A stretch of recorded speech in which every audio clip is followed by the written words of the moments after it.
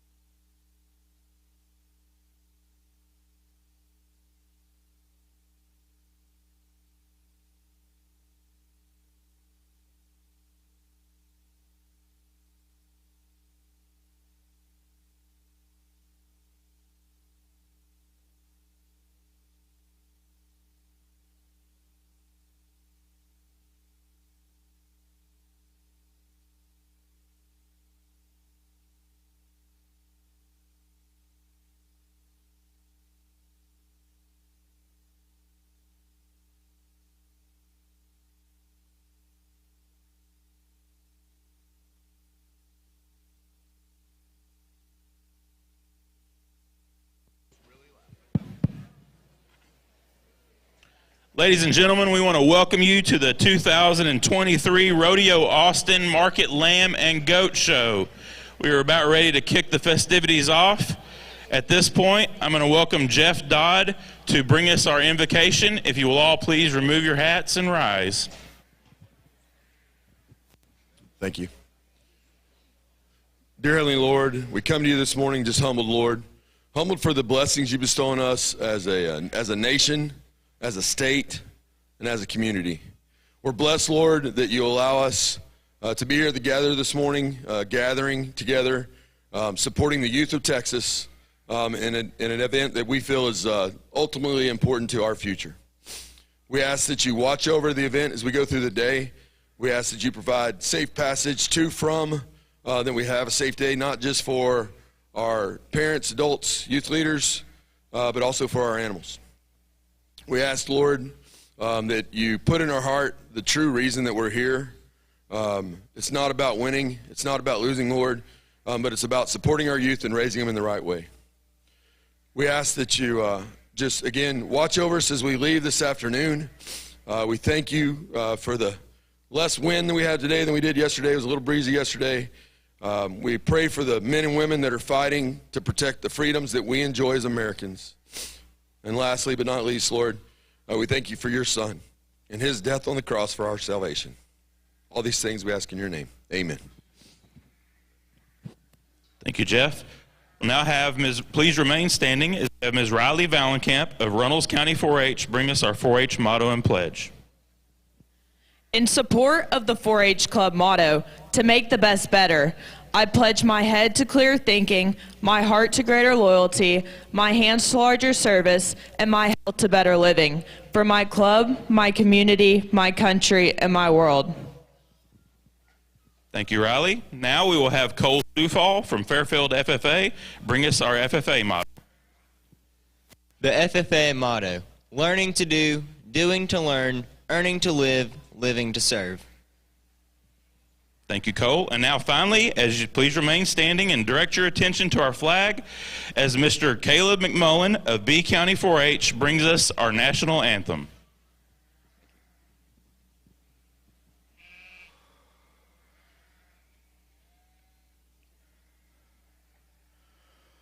Oh, say, can you see by the dawn's early light what so proudly we hailed at the twilight's last gleaming, whose broad stripes and bright stars through the perilous fight, oh, the ramparts we watched were so gallantly streaming, and the rocket's red glare, the bombs bursting in air, gave proof through the night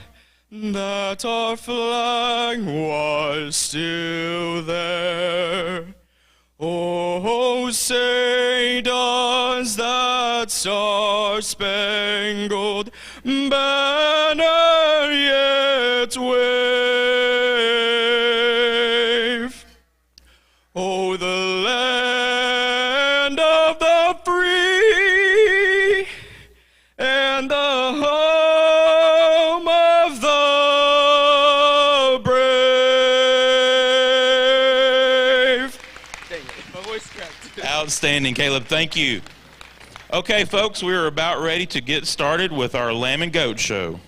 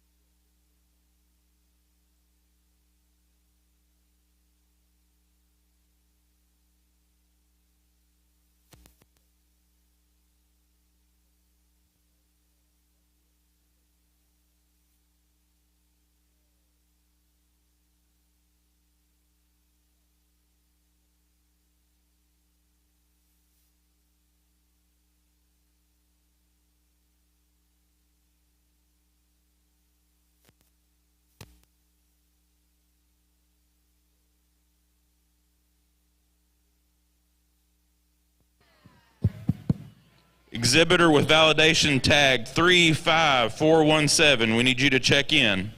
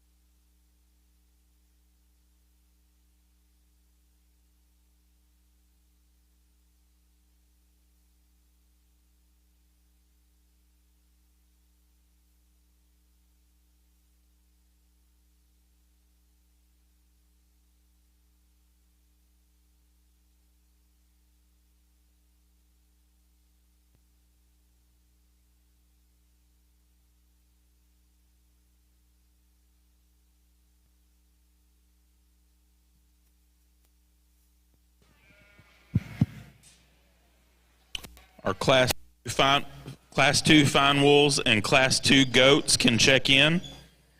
Class 2 fine wolves and Class 2 goats can check in.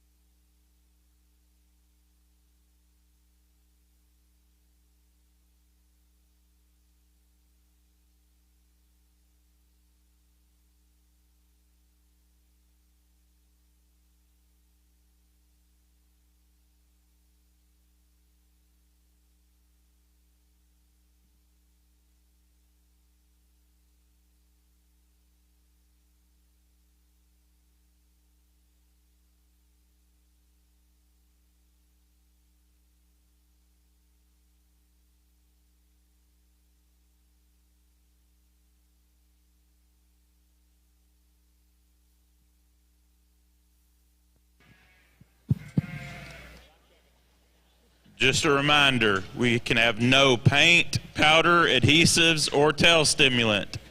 Those things will be checked. No paint, powder, adhesives, or tail stimulant.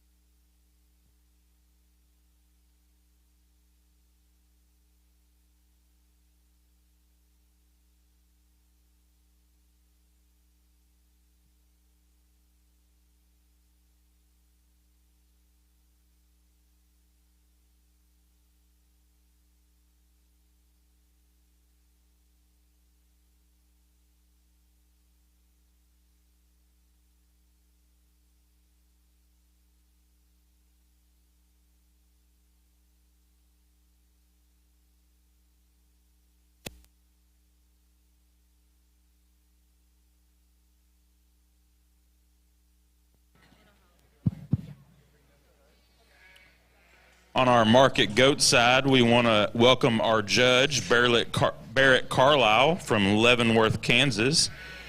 Barrett went to college at Butler Community College and Kansas State University, has a bachelor's in animal science, had some collegiate judging experience, was a member of the champion team at Nail and Fort Worth while he was at Butler, and the champion team at Fort Worth while he was at K-State.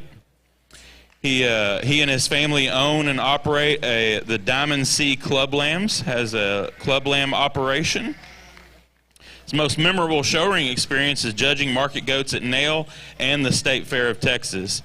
Barrett is looking forward to working with the best youth in the state of Texas today and wishes everybody the best of luck. Folks, let's give Barrett a big round of applause.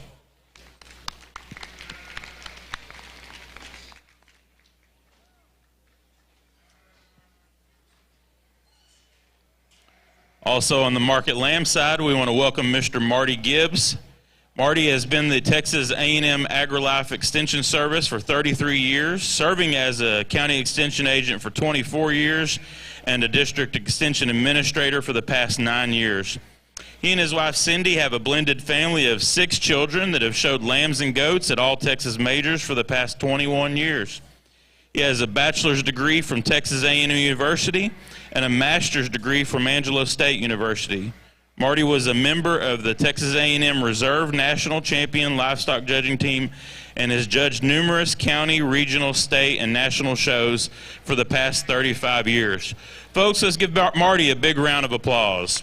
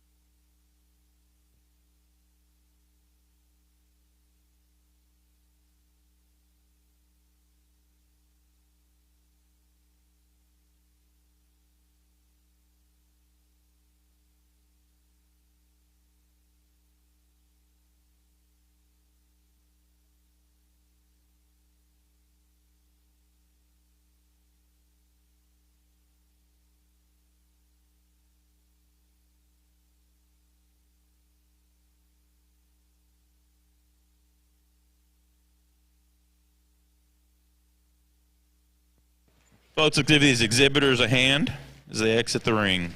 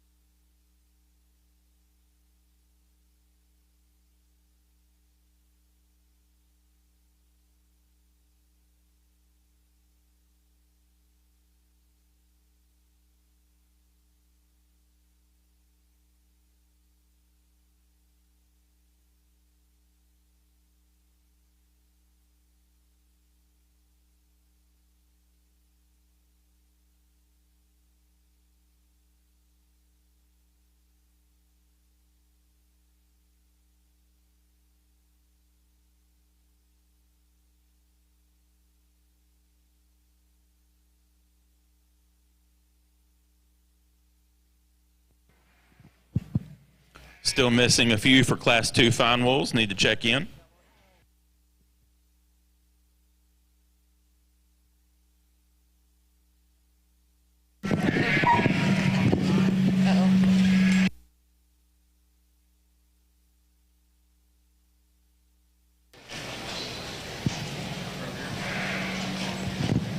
Remember, he's got to go.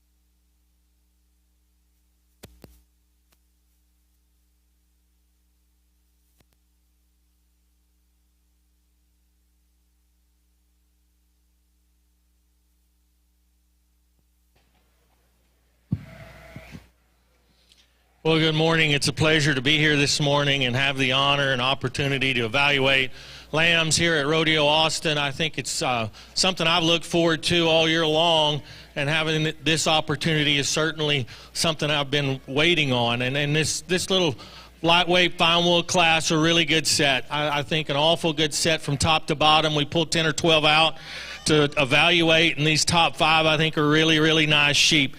Some decisions to be made on the top end, but I really like the little lamb that wins the class quite a bit. Square built, wide base sheep that's got plenty of mass and muscle shape to him. Yeah, you could maybe extend him out through his front end and make him a little longer and more attractive in his chest floor and the way his neck ties into him up front, but that one's super powerful, super wide based, really square, really thick, nice touch to the handle, and I think the one in second's got to follow him in terms of type and kind. He's not as trim over his ribs, he's not as square down his top, there's no doubt about that, but I think that's a pair that's got to stay together on the top end. The lamb in third, I really like him a lot in terms of a profile, an up-fronted, long-bodied sheep that's really trimmed to the touch, gives up some muscle shape down his top and into that leg. Like to put a little more product in him before you can move him any higher, but a nice one there as well. And then we roll into our fourth place lamb, similar to the one in third, a long-bodied sheep that's got some squareness down his top. I don't think he's as wide underneath in his chest floor.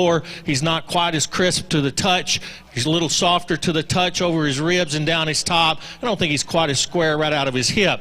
Same thing can be said about the one that rounds out our top 5, a big ribbed, stout-made kind of a sheep that's really massive, just not enough look and eye appeal to him. Wish I could change his hip and hind leg structure just a touch. Please put your hands together and congratulate these exhibitors on a nice lightweight fine wool class.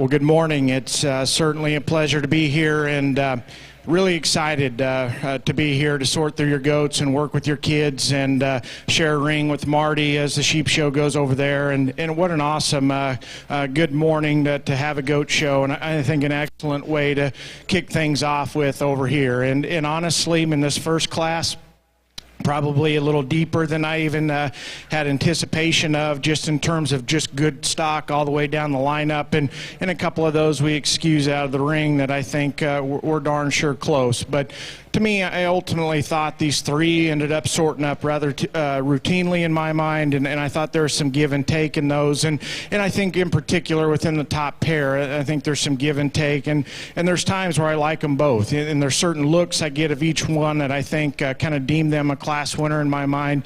To me, I think the one that starts, I like his elevation up front. I think his length of neck, his tallness of shoulder is very good. And then one that touches exceptionally well when you get your hands on him in terms of just freshness and leanness and having some extra edginess to his muscle up top. And to me, I think when you get off to the side of him, his biggest advantage to me and what makes him proportion just a little bit better in my mind is his length of rump. And to me, I think we're going to find ourselves talking about that quite a bit today.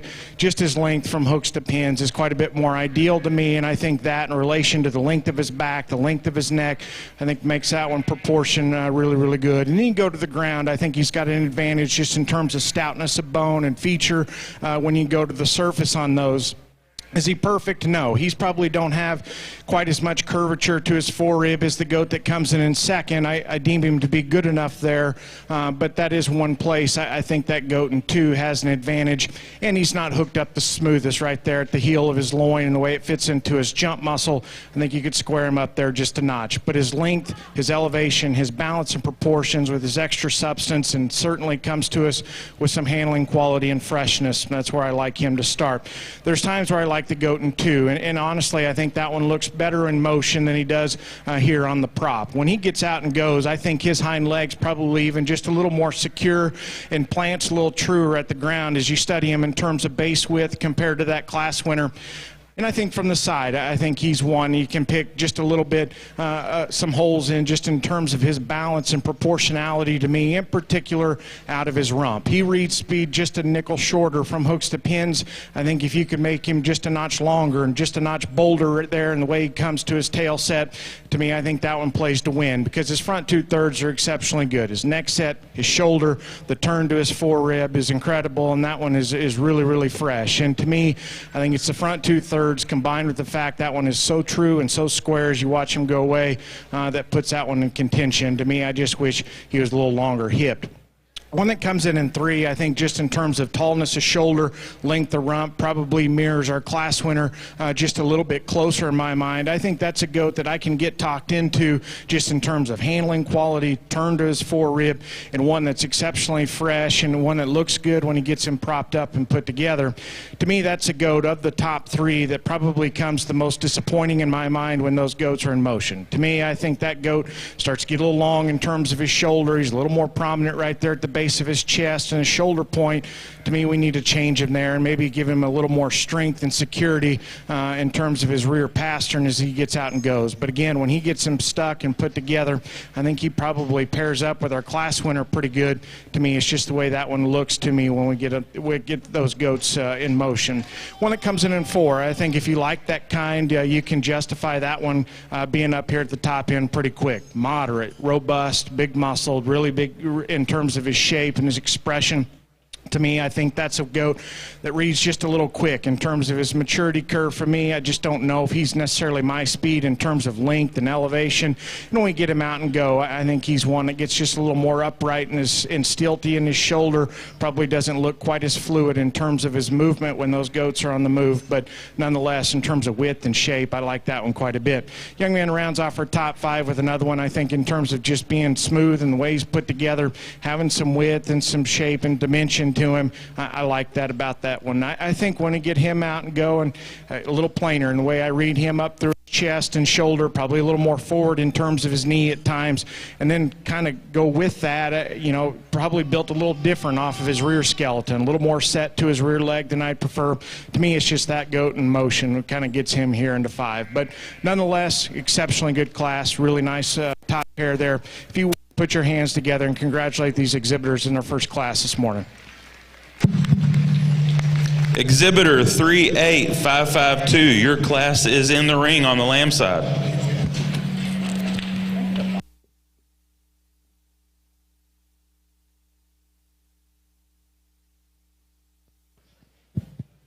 On the goat side, we will be pulling hair for first and second place goats. For first and second place exhibitors, we'll need a parent or advisor to come to the show ring right after those classes.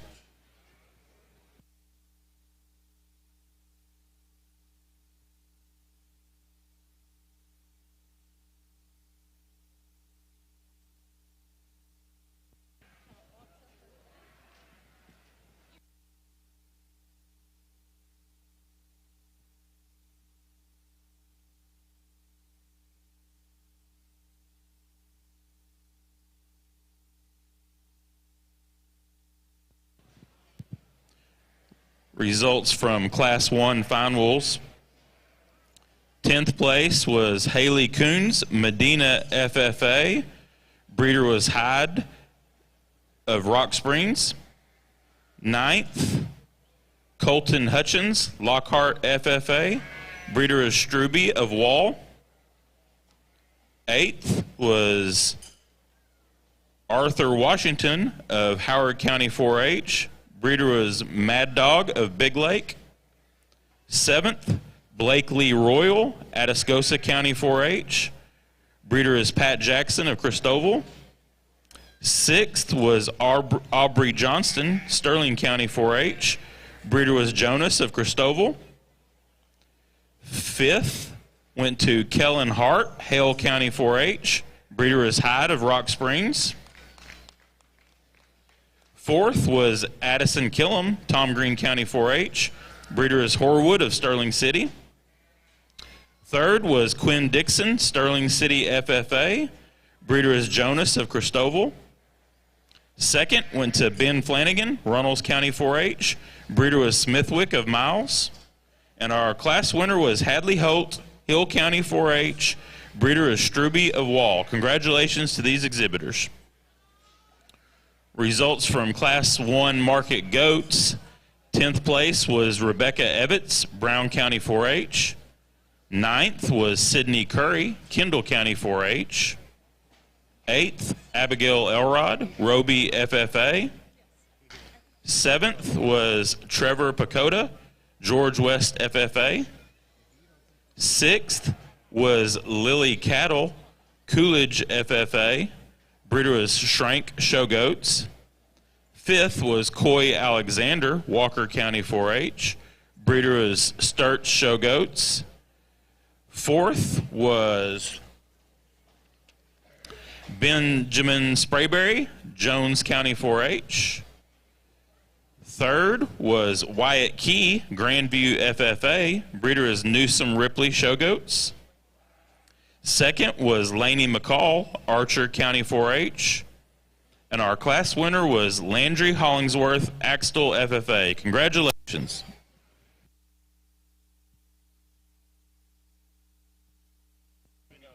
We need a parent or supervisor for Landry Hollingsworth to the show ring.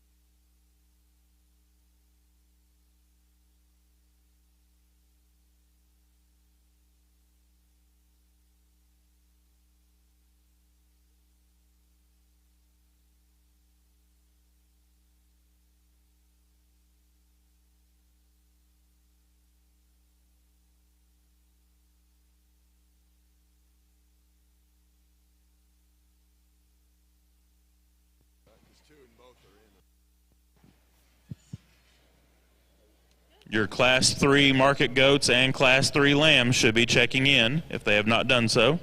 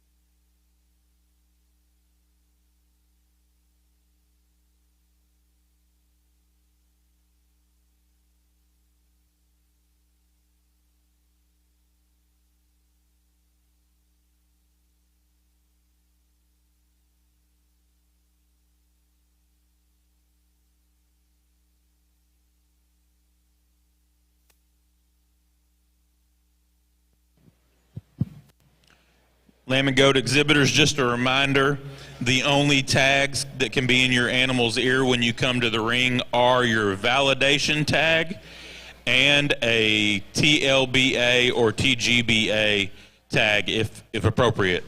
Again, only a validation tag and a TLBA or TGBA tag should be in your animal's ear.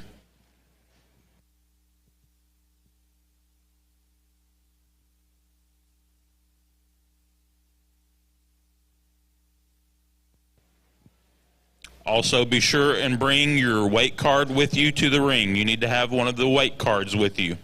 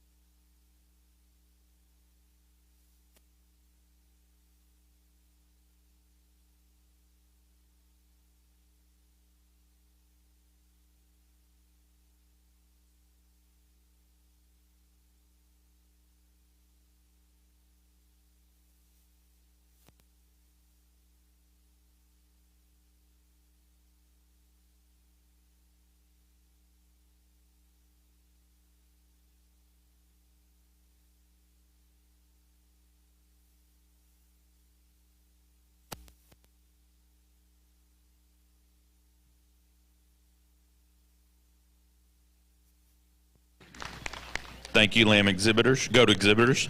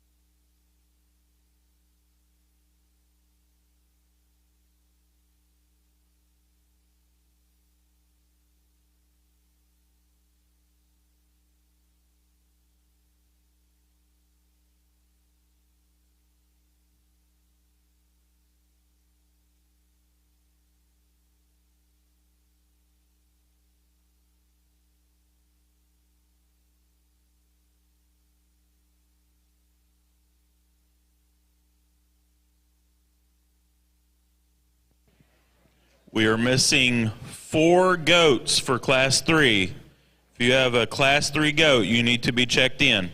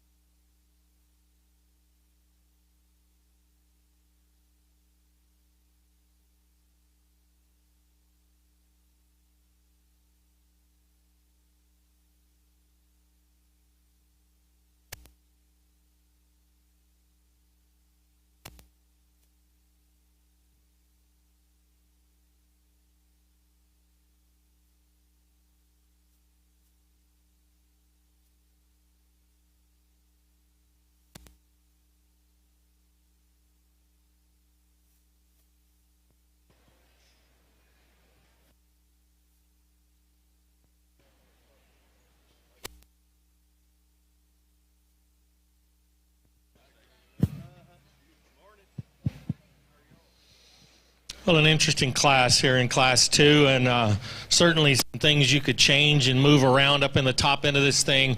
Lots of different kinds and types and shapes when we get out here in the top end of this one. But I'm going to settle on the young lady's sheep because I think when you really analyze this one and you look at the amount of product in him and the base width underneath him, super great hip and hind leg structure in him, huge loin. Yes, I'd love to change his shoulder shape. I'd love to change his design of his shoulder and the way he comes out of his shoulder into his rack. He wants to break there a little bit. He's a little coarser at the point of his shoulder, but man, that one is full of product. He's really wide skeleton, big ribbed sheep that's got a lot of mass to him. Just like to change his design a little bit up front. The one that comes in second I like better up front. He's really massive over his rack. Big square top in this one, a big loin in him. I don't like him coming out of his hip and hind leg quite as well. I think he gets a little flatter in his stop.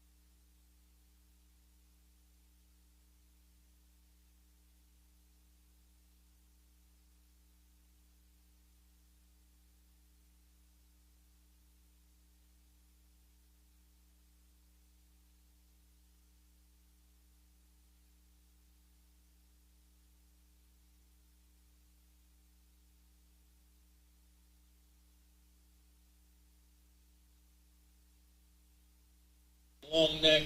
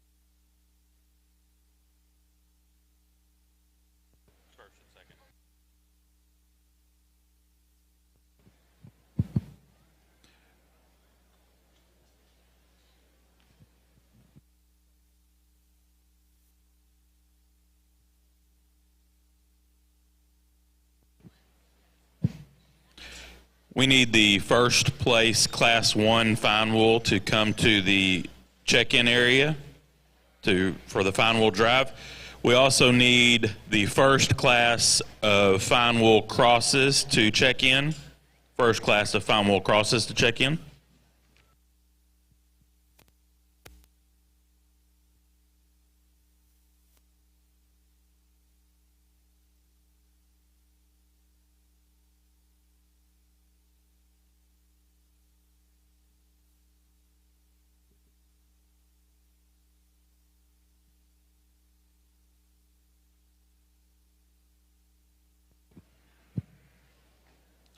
Results from Class 2 fine wools.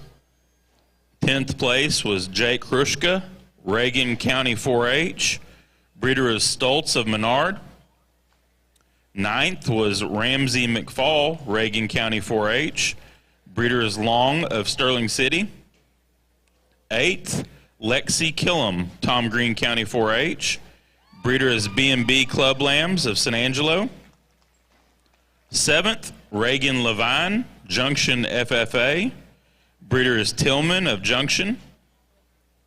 6th, Reese Royal, Atascosa County 4-H.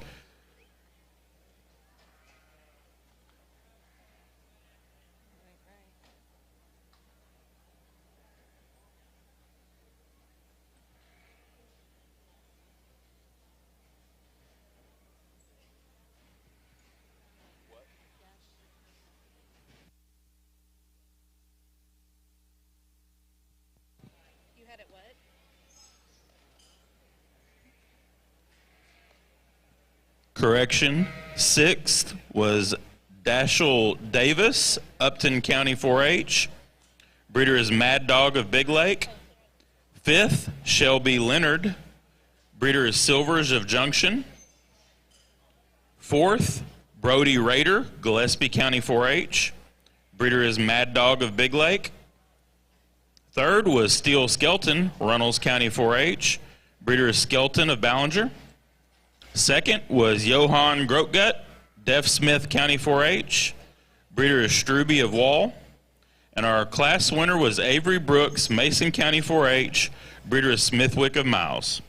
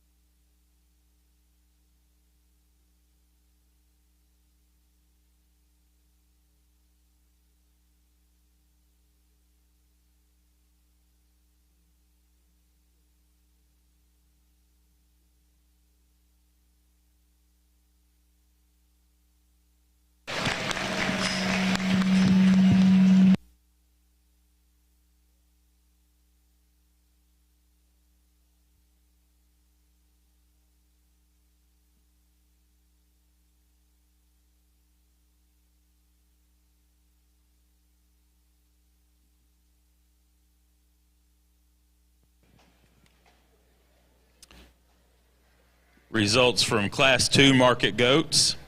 10th place was Claire Graves, Munster FFA.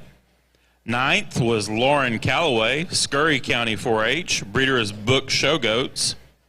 8th, Avery Rawson, Robertson County 4-H, breeder was Newsom Ripley Show Goats. 7th, Allie Haynes, Brownwood FFA, breeder was Blue Team Weathers. 6th was Grace Gable, Live Oak County 4-H. 5th, Molly Mayberry, New Home FFA, breeder is Smithwick Genetics. 4th, Morgan Hernandez, Hayes County 4-H. 3rd was Kylie Altum, Springtown FFA. 2nd, Madeline Howell, Comal County 4-H, breeder is Sandra Show Goats. And our class winner was Carson Kirksey, Bell County 4-H, breeder is Blue Team Weathers. Congratulations.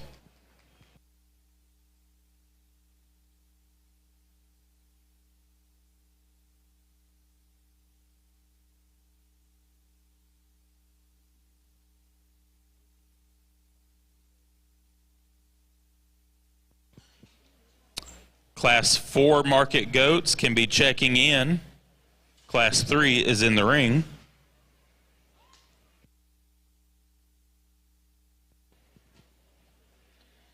Once again, our first class of fine wool crosses should be checking in if they have not done so.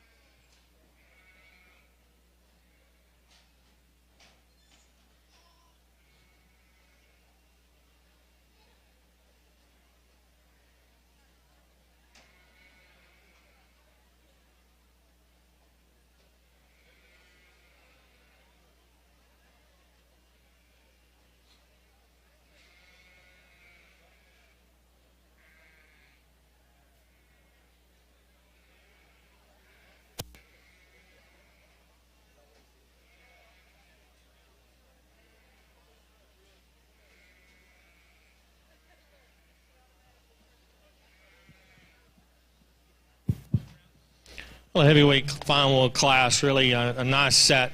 A lot of depth in this class, a lot of quality here in the top end here. I think there's several different ways you can go. I elected to use the young man's sheep. I think he's the one that handles the best. He's the one that's put together the best today in his design and shape. He's good on his feet and legs. He's really neat in his shoulder and the way his neck comes out of his shoulder. I really like his hip and hind leg when you put him in motion. He's got some base width to him. He's not the most of anything when we get him out here, and if I could change him, I'd like to square him up in the lower 1/3 of his front, his forerib. I'd like to make him wider chested, but that's the one that I think we end up settling on in terms of handling quality and muscle shape and design. The one that comes second, another one that's like him that just doesn't have quite enough shape to him.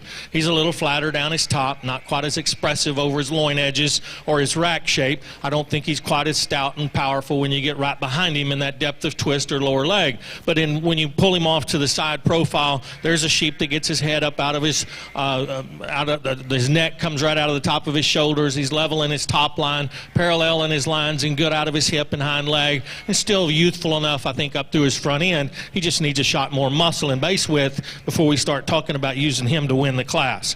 The lamb in third, really a powerhouse. Tremendously thick, big barreled sheep that's huge in his rib shape, big backed and big ended. All those things I like a lot about him. He's wide based and stout made. To me, he gets a little more mature up through his front end. He tends to drop his shoulder a little bit when you put him in motion. Doesn't travel quite as good off the move. Gets up in his spine and down on both ends. I think if I could change his design just a little bit, particularly up through his front end, and elevate his chest floor, make him more youthful about his neck, shoulder, and breastplate, I think we could use this sheep to win the class. There's a powerful one with a lot of muscle in him. The sheep that ends up fourth, another one that's really probably the best handling sheep in the class. Square down his top, great rib shape, really nice in his loin design. For me, he gets a little deeper in his chest floor. He gets a little rounder out of his hip. I'd like to elevate his tail set or pin set a little bit, square him up out of his hip and let him walk better off those hind two when you get him in motion, but that one handles extremely good. Got a lot of quality and product to him. And then certainly a powerhouse that rounds out the top five, just getting a little more mature in the way he's designed up through his front 1/3. I'd like to see him just a little more youthful in his head, neck, and shoulder, elevate his chest floor and make him a little smoother. Good class. Congratulations to you exhibitors.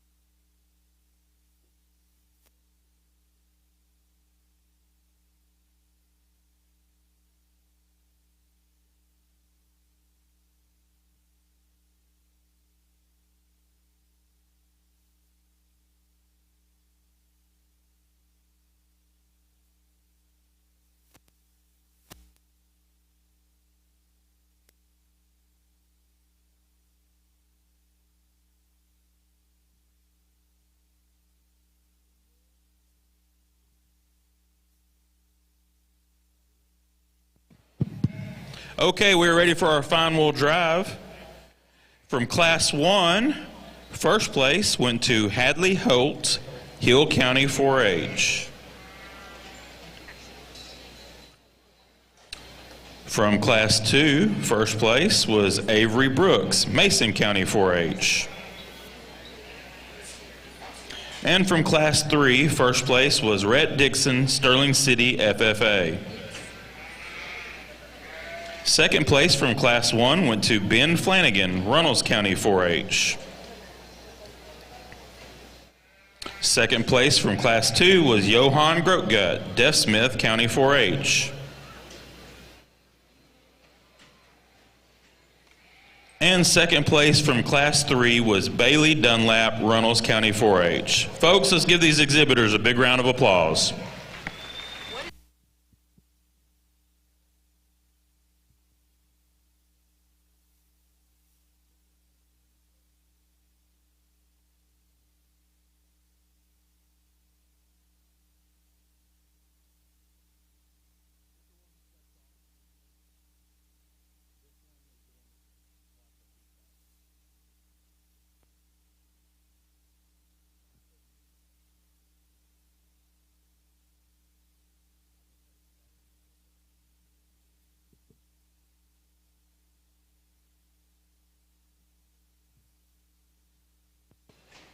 Once again, exhibitors, please make sure you bring a weight card with you to the ring.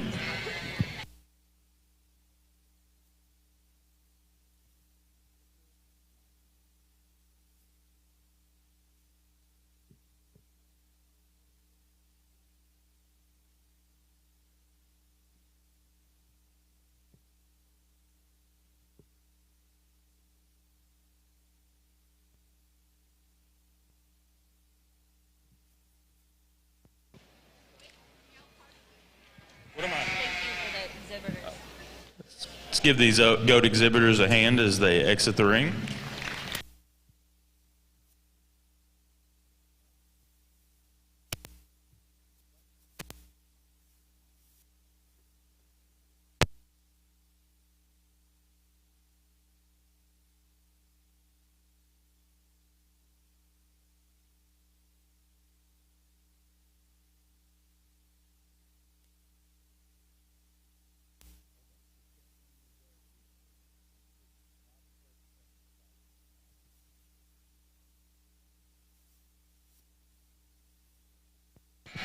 The champion and reserve of each breed and division will need a parent or advisor to go to the drug testing area.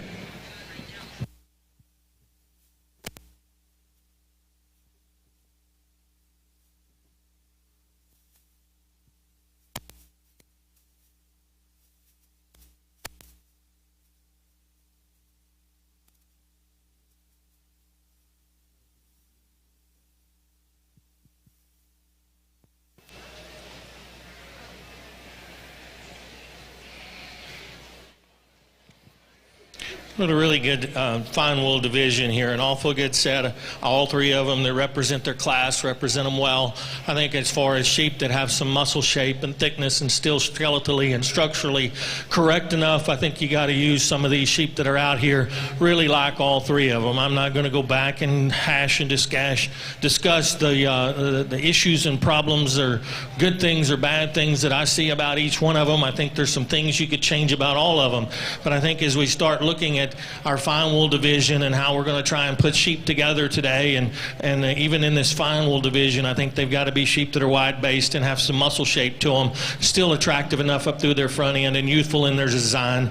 I think all of them are big enough. There's not a doubt about that. Put your hands together and congratulate these exhibitors, and I'll go out and show you my two favorites.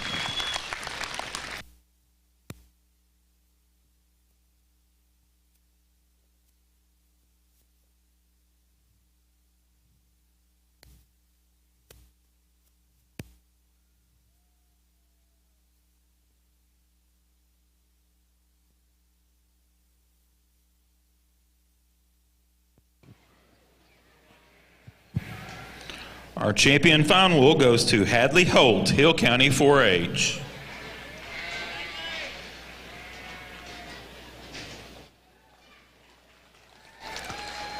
Our reserve champion fine wool goes to Rhett Dixon, Sterling City FFA. Congratulations to these exhibitors.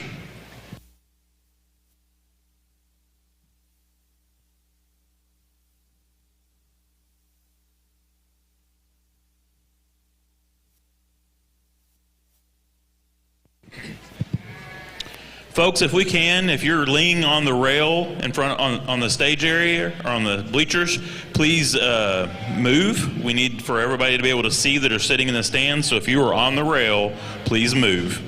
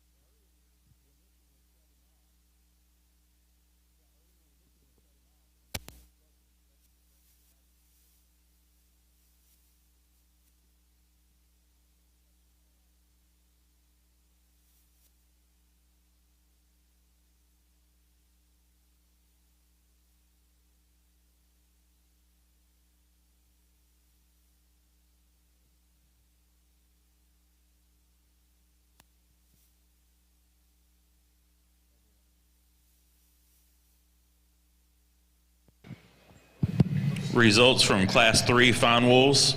10th place was Renee Striegler, McCullough County 4-H. Breeder is Jacoby of Melvin. 9th, Emerson Ozzie, Keller FFA. Breeder is Stoltz of Menard.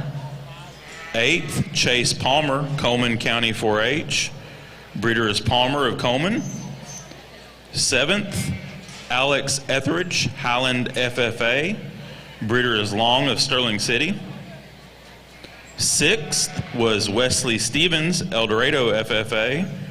Breeder is Stevens of El Dorado. 5th, Collins Brandenberger, McCullough County 4-H. On the same. Breeder is Mad Dog of Big Lake. The top one. 4th, Storm Skelton, Runnels County 4-H. Breeder is Skelton of Ballinger.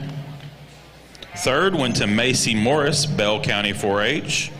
Breeder is Jackson of Christoval. 2nd went to Bailey Dunlap, Runnels County 4-H. Breeder is Smithwick of Miles. And our class winner was Rhett Dixon, Sterling City FFA. Breeder is Jonas of Christoval. Congratulations.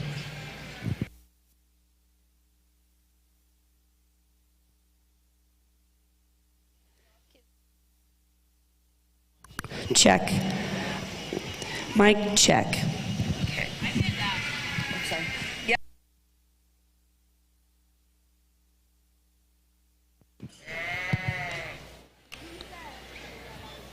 Class 5, which is the second class of fine wool crosses, can check in.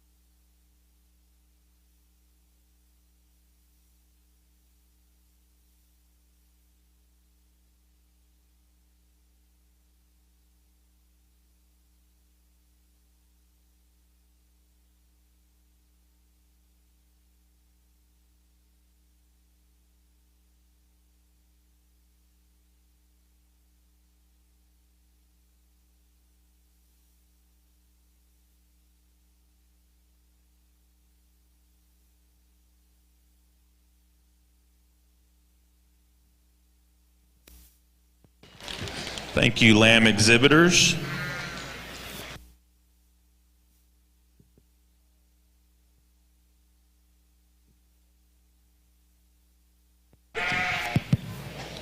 Class 5, fine wool crosses. We need you to check in. Class 5, fine wool crosses.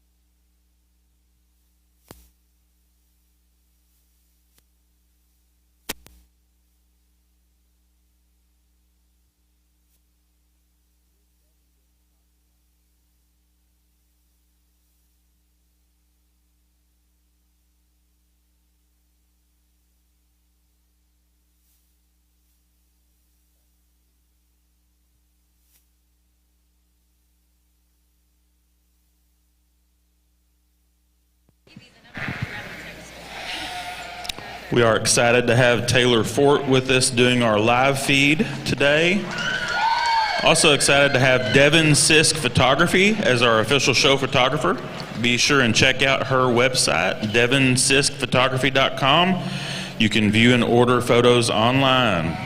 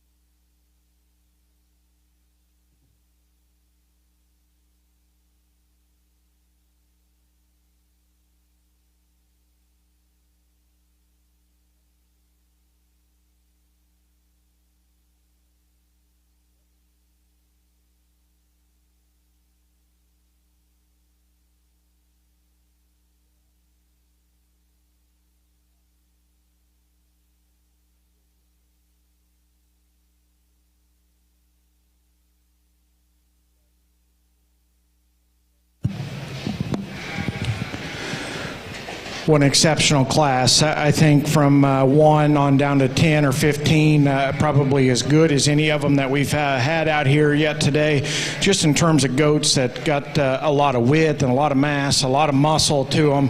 You know, I struggled pulling some off the walk because I think there's some that need to be corrected in terms of just some design and skeletal issues, but in terms of just fundamentally good, wide-built, hard-muscled, high-cutability market animals, this class has got as many of those as any of them that we've had so far yet today. You know, I kind of thought it would come down to these top 3, and they couldn't be any more different. As deep as this class is and as good as it is, just in terms of those fundamentals we just discussed, I think there's a lot of give and take in them because they're not perfect. And I don't know if of the top 3 that there's one that just slaps me and says that they have to win just because there's so much give and take in them. And this top pair couldn't be any more different from one another. I think they've got the far-reaching, really high-quality pieces that, you know, kind of make them stand out for different reasons within this top pair. But again, it's just whatever flavor you like in terms of which way you want to go. You know, I struggle with the kind of red saddleback weather that we're going to start with because from the side, he wins easy in my opinion. You know, just in terms of length, elevation, having the extra length in neck and smoothness of shoulder that I prefer, he's very much more my kind. And that's why at the end I just, you know, I kind of said, let's go with it because that's the one that hit me just in terms of skeletal build and makeup and the way he's propped up and puts together a look from the profile. To me, that's his advantage. But the big question mark is I don't know if he's quite as round in terms of his forerib. I wish he was just a little edgier in terms of his back shape. That one handles just a notch more generic to me, and to me that's why I struggle. Because if he came out of the backside of his shoulder with just a little more edge at the edge of his loin and a little more edge down his rack, to me that one wins pretty easily. Because again, from the side, I like his length. I like his length of rump. Up-fronted goat that's got some extra length of neck. And when we set him in motion, to me, I think his length of rump, assembly of his hind leg is easily the best amongst this class. If he's got enough forerib, got enough back shape in him, you know, that's the question. I think he's got just enough to justify the win within this class for me because, again, from the side, he's just very much more my kind than this one that comes in second. One that comes in second is a dense critter, just in terms of his bone, his width, his rib cage, the muscularity that he's got down the top side of his skeleton is unmatched within this class. And to me, he's got those far-reaching pieces that kind of move him up within this lineup. Even though he's not my kind, I can appreciate what he does well because he is a big-footed rascal that has got all the muscle you'd ever want. I think when you get off to the side of him, to me, that's where he just strikes me as a little more jammed up and a little more round built off of both ends. He got a little more shoulder, a little shorter and steeper out of his rump. And when we set him loose, I think his hind leg and his hock movement is better than the one that comes in 3. I just don't think he's as up-headed and as good in terms of just his fluidity of motion off of both ends as the one that wins. And so it's that combined with the fact that he just strikes me as a bit short and a bit quick as to why he's going to be second. If you want him some power and some muscle, he can win, and I'm not going to argue with you. To me, of the pair, the one that looks more like a show goat from the side is the one we're going to go ahead and start. I like the one that comes in 3 when he came in. I think he's got some presence, and I think a lot of it's just the way he's presented out here. Fresh-haired, fresh-skinned, good-touching goat that is really robust in terms of his center body cavity. I love the turn to that one's rib cage and his span that he's got up high in terms of width and power. You get off to the side of him, I think his lines fit together really good, and I think his transitions from the back of his shoulder into his loin and hip and tail are all very good, and I like that about him, and it's why he moves him up over a few. You study him on the move, and I think that's where he gets a little more problematic for me. He's a little stilty up front, a little short and rigid and hammer-legged in the way he's built out of his hip and hind leg, and then you study him at the ground. For as much width and power and shape as he's got up high, he's pretty refined in terms of his foot and bone work. The one that comes in 4, when she gets him put together, can give you a captivating look because in terms of neck, shoulder shortness, and chest sternum placement, he is really, really good, and that one has got oodles of shape and muscle, and in particular out of his turn to his hip and stifle, I think makes him kind of come together with some extra presence when we get him on the profile. That's another one, and we talked about one in that last class that relative to your look of them standing still and then when they're moving are 2 totally different beasts. He gets a little open in his shoulder and a little more active in his blade and the way he gets out and goes there. a little more rigid in the way he operates his hind leg. If we could just make that one piece together a little bit neater when she's out of him, give him a little more flexibility out of his hock. To me, that one's got some extra shape and muscle and crease and some extra wow factor from the profile when she's in him. Just doesn't come together when he's on the go. One that we round off our top 5 with, again, just in terms of rib and body and having some shape and some cutability, he's really good. Again, fundamentally, I think a very sound, practical market weather that's been presented and shown very good out here. A little plainer in terms of his look, and then I think the biggest hang up on him that kind of hurts his first impression in my eye is just his foot and bone work, probably a little more frail and a little more refined there. Again, really good class with a lot of depth. I could be convinced either way on that top pair. Put your hands together for those exhibitors.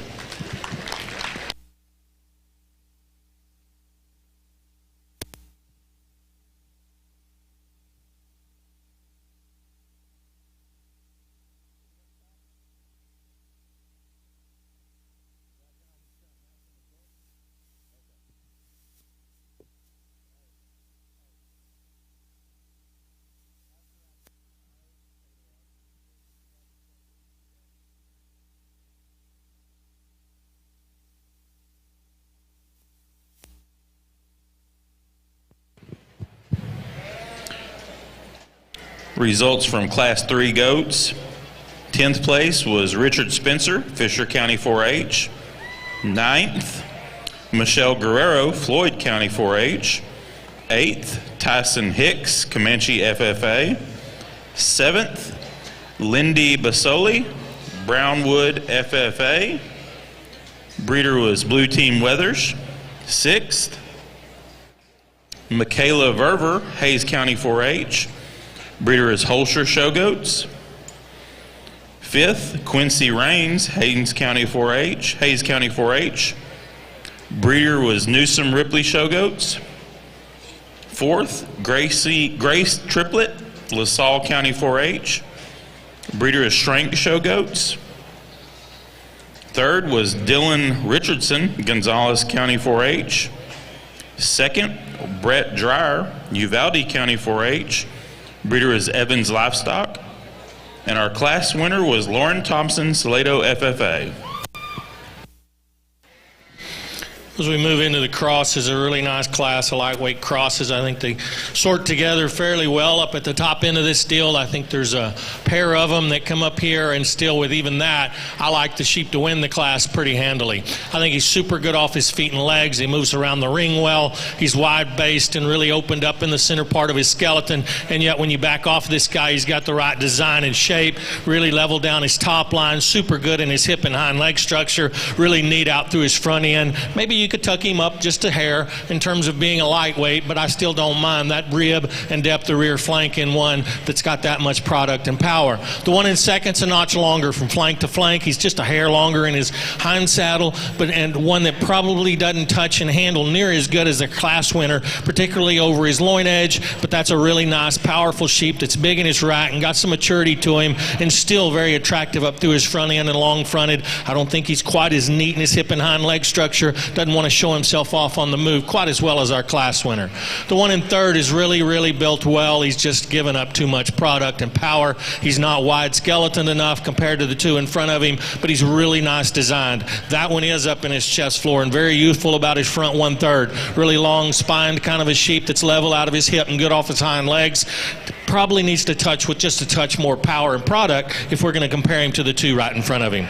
Really heavy muscle sheep here in fourth, one that I'd like to change in his design and profile. Clean him up in his chest floor. He's a little rounder at the point of his shoulders and opened up over the top of his shoulders. His neck doesn't tie quite as good right out of his front end, off the top of his shoulders, and maybe gets just a little rounder in his muscle shape and pattern. But that one is packed full of muscle. He's super thick, and he's good off his feet and legs when you put him in motion.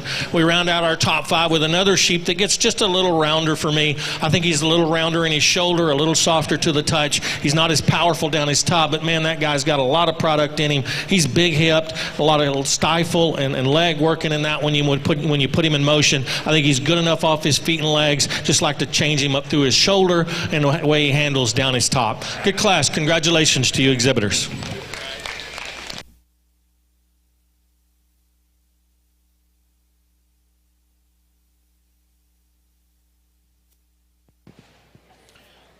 Class 5 market goats can be checking in.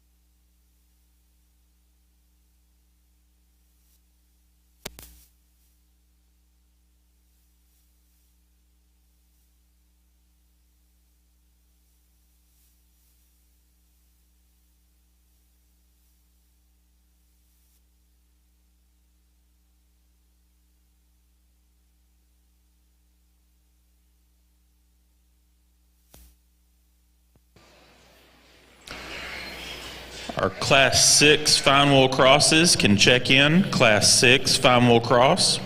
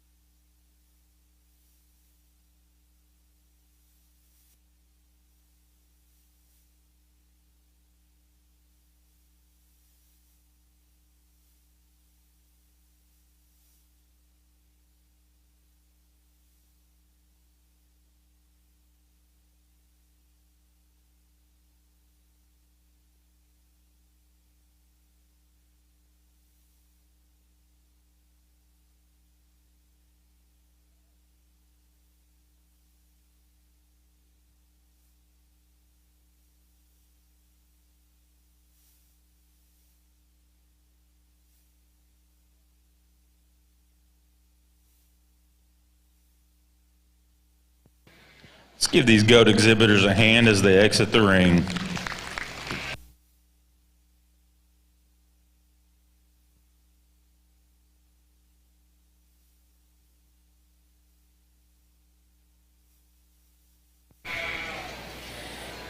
Results for Class 4 fine wool crosses. 10th place was Miles Hoffman, Glasscock County 4-H. Breeder is Holscher of Roscoe. 9th, Grayson Krenwelke, Fredericksburg FFA. Breeder is Hartman Ruffin of Mason. 8th, Braxton Holscher, Highland FFA. Breeder is Smithwick of Miles. 7th, Kendall Gurka, Washington County 4-H. Breeder is Smithwick of Miles. 6th, Sydney Montgomery, Highland FFA. Breeder is Newsom of Olton. 5th, Reagan Slow of Tarrant County 4-H. Breeder is LZ Livestock of Fort Worth. 4th, Davis Etheridge, Highland FFA. Breeder is Newsom of Olton. 3rd went to Cooper Evans, Burnett County 4-H. Breeder is Stoltz of Menard. 2nd place was Kinley Holscher, Highland FFA. Breeder is Smithwick of Miles. And our class winner was Marin Morris, Bell County 4-H. Breeder is Pat Jackson of Cristobal. Congratulations.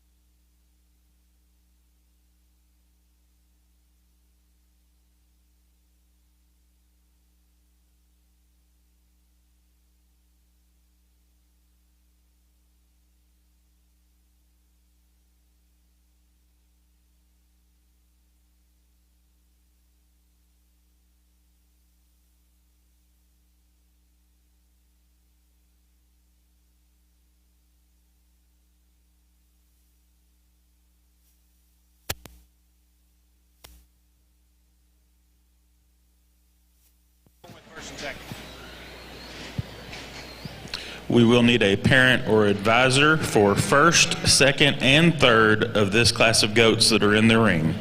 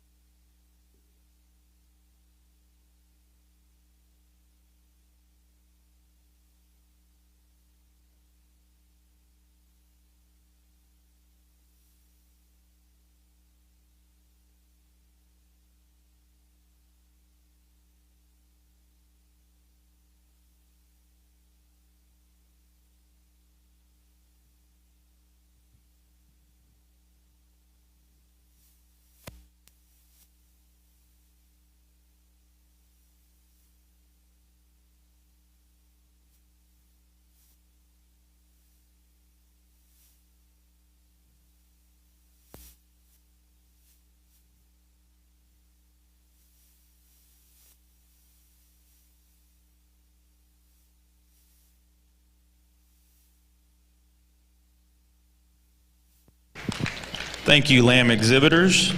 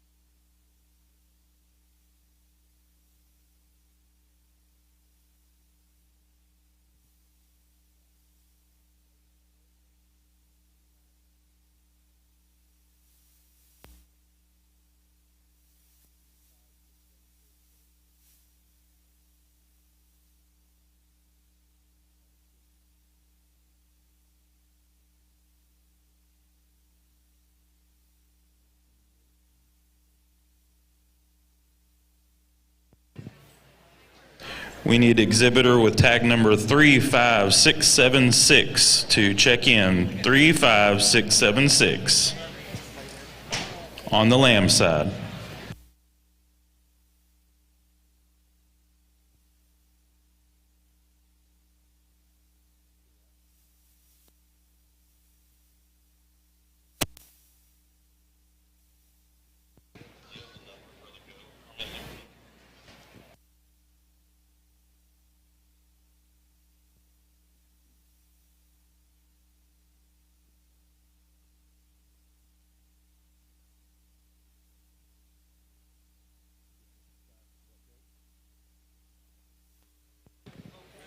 Class 5 goats, you should be checked in as well if you have not.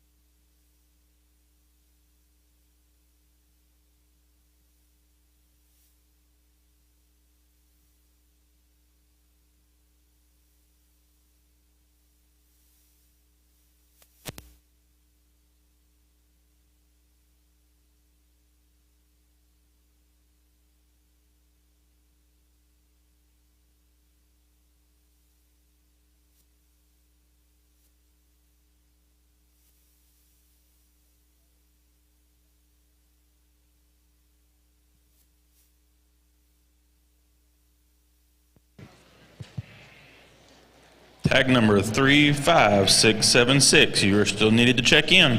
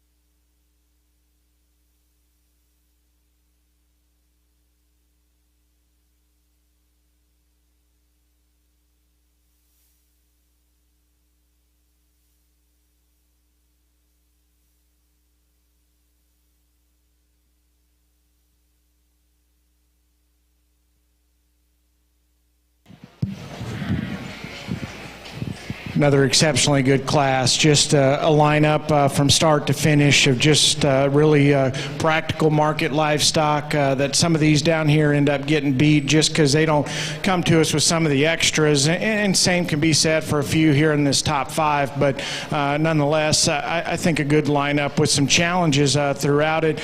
Again, another class, if you're going to shuffle them around, I'm not going to argue with you. Ultimately, the top pair obviously takes a little bit more of my time. A little more of my time out here to just kind of break those down. And before I break them down and describe them and what I see, again, it's a pair a lot like the last class. Depending on where you want to put some priorities and some emphasis, you can go back and forth within that pair. What I would tell you, if you could blend those two goats together, there wouldn't be any sense in showing the rest of the show because it'd be over. Because both of them got big time pieces that I really, really like, but they just fall short or make me question them just a little bit within a particular area or two that prevents it from being easy to go one way or another. There's parts of my class winner I don't love, and we'll talk about that here in a second.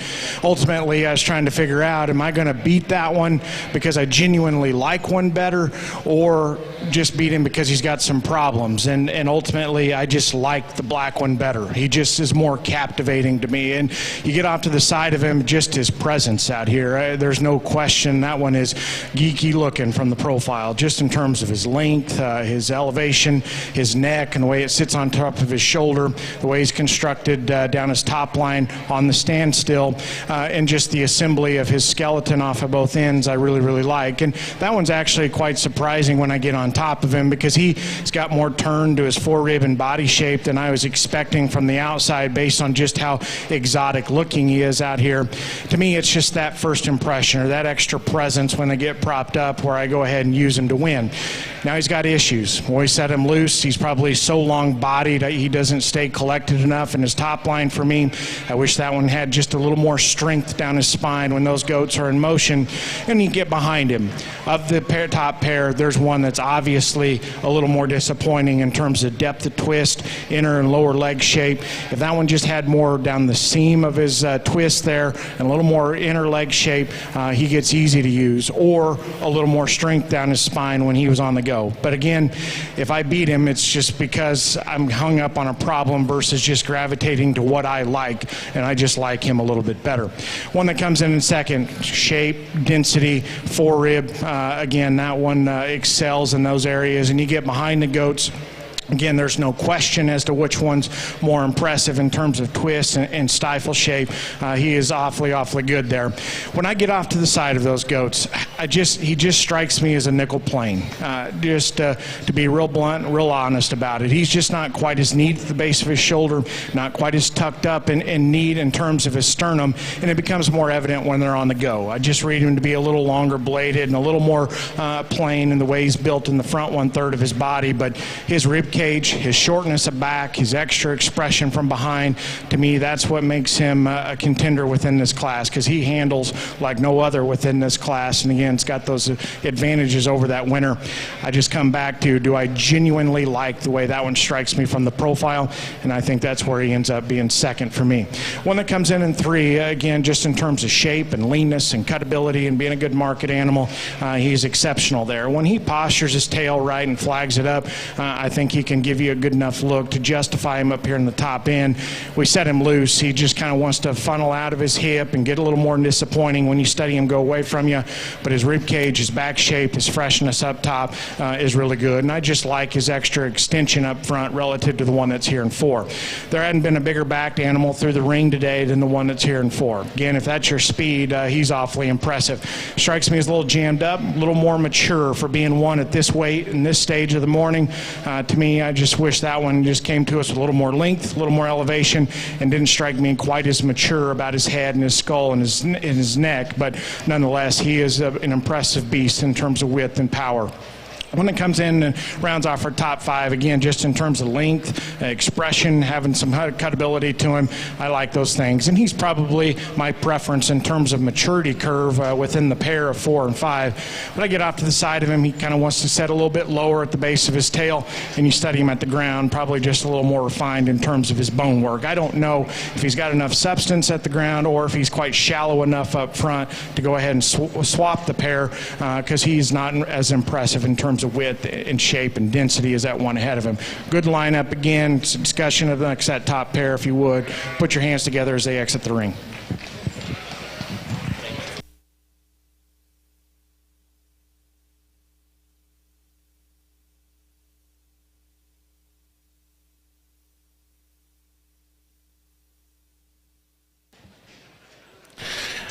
Excellent middleweight cross class. I think a pair on the top end of this class that'll make you scratch your head at times, but a really nice pair that complement each other very well. If I could put the two together, we'd have an awesome sheep, but that's not something I get to do. But I think if you line these two up, you got to start figuring out which way you're going to go.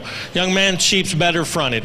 The front 2/3 of that one I like a lot better. He's more up in his chest floor. He's neater in his neck-shoulder junction, longer necked, ties together a lot better up through his front end. I'd love to fix his hip just ever so slightly. I think when you put this one in motion, and at times when he stands there, he gets a little rounder out of his hip and not quite as peg level as this second place guy. But man, when you get your hands on him, he's as fresh as a daisy, handles like a dream. Really nice touch to this guy. He's super fit and trim. A nice one to lead the class off and take nothing away from the one in second. Like this one a lot as well from his last rear back. I love his loin shape. He's huge in his loin. He's big in his hip, wide pin set, and he's got the hip and hind leg structure I really like to watch move around the ring. I'd like to change his front end just a little bit. To me, he gets a little deeper in his chest. He gets a little shorter necked, and his neck doesn't tie as high as it probably could compared to our class winner. But I think I'm being very picky on two really, really nice sheep. Both of them deserve to be at the top end of this class. The lamb in third, another nice design sheep that handles really good. He's fresh down his top. He's got a good look from the profile. He's still youthful about his appearance, really firm to the touch. Maybe needs a shot more muscle in him, particularly in his stifle and lower leg as we compare him to the two right in front of him, but a really complete one there as well. Move this sheep up quite a bit as we get him out here. Boy, he's really square over his rack and loin. A really nice design sheep. Gets out horsed when we get out here in terms of muscle shape and thickness and width of skeleton. I don't think he's as wide based in his chest floor or center rib as some of the sheep that are in front of him, but a really good handling sheep that's got some muscle shape and thickness. And then we round out our top 5 with another sheep that's got some rib to him. I love his rib design. He's good off his feet and legs. He gets around and moves out here. Needs a shot more muscle to go any higher in this class today. Congratulate these exhibitors with a round of applause, please.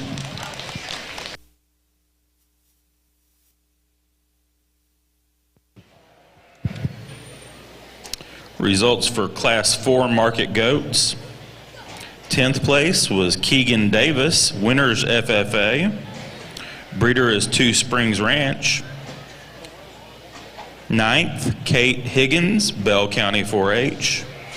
8th, Kylie Burns, Eastland FFA. 7th, Hayes Greenway, Mills County 4-H. 6th, Emma Osborne, Llano County 4-H. Breeder is Newsom Ripley Show Goats. Fifth, Kenna Sufall, Freestone County 4-H. Breeder is Newsom Ripley Show Goats. Fourth, Reagan Hackler, Weiss FFA. Third, Kennedy Thompson, Uvalde County 4-H. Second, Landon Holmes, Gillespie County 4-H. Breeder is Fielder Show Goats. And our class winner was Ava Allensworth, Brazos County 4-H. Breeder is Hutto Livestock. Congratulations.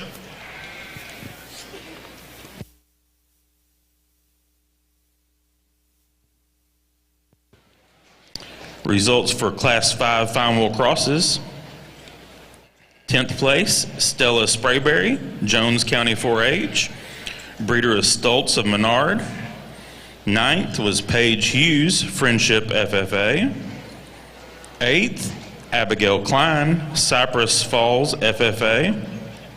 7th was Stony Cooley, Taylor County 4-H. Breeder was Smithwick of Miles. 6th, Seth Ashley, Medina FFA.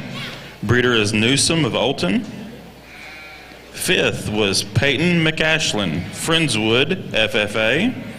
Breeder is Cook of Ballinger. 4th went to Luke Betzworth, Canyon, New Braunfels FFA. Breeder is Smithwick of Miles.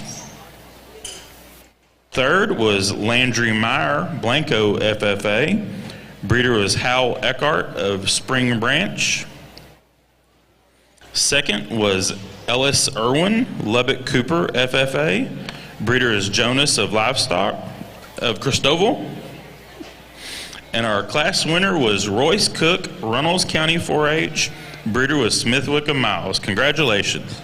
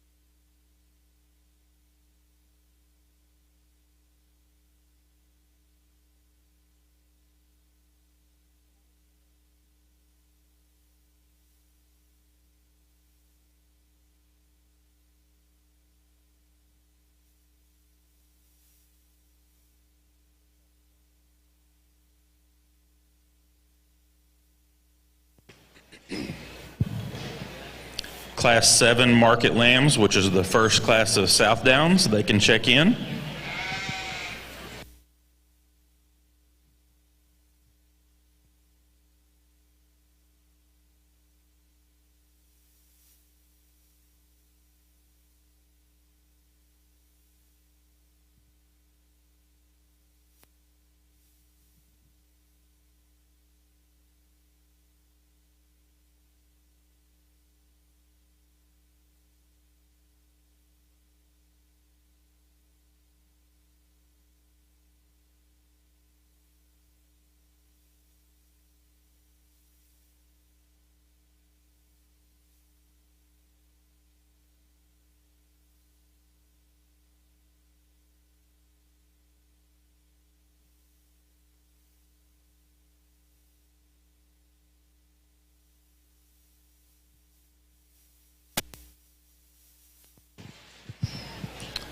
We need the first and second place goats for classes 1 through 4 to come check in for the division drive.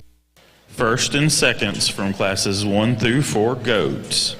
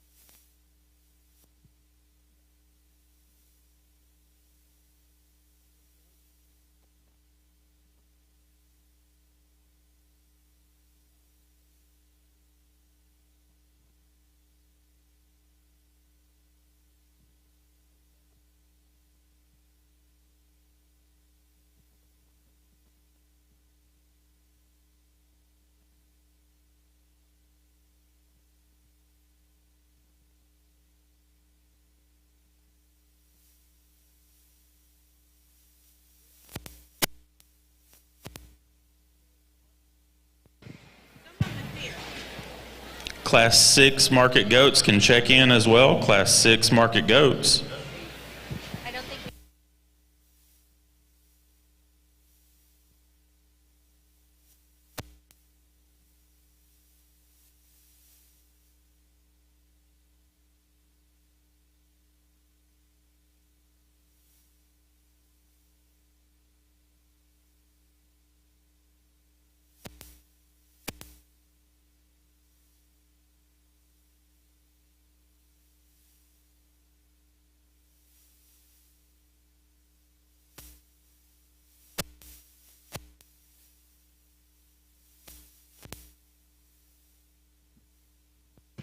Thank you, lamb exhibitors.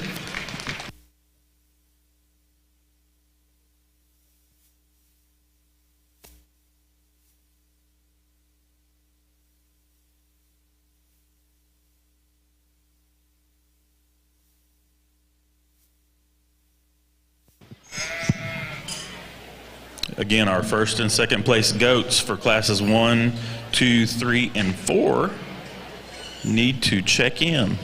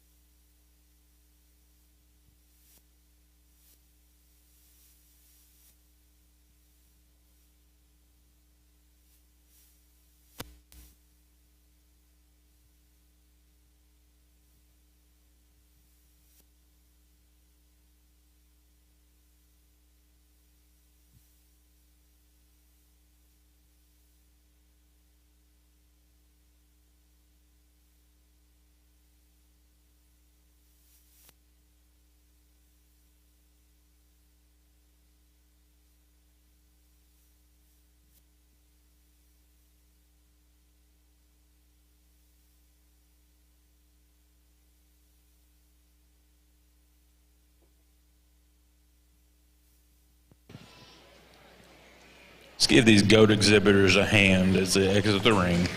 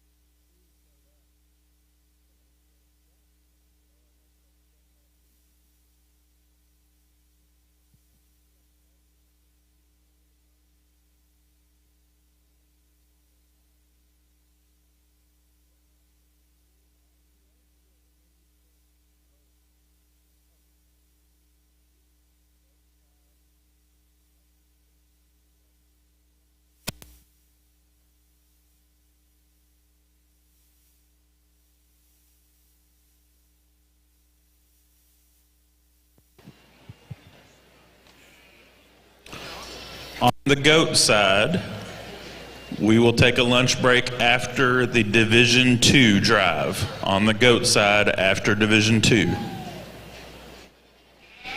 Lamb side is still TBA.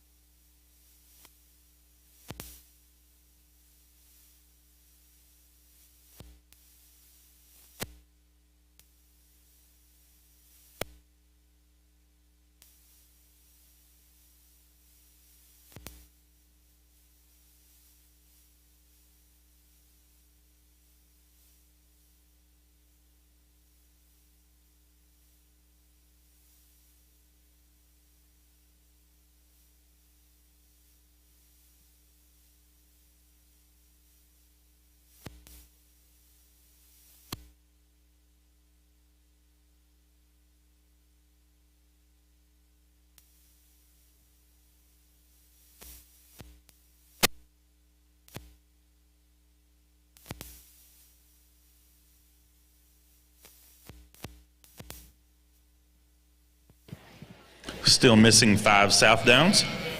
If you have a Southdown in the first class, you need to check in.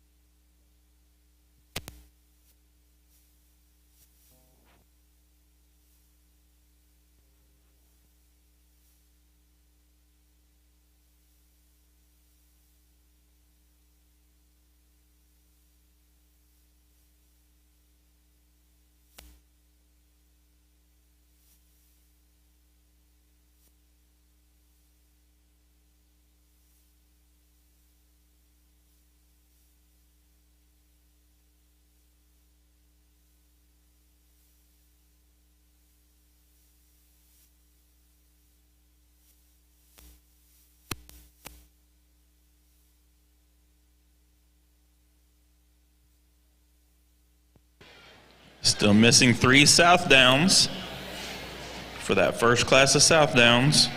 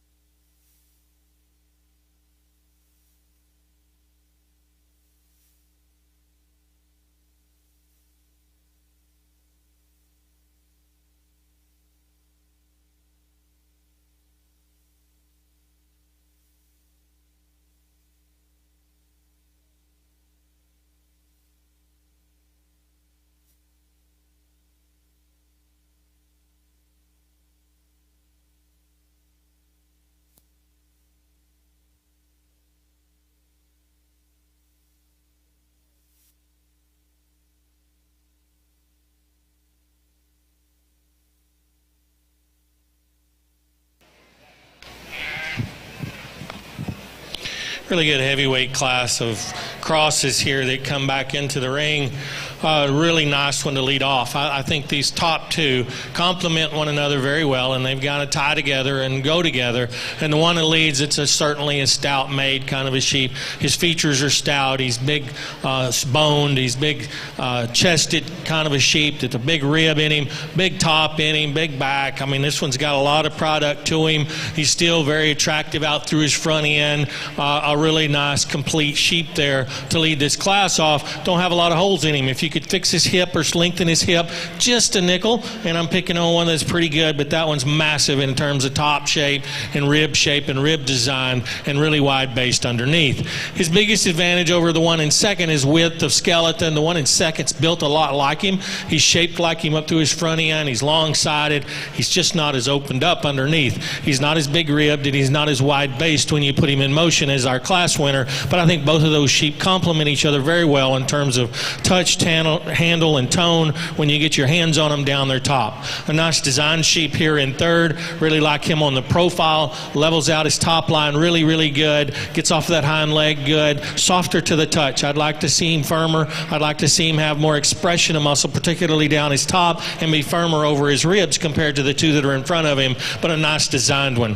The one in four kind of follows him in terms of design. This one too has a really big top in him. He's big over his rack and loin edges. A big hipped kind of a sheep that's really good when he moves out off his hind leg. And for sheep that are getting this big in this heavyweight class, I think he's still youthful up through his front end. He needs a shot more bone. He needs a shot more power to get around the three that are in front of him. And then a smaller sheep that comes in fourth, again, a very youthful type sheep that's got a lot of product and power to him, just needs more to him. He needs to be longer. He needs to be more elevated in his chest floor or up off the ground in the front just a little more. Good class. Congratulate these exhibitors on a nice job.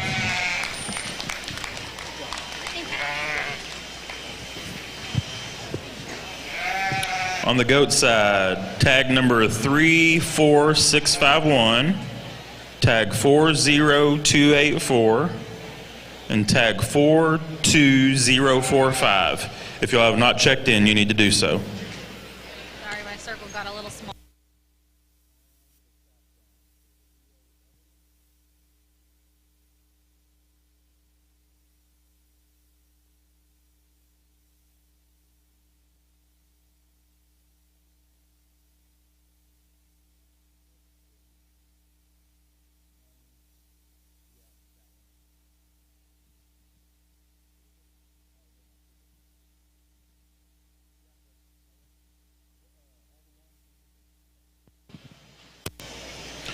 Okay, we are ready for our fine wool cross drive.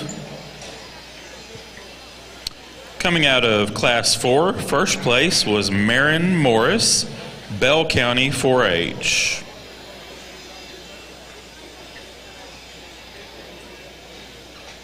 From Class 5, first place was Royce Cook, Runnels County 4-H.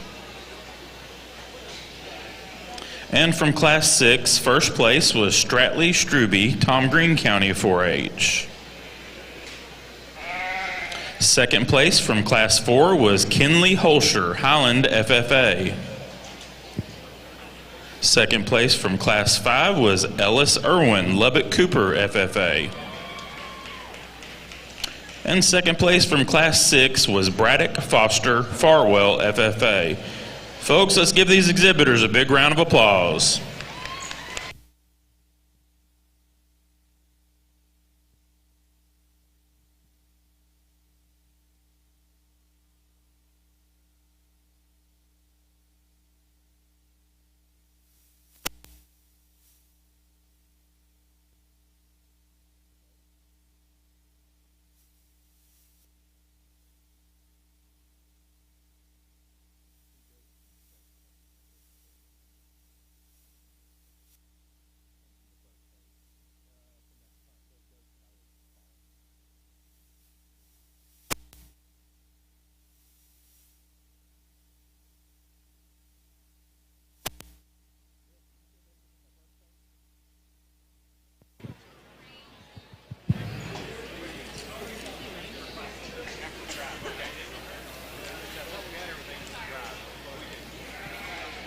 Tag 40284 and 34651. You're still needed to check in on the goat side.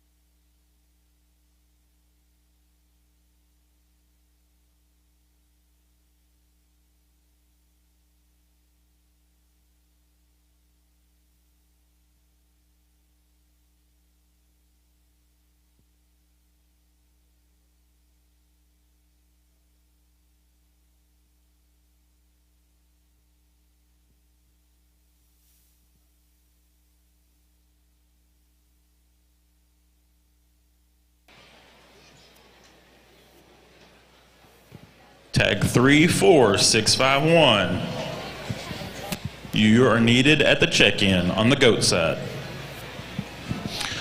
Outstanding fun lacrosse division. I think an awful good set that ends up out here on the champion drive. I like all three of these lambs quite a bit. There's little things you change about each one. The lightweight sheep I think is really cool off his feet and legs. He's as square made and stout made as you can build one for 135, 40 pounds. Really nice design sheep that's massive down his top. Gets a little bit deep for a lightweight, but not much. I'm just picking on one that I think is extremely, extremely good. Love his hip and hind leg structure and the way he's designed out of his loin and top side of his hip. The lamb out of the second class there, a really good handling one. He handles as good as anything out here, as fresh as he can be. A groove down his top. I don't think he's quite as up in his loin edges. He's not built that way. He's just not designed as the same as the sheep on either side of him. And I really like to fix his hip and hind leg when you put him in motion, but that one handles so good when you put your hands on him and touch him. And then we come to the heavyweight, another big big-bodied, stout-made sheep that doesn't just blow you away, but really the more you analyze this guy, he's wide-topped and he's big-loined and he's big at his hip and he's still youthful enough up to his front end. So I think he's hard to pick a lot of holes in. I'd like to see him just a little better in his loin and the way he ties together in his hip loin. He's not quite as neat and smooth there as some of the sheep that stand in front of him. Put your hands together and congratulate these exhibitors in the Fine Wool Cross division, and I'll go out and show you my champions.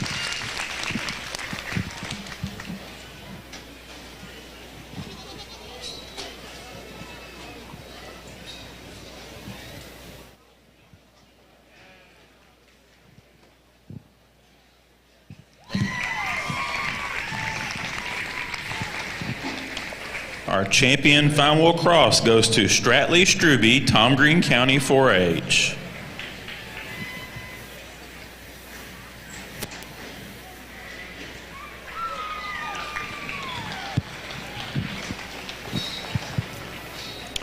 Our reserve Fine Wool Cross goes to Marin Morris, Bell County 4-H. Congratulations.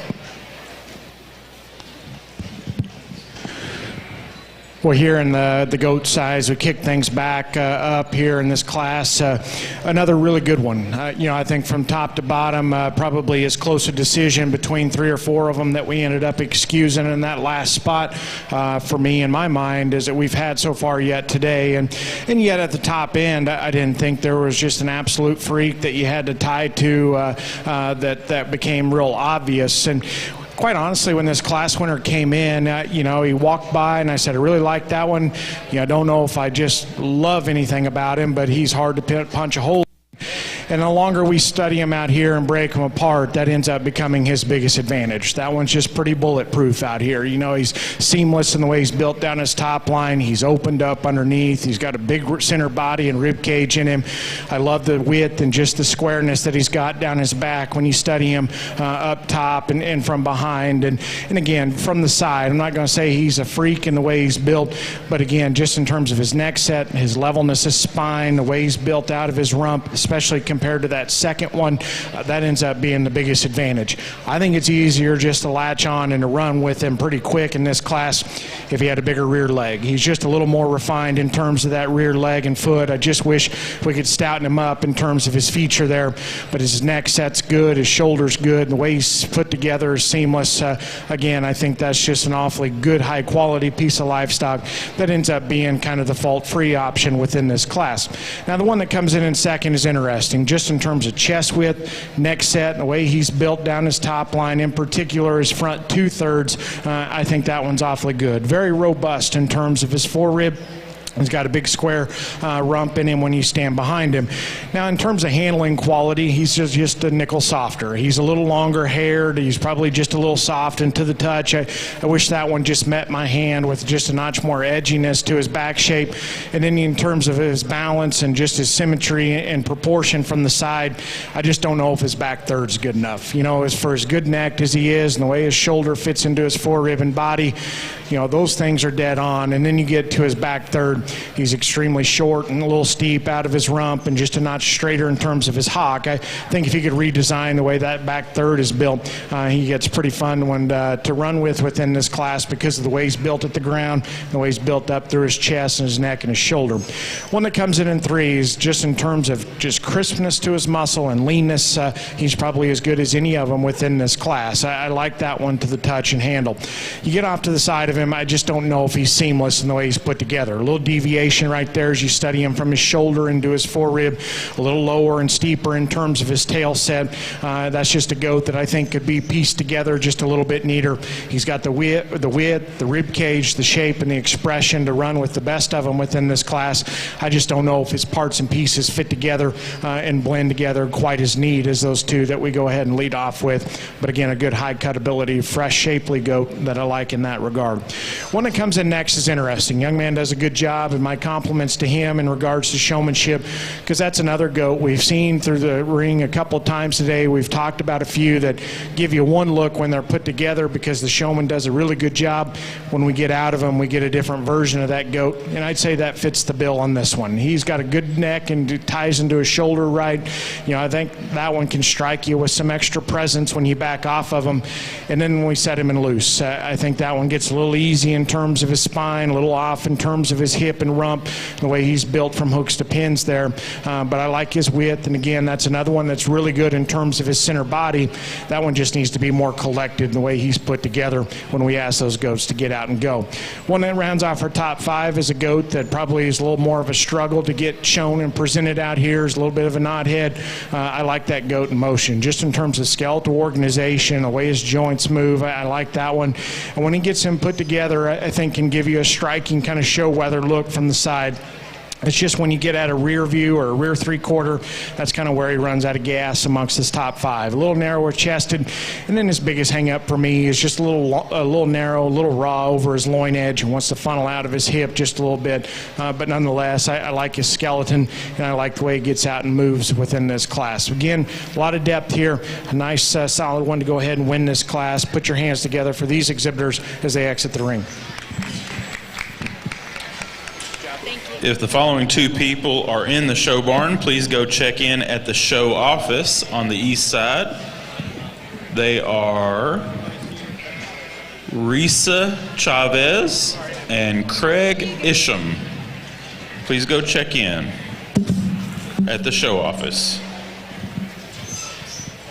We're ready for Class 8, second class of Southdowns. Second class of Southdowns, Class 8, need to check in. Results from Class 3 fine wool crosses.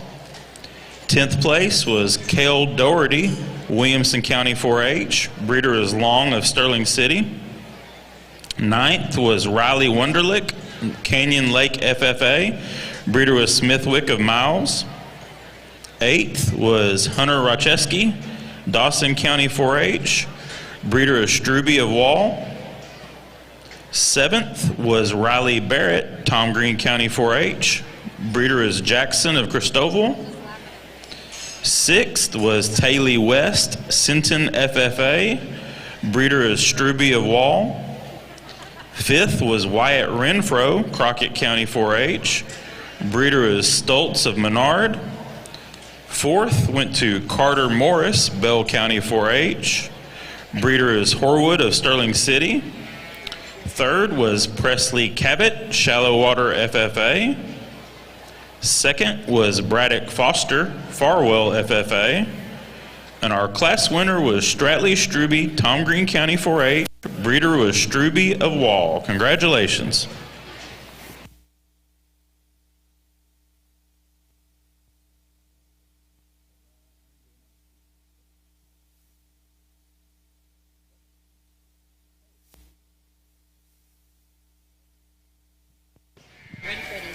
We are ready for our Division I goat drive. Coming out of Class 1, we had Landry Hollingsworth, Axtell FFA. From second place from Class 1 was Laney McCall, Archer County 4-H. First place from Class 2 was Carson Kirksey, Bell County 4-H. And second place was Madeline Howe, Comal County 4-H. First place from Class 3 was Lauren Thompson, Salado FFA. And second place was Brett Dreyer, Uvalde County 4-H. Out of Class 4, first place went to Ava Allensworth, Brazos County 4-H. And second was Landon Holmes, Gillespie County 4-H. And from Class 5, first place was Danica Walker, Catula FFA. And second was Raylyn Ward, West FFA. Folks, let's give these goat exhibitors a big round of applause.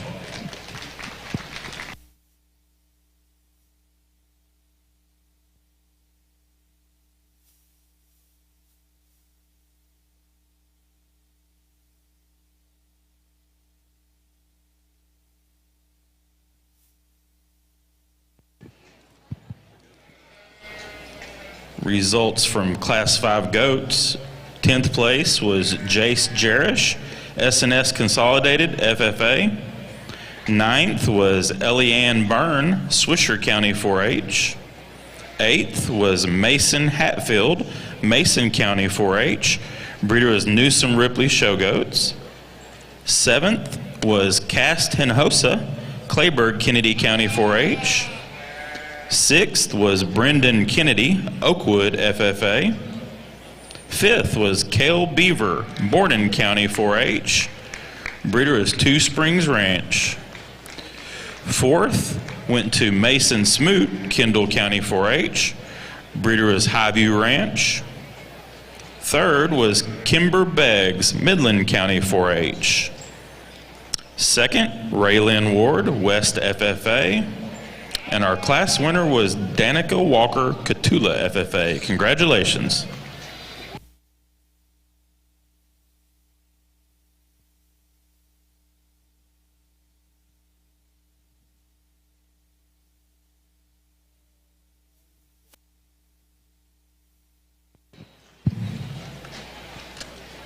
On the lamb side, we will take a lunch break after the Dorper drive. So after the Dorpers, we will take a lunch break on the lamb side. And again, on the goat side, it will be after Division 2.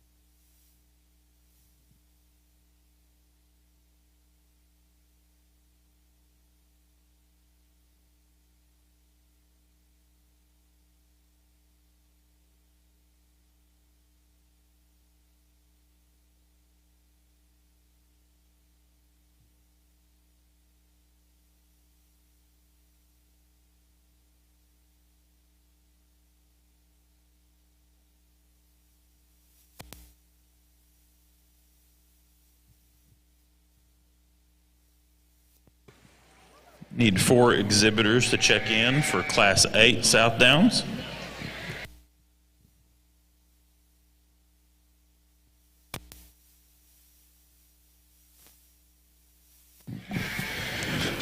One exceptional first division, and before we kind of break these down and let you know where I'm at, if you would, ringside, put your hands together for these 10 exhibitors on a awfully good way to kick off our morning.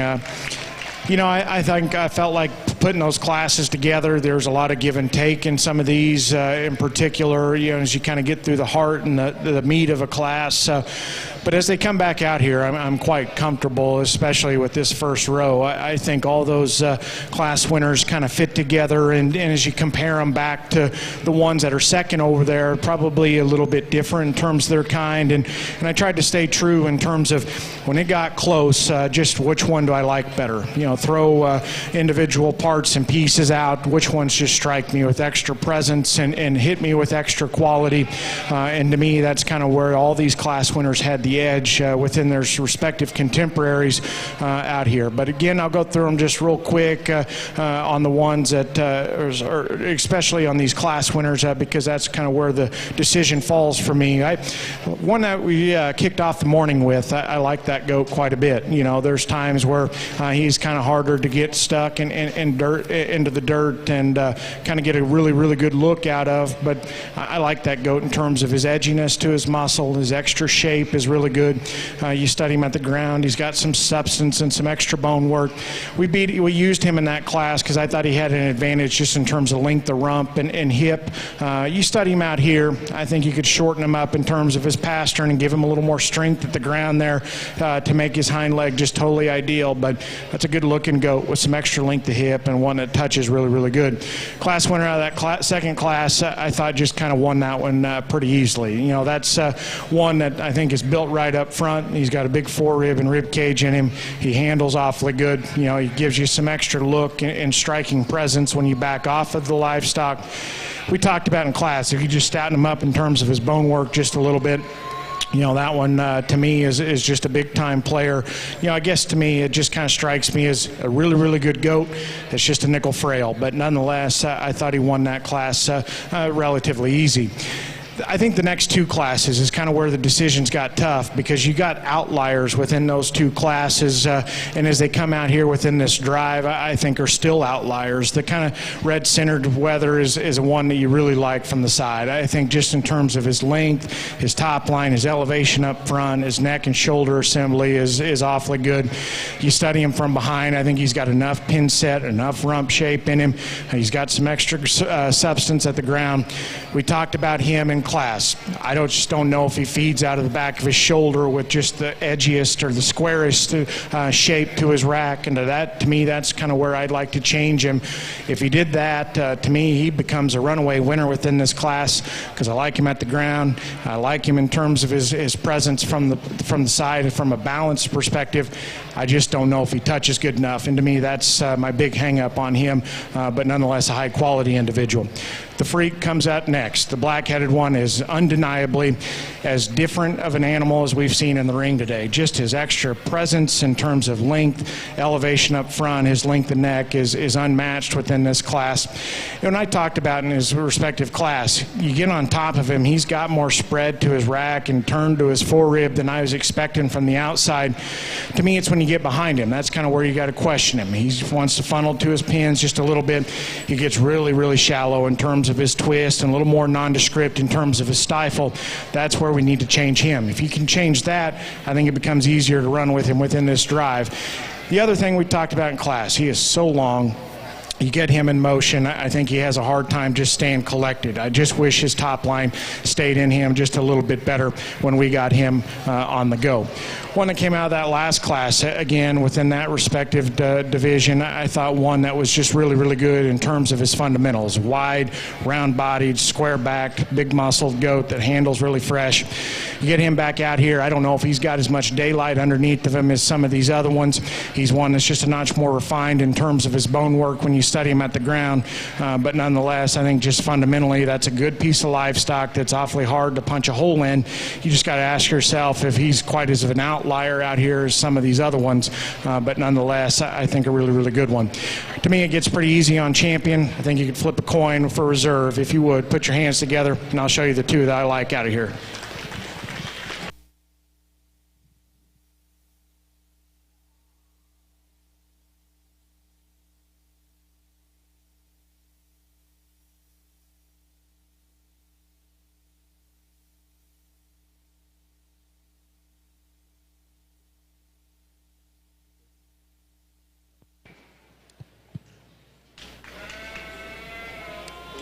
1 for Class A, second class Southdown.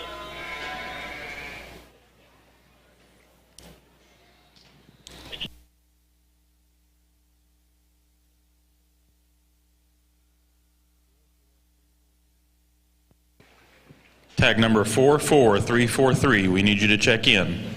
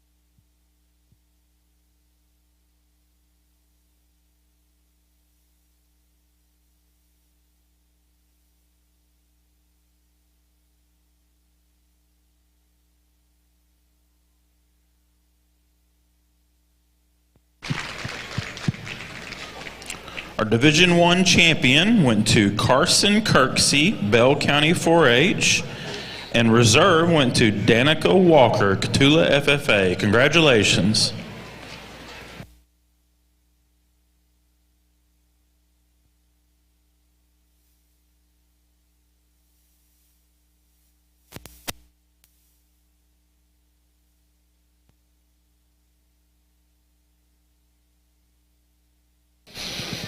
You get into the Liveway Southdown class, and I think a really nice pair on the top end of this class that are totally different in their types and kinds, just don't match up at all. I elected to use the one with more power and product to him. There's one that when she gets embraced, he's really neat in terms of his design. He's powerful in terms of muscle shape, really trimmed handling kind of a sheep that's got a big rack and loin in him. You can see the muscle working in this guy. My biggest complaint about him is when I put him in motion, he's not quite as neat fronted. He's not quite as neat in his chest floor, breastplate, and his shoulder as this lamb that comes in second. I love the design of this one in second. He's really built extremely well. Really good from the ground up. He's wide-based, stout-made kind of a sheep that's really smooth in his neck-shoulder junction and the way he ties into his, from his shoulder to his rib cage. Long-sided sheep, just not enough to him. Needs a shot more muscle in that leg, needs a shot more expression over his rack and loin to compare with that one that leads the class off, but boy, there's not a lot of holes in him other than needing some more muscle. Super nice sheep here in third that gets maybe just a nickel longer than he needs to be.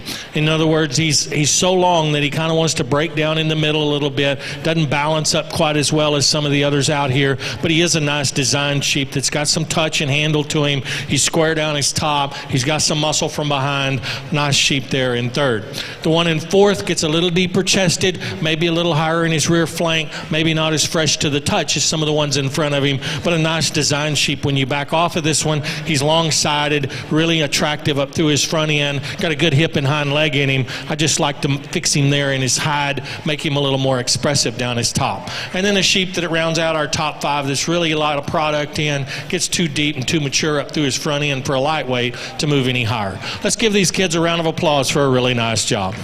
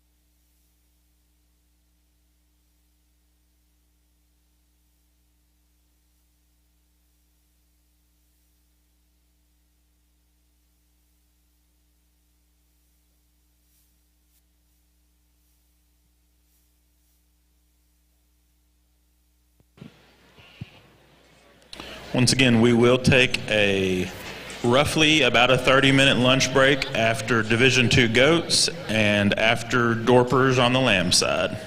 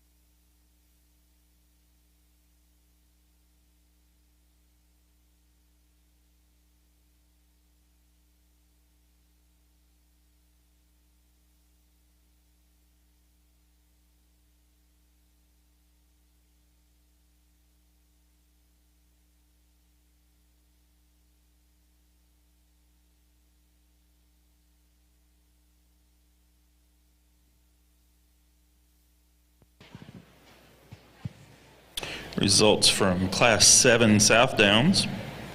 10th place was Madeline Howell, Comal County 4-H. Breeder is Jennings of Fredonia. 9th was Nelly Bustamante, Andrews FFA. Breeder is Farrow of Midland. 8th went to Mason Hart, Hale County 4-H. Breeder is Ashley of Medina. 7th was Holden White, Johnson City FFA. Breeder is Flanagan of Ballinger. 6th was Haley Rodriguez, B County 4-H. Breeder is Hawes of Beeville. 5th went to Jackson Frias, Gaines County 4-H. Breeder is Fritz of Fredericksburg. 4th went to Addison Coleman, McLennan County 4-H. Breeder is Harbor of Gatesville. 3rd went to Cameron Guerrero, Live Oak County 4-H. Breeder is Fritz of Fredericksburg. 2nd was Gentry Phillips, Llano County 4-H. Breeder was West of Bryan. And our class winner was Madison Matina, Riesel FFA. Breeder is Fritz of Fredericksburg. Congratulations.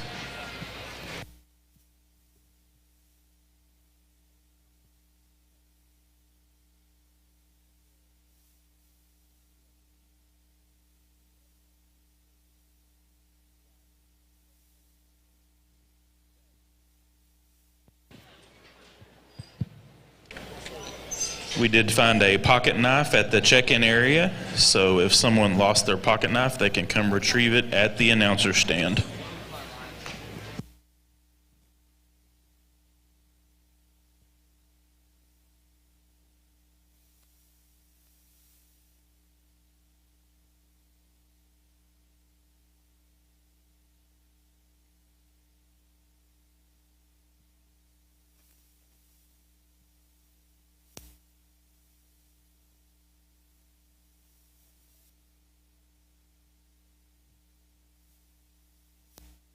Southdowns.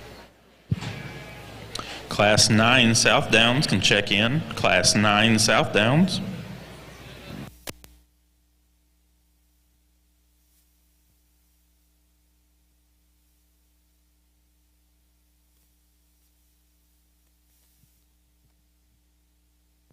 To these lamb exhibitors a hand as they exit the ring.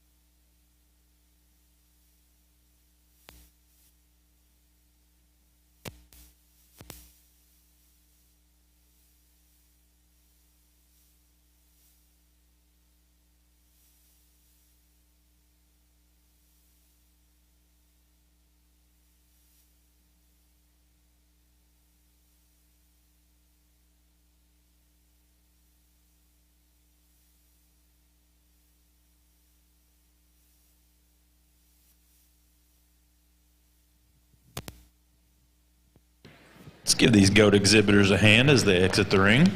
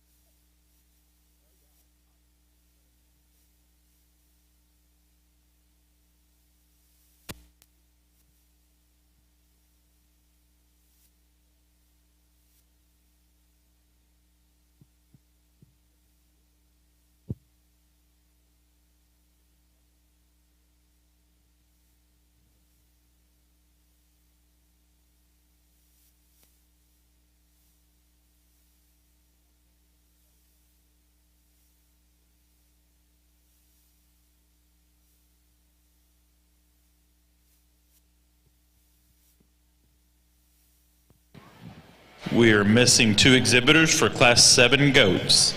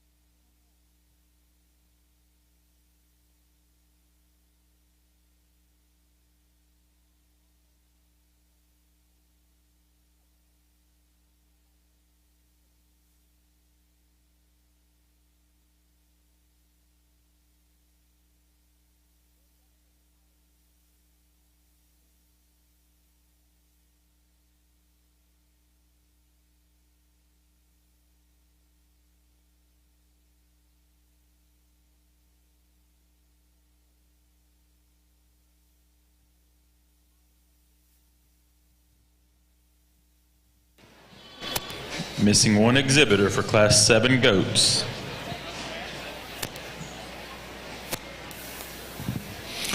We get into our middleweight Southdowns and a really complete set here. I like this class a lot. I thought there were several in here that are very competitive sheep that had some things you got to like about them and appreciate them. I like the one that wins the class pretty handily to me, though. If you take away the fact that he might be a nickel's worth of round in his shoulder or have a little more point to the shoulder there, I can understand that. But aside from that, this one handles good. He's good off his feet and legs. He moves good. I like his hip and hind leg structure. I like that one quite a bit, young man. Congratulations on winning this class. Really complete one in second that gets out horsed in terms of muscle shape. That one's really square built, level top, great hip and hind leg, awful good on his feet and legs, great rib shape, just not enough product to this one to move over the one that wins the class. I'd like to see more expression of muscle over his rack and in his loin edges and in that lower leg to be competitive with the one that wins the class. The next 2 are close in my mind. They're 2 sheep that handle about the same. The one that ends up here in third, a really big ribbed, wide base sheep that moves around the ring well, got a big hip on him, not as good to the touch, not as firm to the touch as the 2 that are in front of him. And then the lamb that ends up fourth, a long long-sided sheep that's got a massive top in him and a big hip, just needs to be bigger boned and deeper in his rear flank. Like to open him up in his fore rib just a little as well. And then we round out our top 5 with maybe the shorter bodied sheep. Gets a little more jammed up, a little more restricted in his movement. He's so thick, he's got so much muscle, really wide based, really stout made sheep that it doesn't move quite as well as he could. Good class. Let's congratulate these exhibitors on a nice set of Southdowns.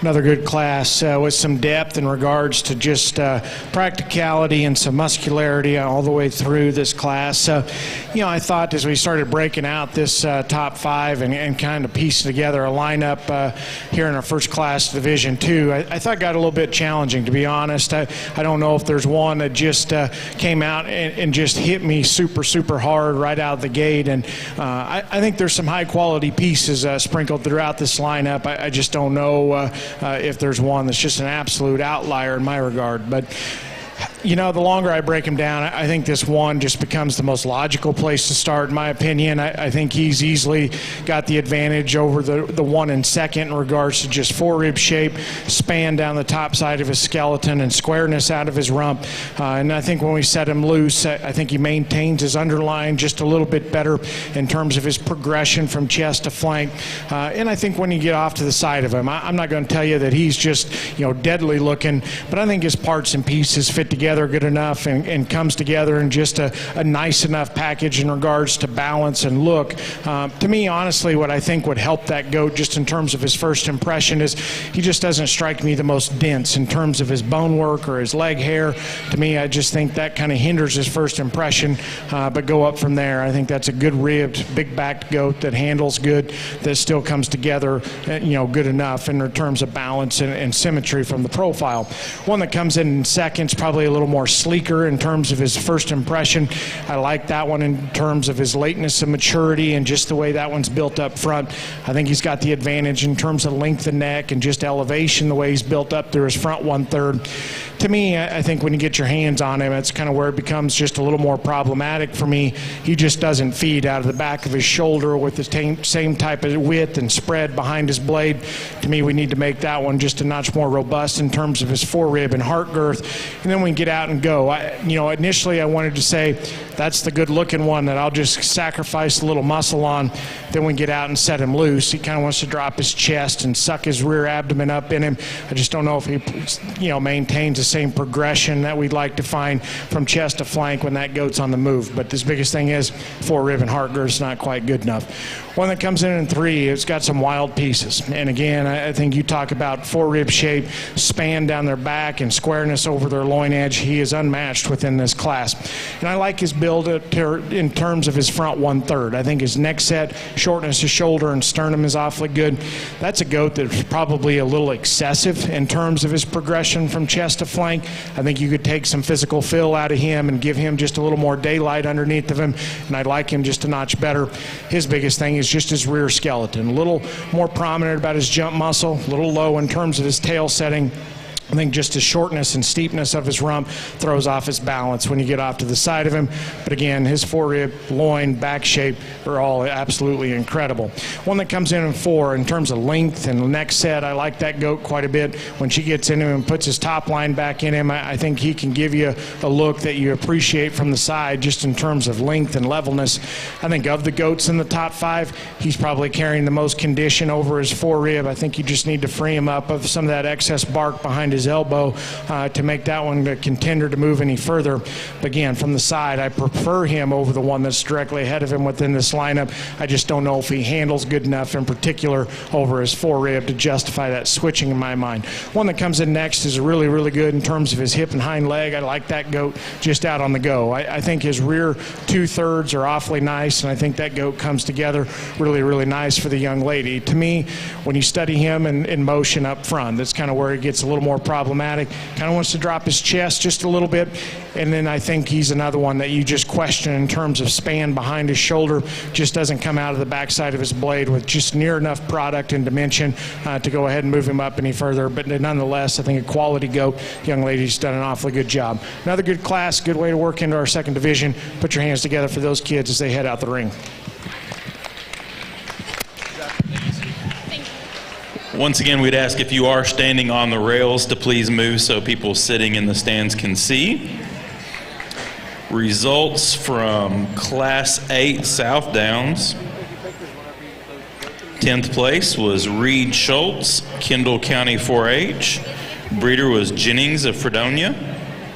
9th was Braxton Foster, Farwell FFA. Breeder is Jennings of Fredonia. Eighth went to Hayden Hurst, Madison County 4-H. Breeder was Eaton of Ovalo. Seventh was Grayson Schneider, Taylor Katie FFA. Breeder is Fritz of Fredericksburg. Sixth went to Morgan Hernandez, Hayes County 4-H. Breeder is Jennings of Fredonia. Fifth went to Addison Irwin, Lubbock Cooper FFA. Breeder is Jennings of Fredonia. Fourth was Curry Smithwick, Runnels County 4-H. Breeder was Neff of San Angelo. Third went to Emma Osborne, Llano County 4-H. Breeder was Osborne of Llano. Second went to Trey Harbor, Jonesboro FFA. And our class winner was Tristan Neal, Smire FFA. Breeder is Ashley of Medina. Congratulations.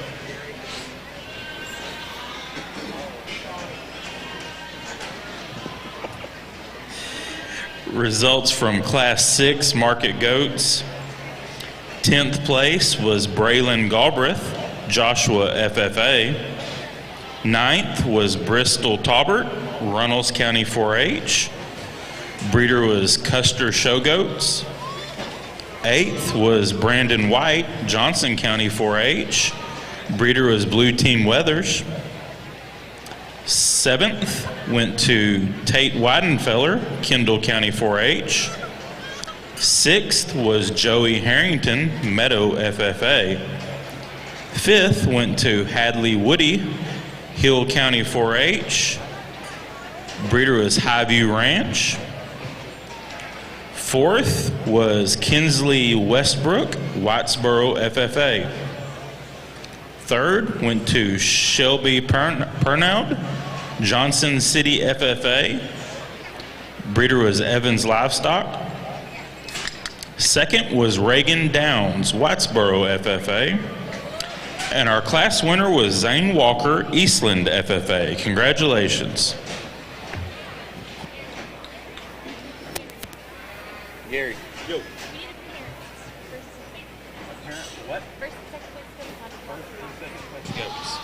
We need a parent or advisor for the first and second place goats from the last class to come to the show ring.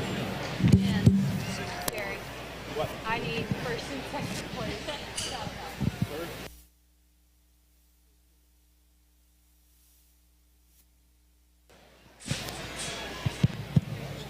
We need our first and second place Southdowns to the show ring as well.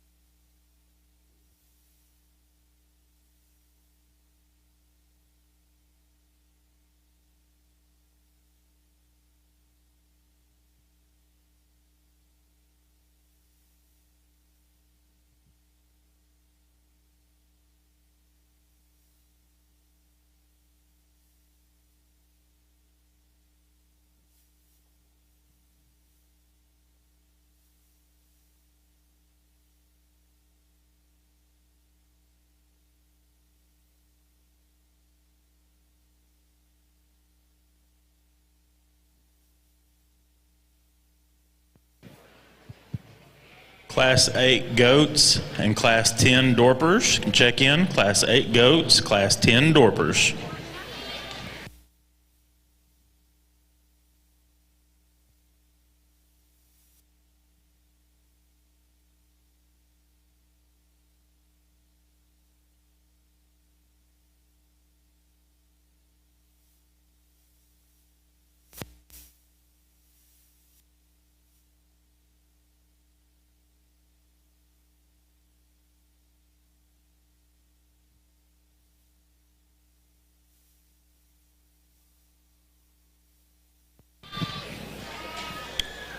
Once again, our show photographer is Devin Sisk Photography. You can get your pictures made and view and order photos online at devinsiskphotography.com.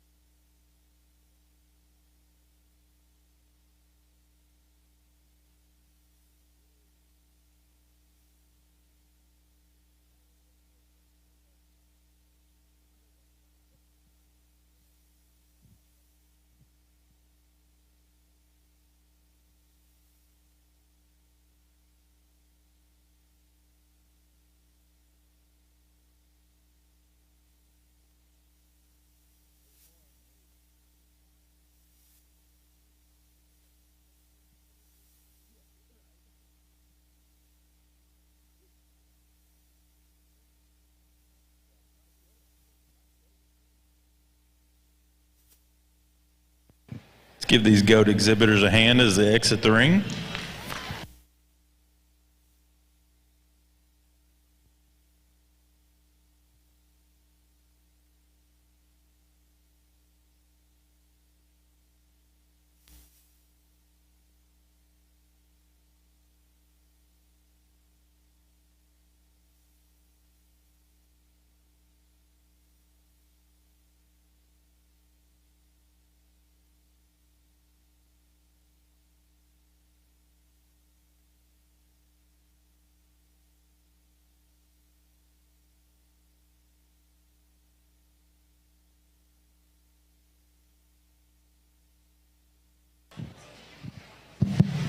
Nice heavyweight Southdown class, and I think one that comes to the top of the class that's very youthful in his touch and handle, very attractive up through his front end, got a good hip and hind leg in him, handles with enough muscle. I'm not going to tell you he's the heaviest muscle one in here, but I think he balances up really well for a heavyweight Southdown. The right kind of size and shape in this one, good rib shape, good off his feet and legs, a nice hip that gets progressively wider from front to rear. The sheep in second, another trim-made sheep that gets a little bigger. He's not as expressive in his touch over his rack or loin, but I really like his body style and shape. He's one with a lot of rib shape to him. He's got some depth of rear flank, and he balances up well on the profile. Some of the same things can be said about the one that stands third. Another big rib, deep flank sheep that's got some shape to him, gives up some muscle to the two in front of him. Not quite as stout made as the two in front of him, but one that I really like in terms of body shape, style, and design as well.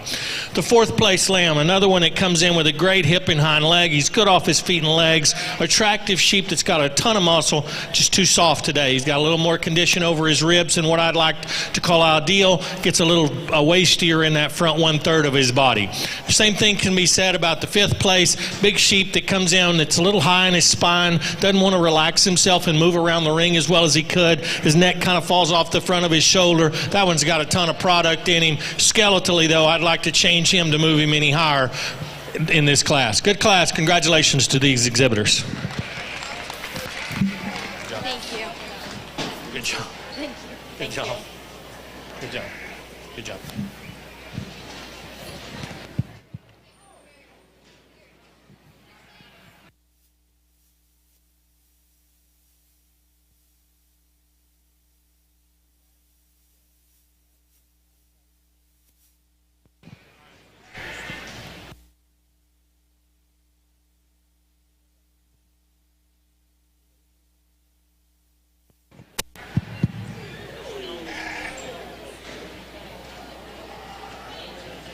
An announcement. We do have calf scrambles going on today, and there are several available spots for boy calf scramblers. So if there's any guys that are interested in calf scrambling, they can sign up and participate today.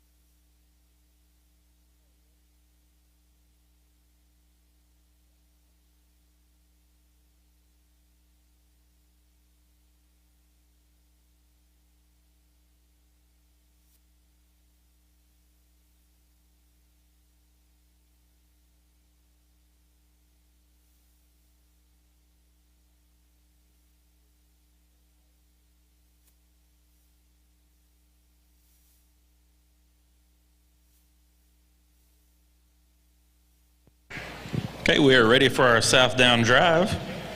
Coming out of Class 7, first place was Madison Mutina, Riesel, FFA.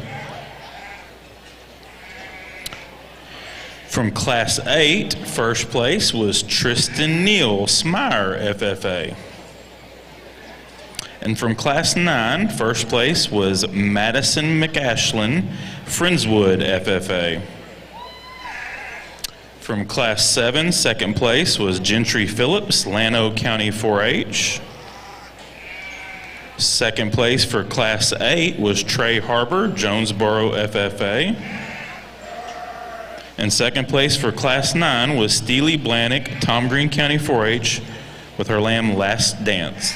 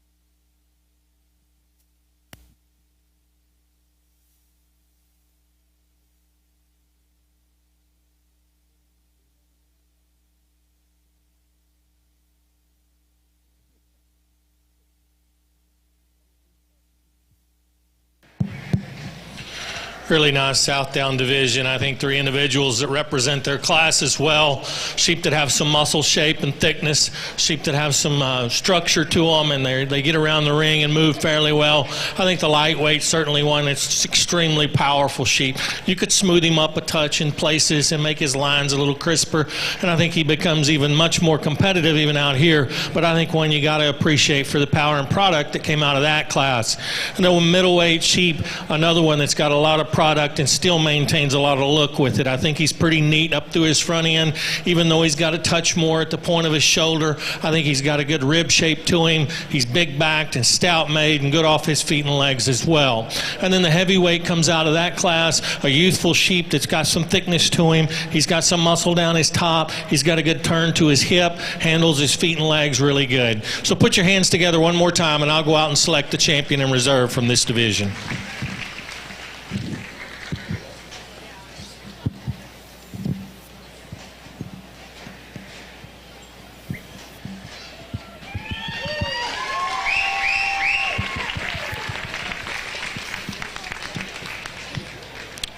Champion Southdown goes to Tristan Neal, Smyre, FFA.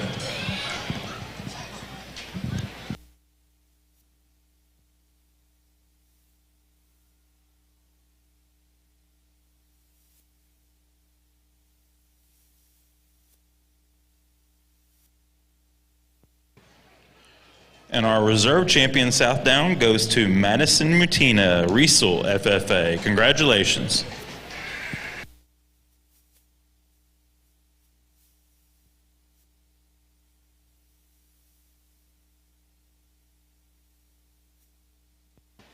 Missing 3 exhibitors for Class 8 goats. You need to be checked in.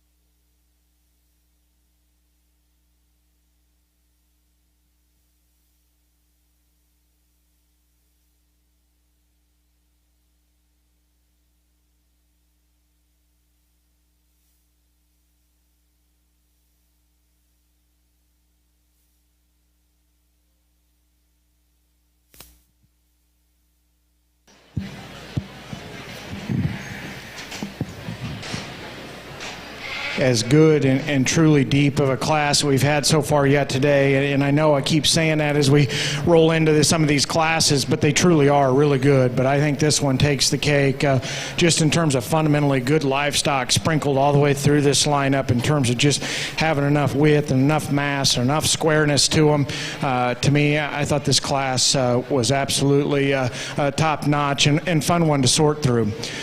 I say all that, and it is not close on top. I think that one is big time good and wins this class for as deep as it is, really, really routinely. And it starts at the ground on that thing. He is absolutely enormous pawed, squared at the ground, really, really dense in terms of his foot and bone work. And then you study him in terms of his rib cage. That one is second to none within this class in terms of having a turn and a boldness to it. Really, really fresh, really, really square.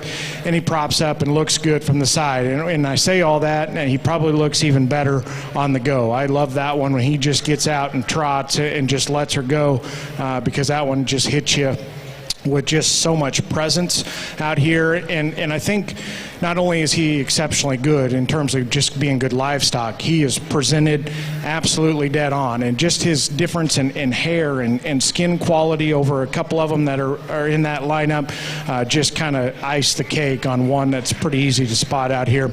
My compliments to that young man. That's an awfully good one. One that comes in next, again, just fundamentally very sound. You know, he probably would have won some classes that we've seen so far yet today. Arguably might have won the last one. You know, he's good in his lines. He's got some rib cage in him. I like his dimension and spread that he's got up top. He just doesn't come with the extras that we find in that winner. A little more refined in terms of his bone work, probably not as sharp and neat in the way he's built in terms of his neck and shoulder and chest, but that's a good goat that I think still hits you with some presence and some quality when you back off the side of him. And to me, I think it's just his first impression that ended up getting him over the one that comes here in 3. Young man, you got a nice goat here in 3. And again, just in terms of shoulder, chest, neck set, really, really good. And I like that one a bunch just in terms of his presence out here in regards to his skeletal organization. He's always up-headed. He's level-spined. He's just got a very good posture out here. I think he's one that always just strikes me as very comfortable in the way he's built off of both ends. That goat's got enough muscle. You know, I think he's one that touches good enough. You back off the side of him. There's something about his skin and his hair and just the way he's built and presented out here in that regard that just kind of strikes, you know, it kind of takes away from his first impression. I just don't know if he ever strikes you quite as sharp and with quite as much presence out here, and I think a lot of it's just because of his skin and hide quality, but nonetheless, that's a good goat. Fundamentally, I like just the shape and the cutability of the one that comes here in 4. Again, good in his rib cage, square backed, really fresh and square in the way he's built there. You study him from the side, I think he's starting to show some age and some maturity in the way he's built at the point of his shoulder and through the chest floor. I just don't know if he's quite as tidy and tucked up in the way his sternum sits up in him, but nonetheless up high. I like his freshness, his squareness, and his handling quality. One that comes in next, a lot like the goat in 3rd. I think if that one had just a little better skin and hair on him, that one strikes you just a little bit harder out here, but it takes away from his first impression just a little bit. But that's another one that's opened up underneath. He's round in his body shape. He's got some squareness up high. You know, he just ends up looking just a nickel more plain as I back off the side of him, especially when she gets out of him. Kind of just doesn't fit together quite as seamless right behind his shoulder when she's not driving him and putting him together.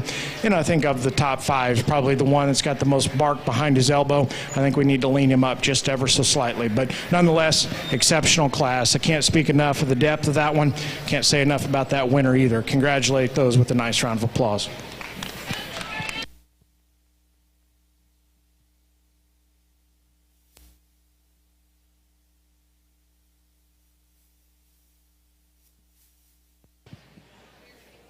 Results from Class 9 Southdowns. 10th place was Karsten Stevenson, Paradise FFA. Breeder was Fritz of Fredericksburg. 9th was Kylie McLeod, Grayson County 4-H. Breeder was Jennings of Fredonia. 8th was Presley Barrett, Tom Green County 4-H. Breeder was Jennings of Fredonia. 7th was Jordan Rocheski, Dawson County 4-H. 6th was Owen Hoffman, Gillespie County 4-H. Breeder is Fritz of Fredericksburg. 5th was Brett Bowers of Fredericksburg FFA. Breeder was Neff of San Angelo. 4th was Reagan Miller, Denver City FFA. Breeder is Jennings of Fredonia. 3rd went to Briley Rader, Gillespie County 4-H. Breeder is Fritz of Fredericksburg. 2nd place was Steely Blanick, Tom Green County 4-H. Breeder is Jennings of Fredonia. And our class winner was Madison McAshlin, Friendswood FFA. Breeder is Sissick Farms of Seguin. Congratulations. Class 7 Market Goats, 10th place was Briley Edmondson, San Saba County 4-H. Breeder was Williams Livestock. 9th was Mason Hart, Hale County 4-H. Breeder is Smithwick Genetics. 8th was Bailey Walker, Catula FFA. 7th was Kimber Simons, Barbers Hill FFA. 6th was Weston Hendricks, Nolan County 4-H. Breeder is Williams Livestock. 5th was Hannah Brooks, Burnett County 4-H. Breeder is Evans Livestock. 4th was Talon Toch, Gillespie County 4-H. Breeder is Sanders Show Goats. 3rd was Brazos Blue, Hill County 4-H. Breeder is Hutto Livestock. 2nd place was Victoria Phillips, Uvalde County 4-H. And our class winner was Brendan Gross, Grandview FFA. Congratulations.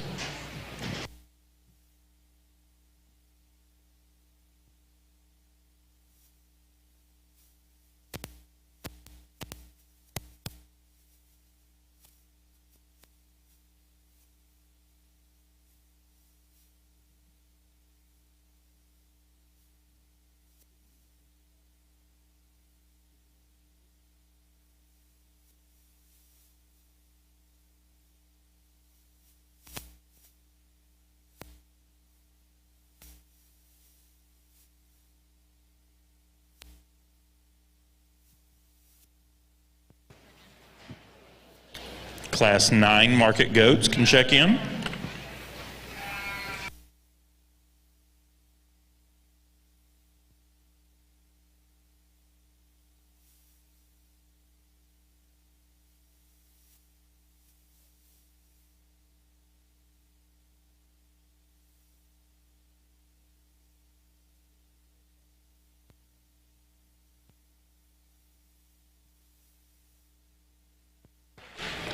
Class 11 Dorpers can check in.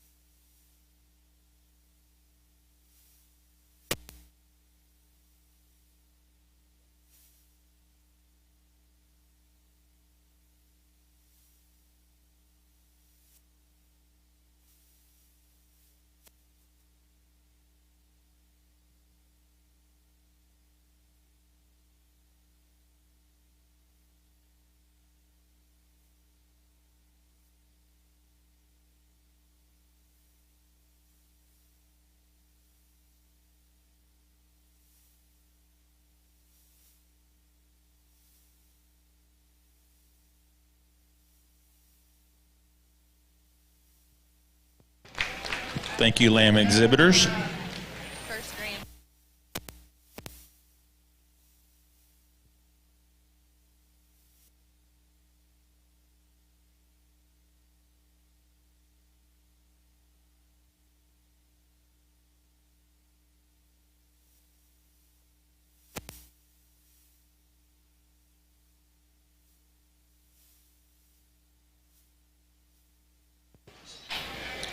Once again, your Class 11 Dorpers can check in.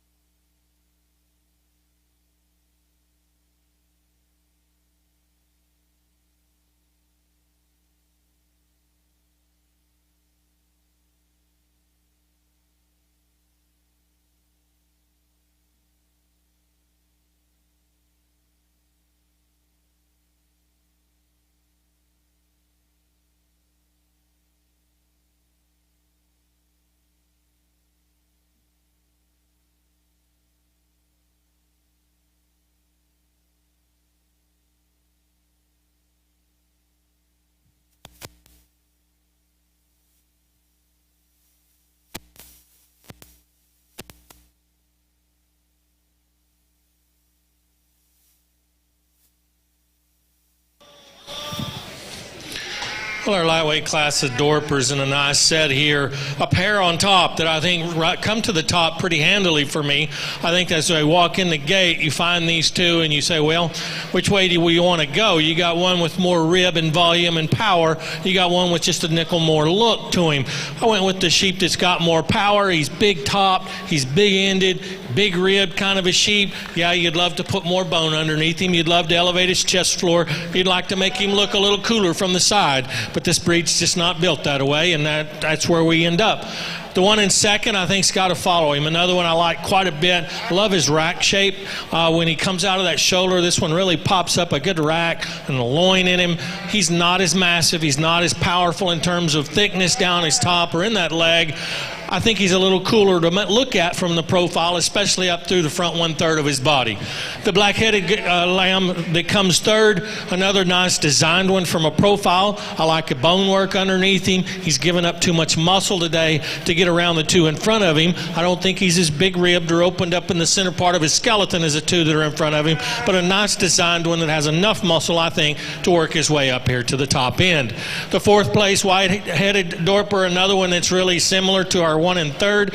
Not enough to him, but really nice designed. I think he's built well off of both ends. He gets around the ring and moves well. Neat neck-shoulder junction in him. He's level and parallel in his lines when you watch him from the side. I just like to see more product to him to move him any higher. And then a big frame, long-bodied sheep that's just not thick enough that ends up our top 5. Put your hands together and congratulate these exhibitors on a nice lightweight Dorper class.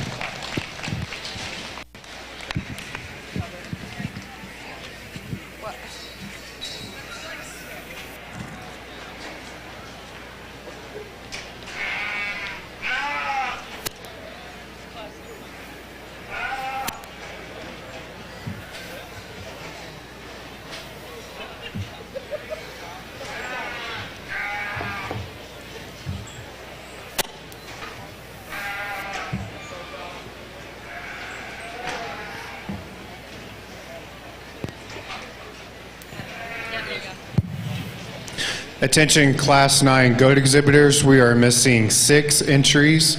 Attention Class 9 goat exhibitors, we are missing 6 entries. Please make your way to the arena at this time.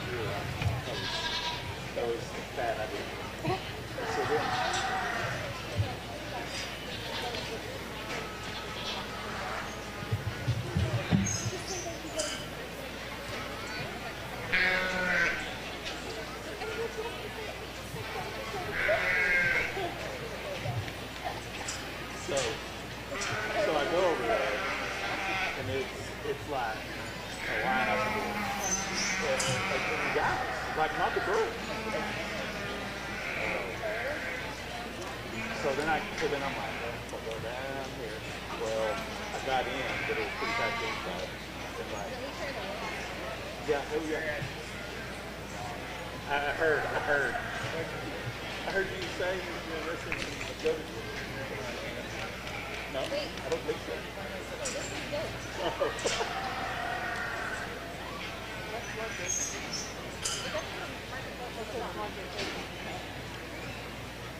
So.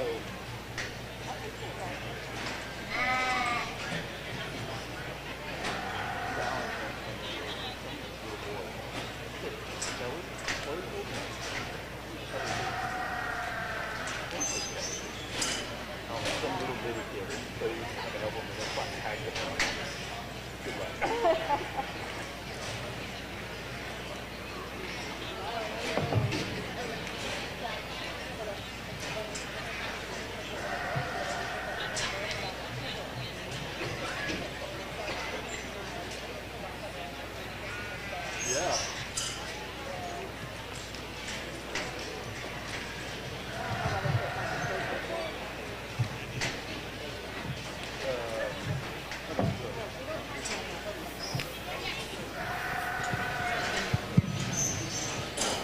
Results from the first class of Dorpers.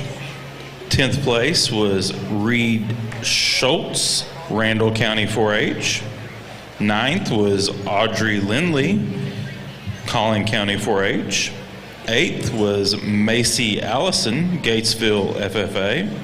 7th was Noel Ezel, Keller CTE FFA. Breeder was Jennings of Fredonia. 6th was Landry Ferguson, Shallow Water FFA. 5th went to Henry Horster, Jackson County 4-H. Breeder was Drennan Gallagher of Mason. 4th went to Mackenzie Allison, Gatesville FFA. 3rd was Craddock Ferris, Blanco FFA. Breeder was Preston Ferris of Sonora. 2nd was Knox Paget, Fredericksburg FFA. Breeder is Rich of Fredericksburg. And our class winner was Parker Cook, Runnels County 4-H. Breeder is Book of Miles. Congratulations.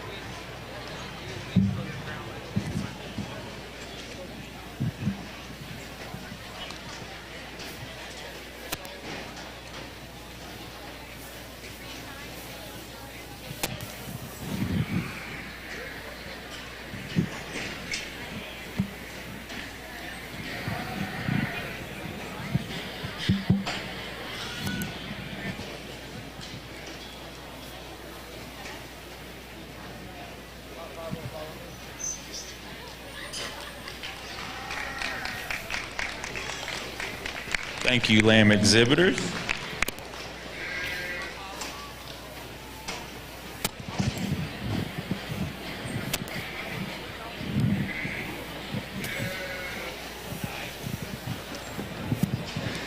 Well, again, my compliments to these exhibitors. Another good class. Some challenge to sort through this one, maybe just a little bit different from our last class, just in terms of having more spread from start to finish within this particular group. And again, pretty tough call on those last couple spots to fill here. But nonetheless, I think a good class. I think there's just some more drastic differences and maybe some more defined lines in terms of quality within this particular lineup. But I think a good class. I think the top pairs pretty easy to find within my mind, and then within that one I think there's one with just some more interesting pieces. And I'm not going to sit here and tell you that he's perfect. I just think I find him a little bit neater, a little more intriguing, and I think he's got some more far-reaching attributes that kind of stick out as soon as he comes in. I think just in terms of shortness of shoulder and sternum placement, being a little bit neater at the floor of his chest, I think he drastically excels that goat that's going to come in second. He comes to us with some length and one that's exceptional just in terms of his handling quality, fresh and edgy in terms of his muscle. You know, I think you study him at the ground. I think he's got enough bone work. I think you could stouten him up in terms of his foot just a little bit. My biggest thing on him is when we get out and set him loose, he's just kind of got that deviation behind his shoulder and that slight hitch in terms of his spine. I'm not going to sit here and tell you that he's unsound, but I do wish he just kind of fit together a little bit neater when that goat was on the move, because he's got some big-time parts and pieces just in terms of his shoulder, his chest, his extra shape and squareness. I just wish his top line fit in him just a little bit neater. Now that's where the black-headed 1 and 2 does have an advantage. He's a glossy smooth in terms of his top line and seamless in his transitions from the back of his shoulder into his loin and to the base of his tail. I like those things about him, and he's got some elevation up front as well. You know, I get off the side of him, even though he is smoother in the way he's put together in terms of his spine. I still read him to be just a little bit plainer, maybe not quite as neat at the point of his shoulder, got a little more breastbone and chest floor in him relative to that class winner, and I think one that's plenty good enough and fresh enough in terms of his muscle. It's not near as creasy as the one that we go ahead and start with, but nonetheless, I think that's a good kind of goat that's got some presence out here, and I think fits comfortably into second for me. Again, maybe just not quite as the big-time memorable pieces that we find in that one that starts. I think from there on is where the sort comes. And honestly, this goat that comes in 3 probably looks better on the go than he does just standing still, because he's too stilty off of both ends. But when that one gets out and goes, he's got his head up in the air. That one can get out and travel good enough for one that's too straight, but one that's exceptional in terms of touch and handle and cutability. I think that's his biggest advantage over the one that's going to come there in 4. I just wish his skeleton was pieced together a little bit better. One that comes in 4 is a lot like the one that comes in second. I think just in terms of being solid, in terms of his balance and posture and proportions from the side, I think he's good there. Probably a little bit neater in the way he's put together than that one that's ahead of him within this lineup. He's just a frailer bone goat that's got some excess bark over his forerib. I just don't read him to be quite as shapely and high cutability as some of those ones ahead of him within this lineup. And at the end of the day, I just back off of him, and I think his parts and pieces read just to be a little bit plainer in my eye, but nonetheless, I appreciate him from a fundamental standpoint. One that comes in next, long-necked, short-shouldered goat that I think's, again, probably got some pieces of balance that are a little more intriguing than some of them within this class. He just doesn't tie it all together. There's times where he gets a little easy behind his shoulder, and I think part of it is he's just not quite as robust in his forerib, not quite as smooth in the way his shoulder hooks it into his body cavity, and one at times can get a little bit low in his tail set due to being a little more prominent and his jump muscles there. He's got some shape, he's got some muscularity. I just don't know if he ties it all together quite neat enough for me. But again, good class again, pretty easy top pair there to find. If you would, congratulate them with a nice round of applause.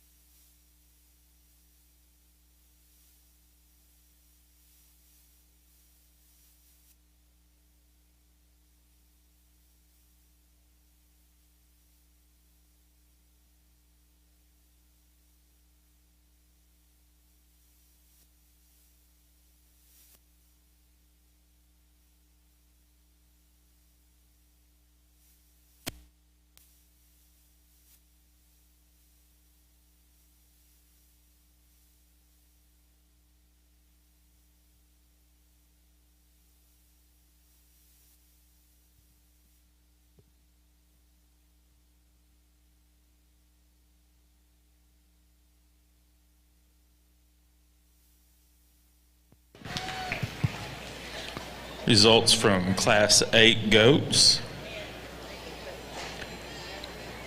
10th place was Isabella Quintanilla, Kleins Collins FFA. 9th was Alina Kowalik, Karnes County 4-H. 8th was Emily Matina, Riesel FFA.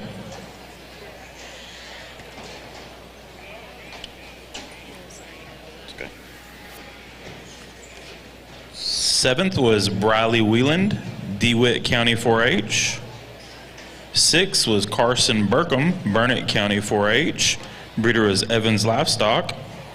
5th was Tana Windeberg, Deer Park FFA. 4th was Gunnar Toch, Gillespie County 4-H. Breeder is Toch Show Goats. 3rd was Brindley Gimbler, Wilson County 4-H. 2nd is Blake Wells, Cypress Ranch FFA. Breeder is Sturt Show Goats. And our class winner was Trey Harbor, Jonesboro FFA. Congratulations.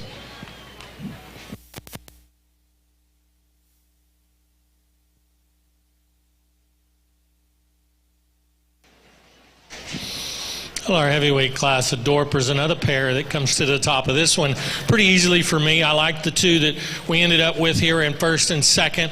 Both of them are sheep that have some design to them. They got some shape to them. They got some muscle. I like the white one just a tick better than the black-headed one. I think he's a square-made sheep. He's certainly square from hock to ground and knee to ground when you put him in motion. He's really square in that lower one-third of his body and rib design. Good chest floor in him. Great rib shape in him, and still attractive out through that front end, and puts together the package in the neatest design, in my opinion. Now, the black-headed sheep that comes second, probably just a touch more bone and ruggedness of feature, but not as much muscle. I think he gets a little bit pinched in his forerib. I don't think he's quite as good in the sweep to his rear rib and rear flank. Not near as much expression of muscle over his rack and loin as we find in our class winner, but a pair that I think's got to stay together in terms of skeletal design, muscle, and shape. The sheep that comes third, I like this one a lot in terms of body. Handles like a dream, handles as good as anything out here, gets a little frailer in his design. He needs more bone work. He needs to be a little more rugged underneath to compare to the two that end up in front of him. A really nice square built one here in fourth, got more bone to him, just needs more top shape. He's not as expressive down his top. He's not as expressive excuse me, when you get right behind him as the three in front of him. And then a big white sheep that I really liked a lot from the profile. He disappoints me a touch when I get my hands on him. He's not as full and fresh and thick right over his rack and loin, not quite as pulled together as he should be for his size. A good class, though. Let's give these exhibitors a round of applause.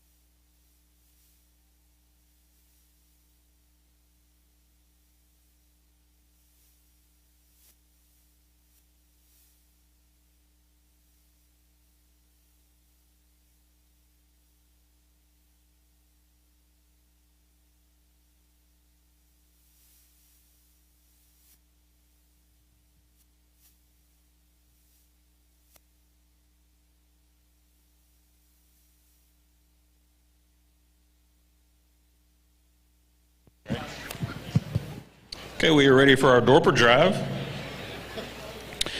Coming from Class 10, first place went to Parker Cook, Runnels County 4-H.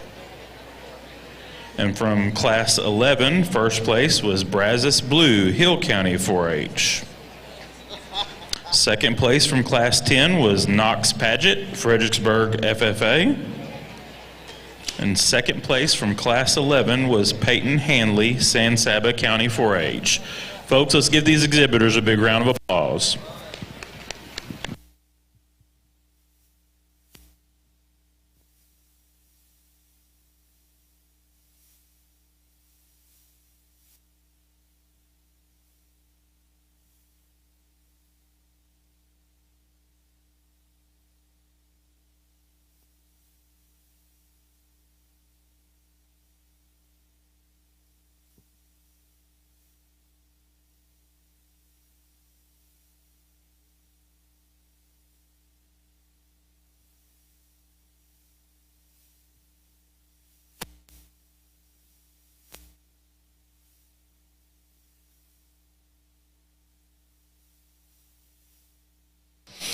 Well, and again, another nice division here as we talk about our Dorpers. A pair of Dorpers, actually all four of them I like quite a bit, but the two that win their classes, I think come to the top pretty handily for me. The lightweight sheep, extremely powerful in terms of muscle. He's really pulled apart in the center part of his skeleton. He's big-backed and stout-made and still got enough look to him. I'll admit that the heavyweight does have more design and look. When you get off of him, he's a little neater in his chest floor. He's a little longer necked. He's put together just just a touch differently and better about his head, neck, and shoulder, and still has a lot of product and muscle to go along with it. So a really good pair. They're followed up by another set of sheep that I think are very good. Put your hands together and congratulate these champions, and I'll go out and select your champion in reserve. I don't know if it's still on. I don't want to be going to figure it out.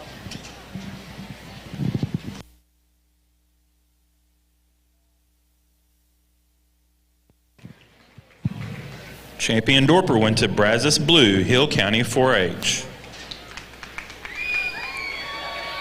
And reserve goes to Parker Cook, Runnels County 4-H. Congratulations.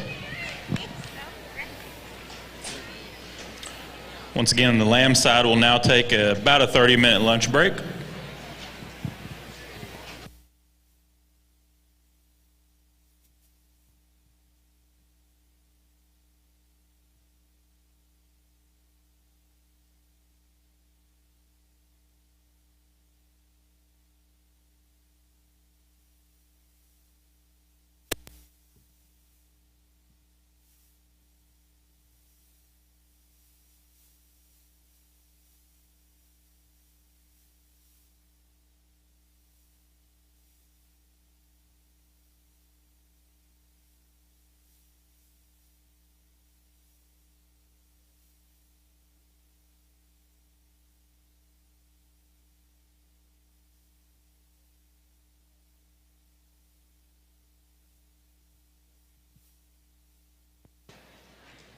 Missing 2 exhibitors for Class 10 goats.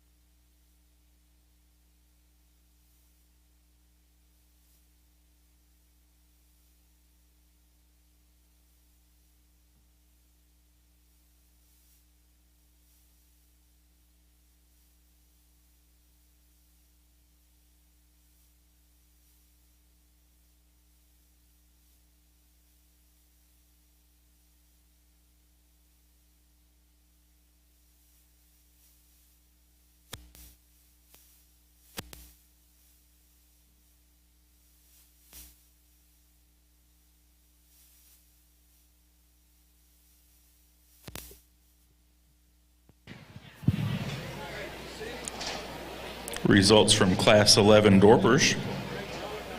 10th place, Macy Holcomb, Decatur FFA. 9th, Clara Pogue, Burnett County 4-H. Breeder is Wilson of Stephenville. 8th, Addison Hodenberger, Blanco County 4-H. 7th, Isaiah Salazar, Brown County 4-H.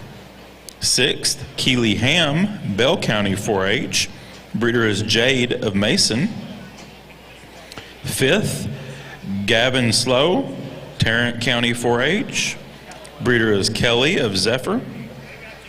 4th was Teal Alvarado, Coryell County 4-H. Breeder is Drennan Gallagher of Mason.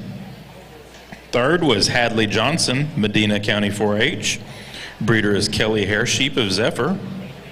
2nd, Peyton Hanley, San Saba County 4-H. Breeder is Running TC of Toller. And our class winner was Brazos Blue, Hill County 4-H. Breeder is David Wilson of Stephenville. Congratulations.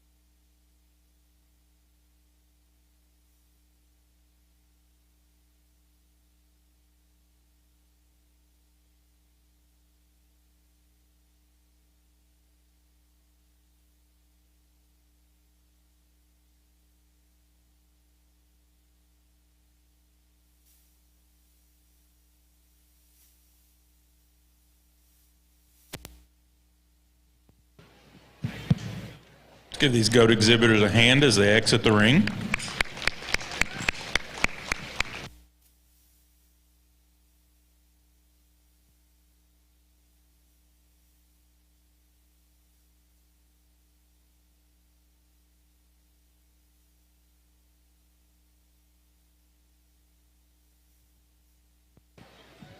Missing 5 exhibitors for Class 10 goats. You need to check in.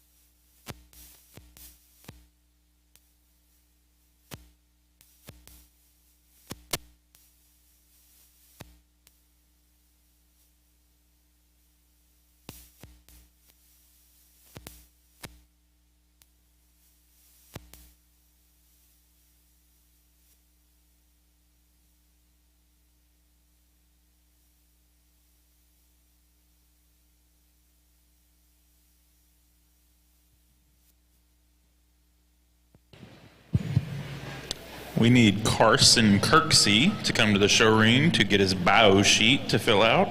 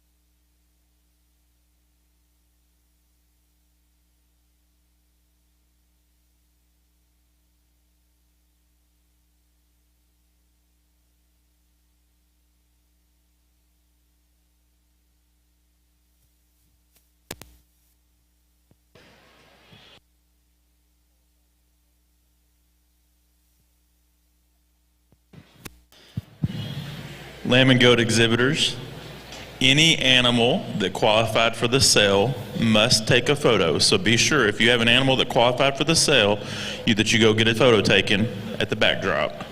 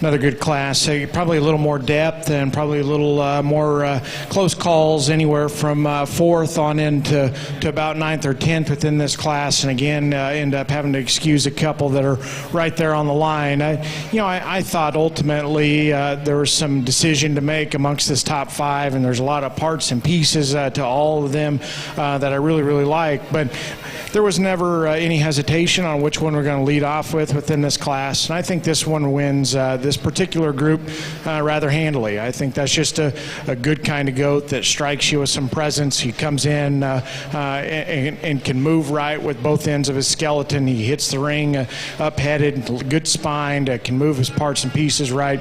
And then you study him just in terms of his rib cage and his span up top. I think is exceptionally good. And then the one that's really square in the way he's built in his upper hip. I think that's his biggest advantage over a few of them behind him within this lineup.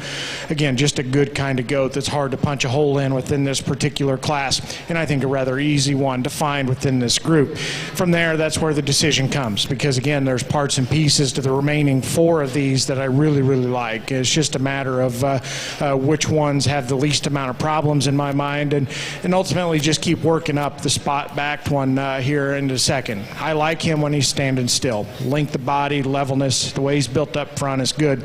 I think he's just a little more seamless in the way he's built from his shoulder into his forerib and center body cavity compared to the one that's going to come here in 3. He's just not quite as stout and square out of his rump is the one that wins.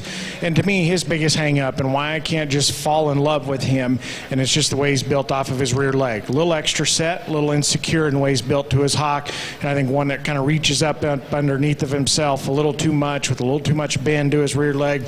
To me, we just need to change the way he's built from his pastern into his dew claw up into his hock to make that one a little more attractive for me. They tell me that the young man's goat here in 30 was attacked by dogs at some point. My compliments to you guys for sticking that one out. That's a good kind of goat, and I think he certainly deserves to be up here.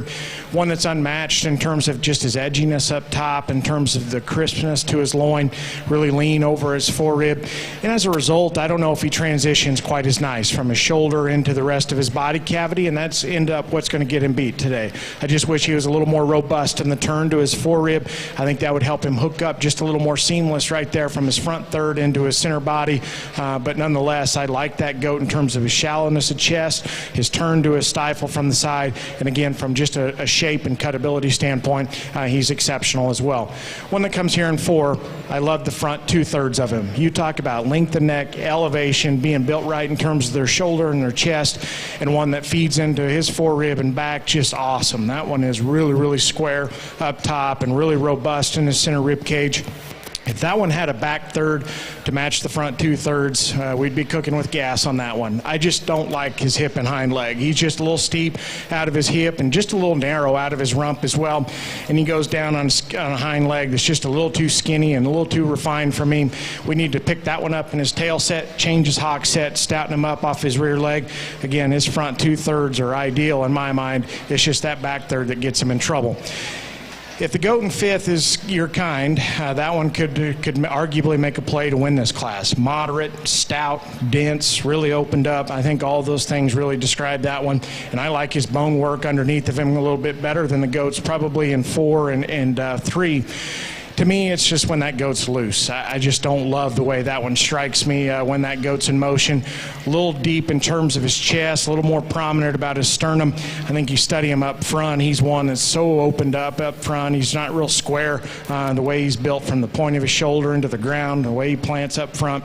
And to me, again, that one's just skeletally, he's not my speed. But again, if you want some moderation and some extra density, he does those things to a very, very high degree.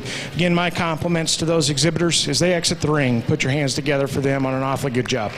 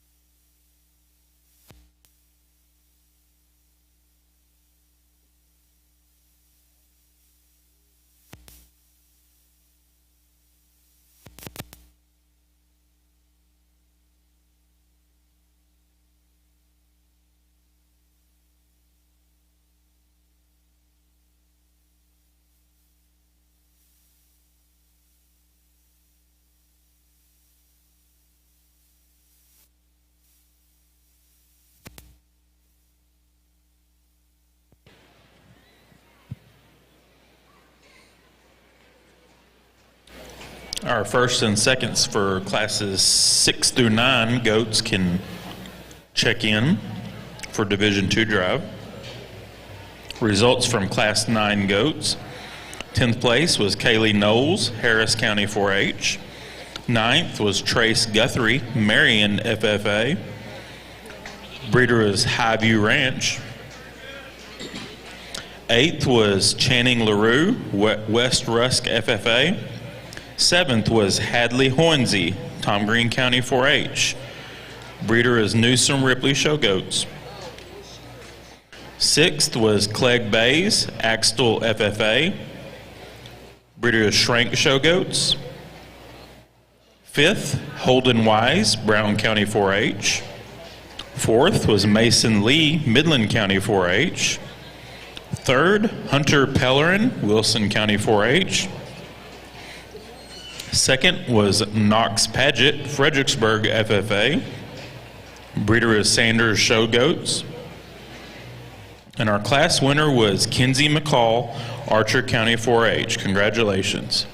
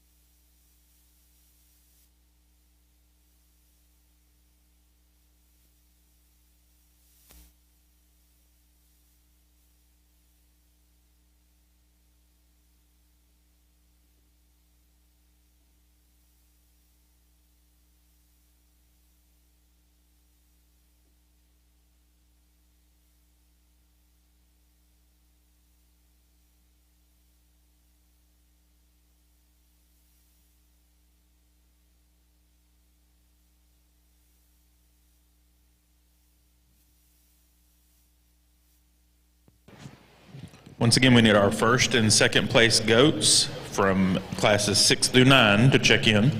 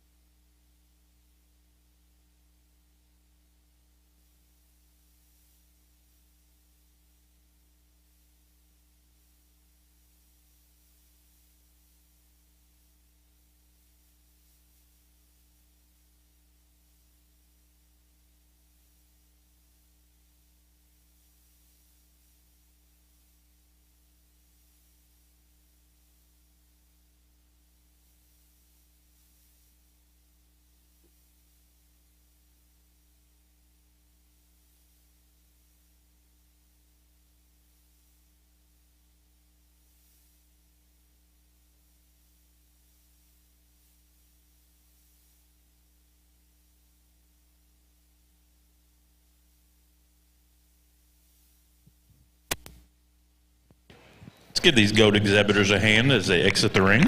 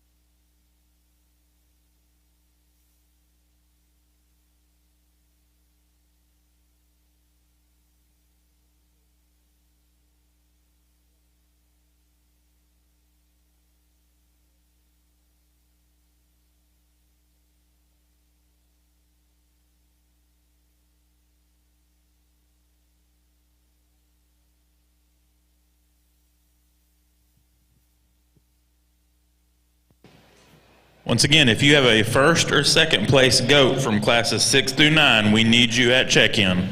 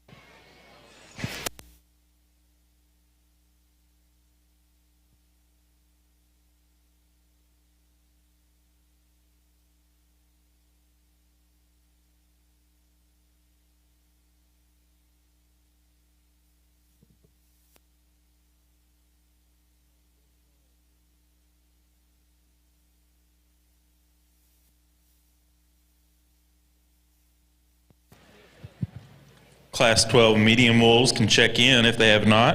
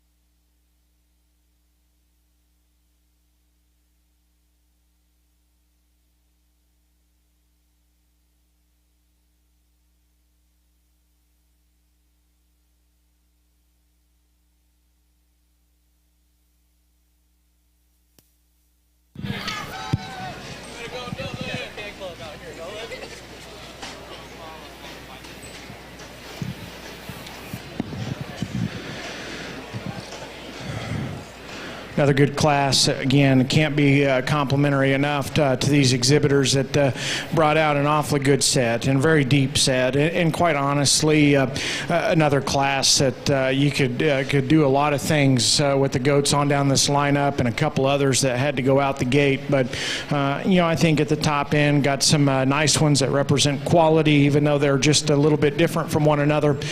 And honestly, we're kind of getting to a point where some of these things are starting to look just a nickel mature and look starting to show their age just a little bit. And I think there's going to be some more emphasis put on some trimness and some extra hard muscle shape, and just how neat do they stay in terms of their build and their design.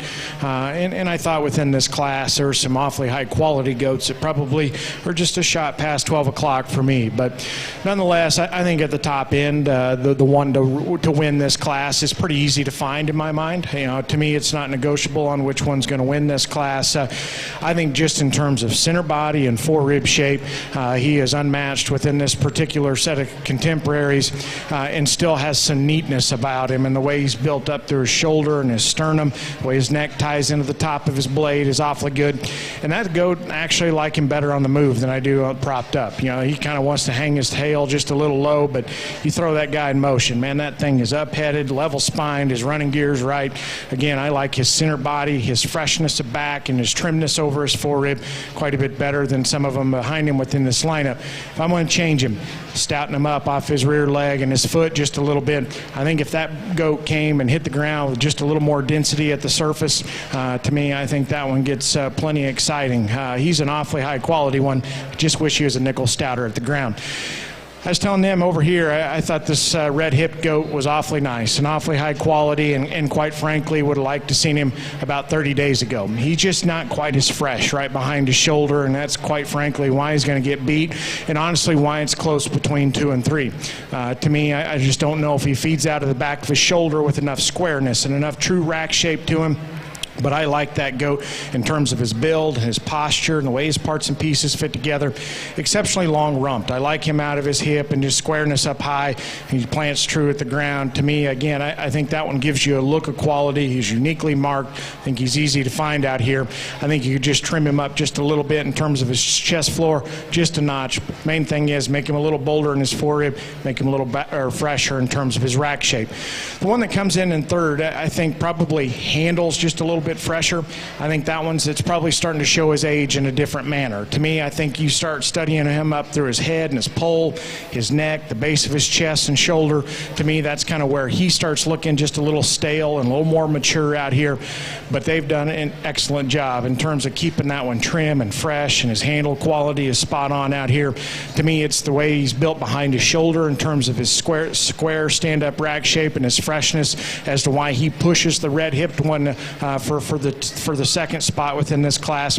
To me, you get out of him, set him loose. I think he gets a little more active in his shoulder, a little more prominent at the base of his chest. And honestly, I would tolerate that if he was just a bit squarer out of his upper hip and rump. He kind of wants to funnel out of his tail just a notch out of his upper hip.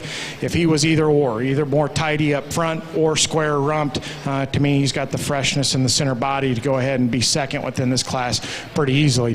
One that comes here at 4, again, high quality animal. I think he's got some foot and some substance down low. I like that about him. He's one that's probably as fresh and just as good in terms of his leanness as any of them out here. With that, I think he's just a little stilty off either end, a little more upright in his blade, a little forward in terms of his knee. And I just don't know if he's the neatest one off of his hip and hind leg and the way he's built there skeletally. But he's trim and he's got some extra shape, even though he's not as robust in his forerib as the one that's directly ahead of him. I do appreciate his leanness and his freshness. One that comes in and rounds off our top 5. Again, good in terms of his center body, his rib cage, his levelness of lines. I like how seamless he is in terms of his top line construction. You back off of him, though, he's probably just a little deeper up front, a little more full in terms of his abdomen and lower body. To me, I think that kind of gives him just the first impression of being just a little bit plain. I think he's got the fundamentals to beat a lot of those behind me. You get him up here to the end, I think you can get a little more nitpicky on him. I just don't know if he's got the same presence that we find in some of those, but nonetheless, I like his levelness in his center body quite a bit. If you would, congratulate them as they go out there and ring with a round of applause, an exceptional way to end the second division.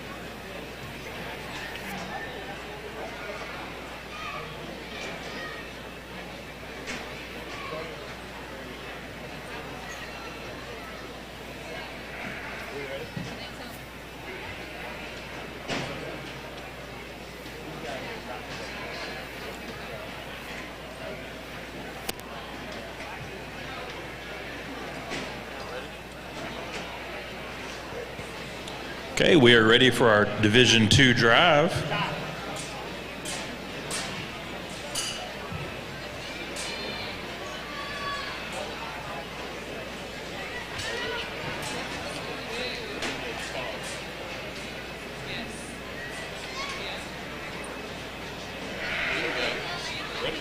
Okay.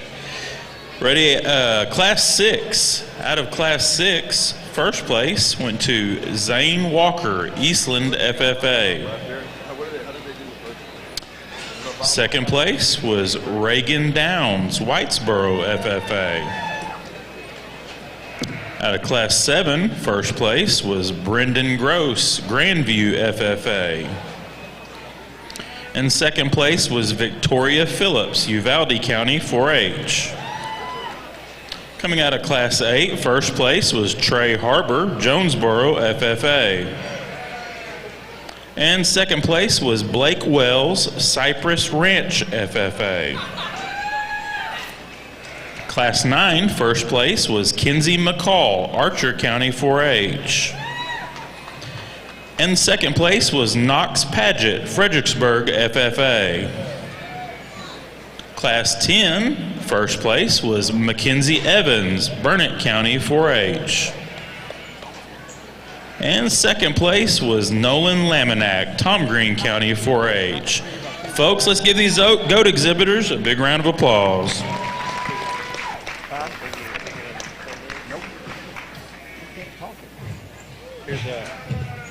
You bet.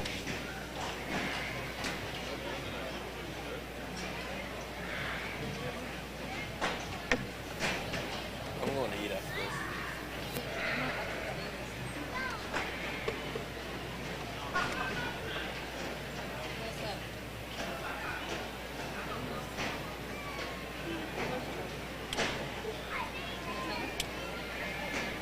I will when I get on the mic.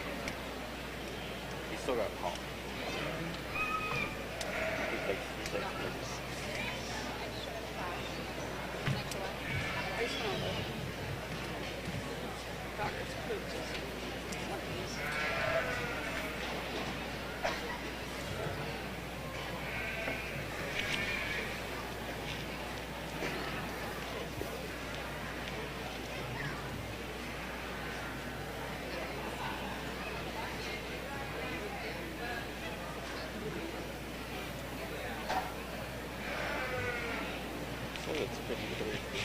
I think it's cooler than what we got here.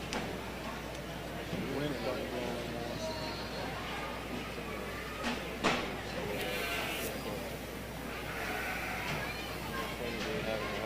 Wrong one. Yeah. Skylight. Some of the sun rays in here. Telling you. Hell. Or a closed barn. Yeah. Yeah, climate control, Houston style, whatever.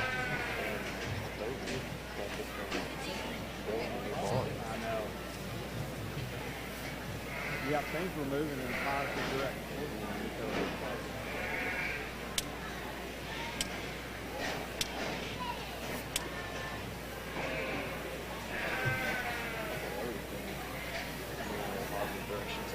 Yeah, I know.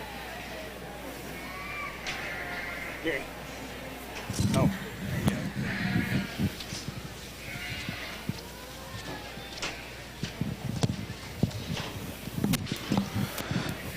Once again, before we break these down and get started kind of going through my thoughts on this division, if you would, put your hands together and congratulate these 10 exhibitors. Another outstanding division and a lot of depth in this division. I thought Division 1 was really good just in terms of finding some intriguing pieces at the top end that maybe it didn't all come together at times, but some very interesting ones. And then I thought coming into this division, there's probably as many just good, solid, good pieces of livestock within this division as we've seen. And, maybe some of those classes got just a notch thinner than others, but I thought just in terms of good projects that you should have been proud to bring Rodeo Austin. This division's been exceptional.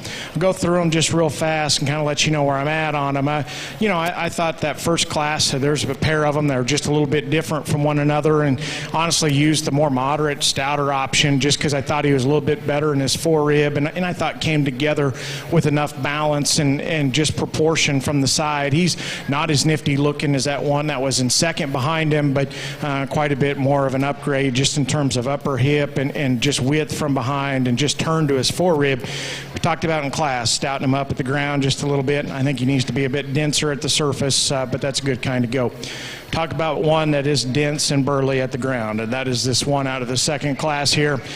Again, you just can't help but gravitate to that one. He is undeniable in terms of his presence, and once again, it helps that he's so good in terms of his foot and his bone, his hide and his handle and his hair is just all on point. And again, just fundamentally very good. Big rib cage, square back, fresh. When he gets out and goes, again, I think you can't help but gravitate to that one. I think he's awfully nice. One that was second, again, just very fundamentally sound. He just couldn't warm him up in terms of having some of those extras. And that's why he was second, but again, a good goat in terms of width and having some rib and some body to him. An interesting goat out of Class 3. And again, as I think back to that class, I thought maybe just as much give and take through the heart of that one as any of them. And honestly used a goat that's probably a little problematic for me just in the way he's built down his spine, but I at least found him intriguing. You know, again, I thought he had some far-reaching pieces just in terms of neck set, shortness of shoulder, the way he's built up in his sternum. His shape and his expression is all extremely good as well. I just wish he tied it together a little better. I wish he came to us a little bit smoother right behind his forerib and the way he's built into his spine. I think everything could just fit together a little more relaxed and just a little bit more seamless. If you did that one, that on that one, he's a big-time player because, again, in terms of out-there pieces, he's as out there as any of them within this lineup. One that was second was probably a more conventional option just in terms of being very fundamental and very solid. You know, to me out here, he's probably one of the fatter goats that's probably could be trimmed up a little bit. I just didn't read him to be as unique. You know, he's not quite as neat up front. He's good in his lines. He's good in terms of his rib cage. You know, it just doesn't come together quite as neatly as that class winner did. One that comes out of the Class 4. Again, I thought won that class pretty handily. That one's not going to be one that just blows you away in any one area, but that's a high-quality piece of livestock. And another one that I like an exceptional amount when he's just out in his natural state on the go. You know, good in his lines, proportional.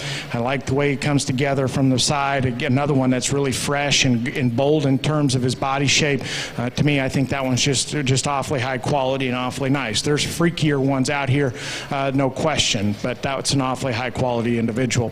One that comes in second in that class, again, his front 2/3 are awfully good. I thought in terms of neck, shoulder, chest, having some freshness and some shape, he was exceptional there. That's one that needs to be rebuilt out of his hip and hind leg to get a little more competitive out here, a little steeper out of his hip, a little more insecure in the way he goes off of his hock and the way he's built at the surface, but nonetheless a high quality one that fits out here. One that comes out of that last class, again, we commented, and I think it fits out here as well. When that one's on the move, I really like him. You know, just in terms of neck set, shortness of shoulders, chest, and all those things are very good. His spine's set in him right. He's got some length out of his rump, and he postures his tail good when he gets out and goes. That one's center body is exceptional. Again, in terms of having some forerib and heart girth and having a big spread up top, he's very, very good.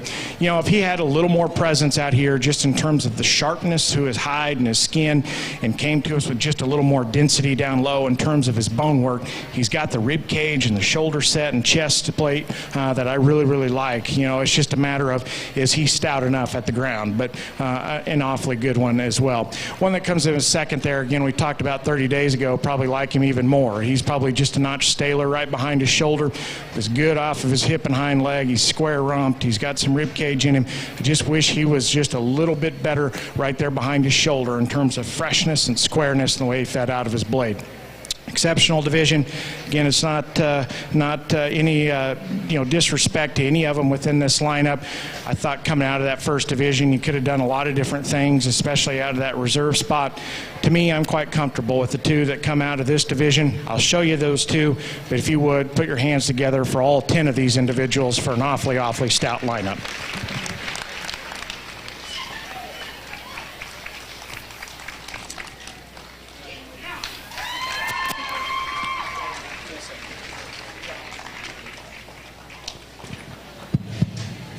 Our Division II champion is Brendan Gross, Grandview FFA. And reserve is Kenzie McCall, Archer County 4-H. Congratulations.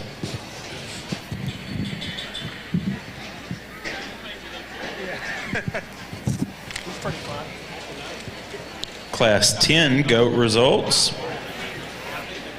10th place was William Patton Wagner, Martin County 4-H. Breeder is Two Springs Ranch. 9th was Sophia Dykes, Clear Springs FFA. 8th was Rihanna Clayman, Tom Green County 4-H. Breeder is Sturt Showgoats. 7th was Braden Becker, B County 4-H. Breeder is Shrank Showgoats. 6th was Tori Peters, Brazoria County 4-H. 5th, Georgia Munden, Merkel FFA. Breeder's No Step Ranch. 4th, Paisley Akins, Grayson County 4-H. Breeder is Bryson Borgoats. 3rd was Deacon Gann, Wichita County 4-H. 2nd was Nolan Laminack, Tom Green County 4-H. Breeder is Two Springs Ranch. And our class winner was Mackenzie Evans, Burnett County 4-H. Breeder is Evans Livestock. Congratulations. Once again, the goat side is now going to take about a 30-minute lunch break. So we will start back up with that side at 2 o'clock.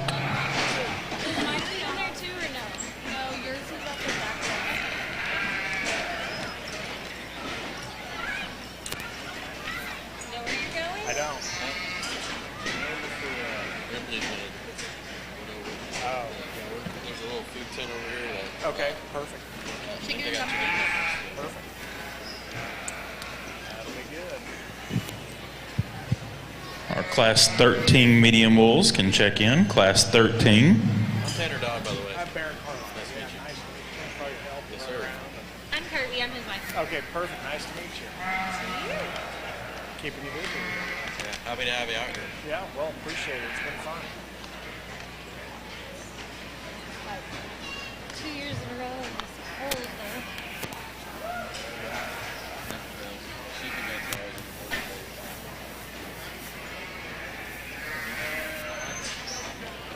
I like it better than It feels a lot better outside than it does in here. in here. Yeah, that's the hard thing.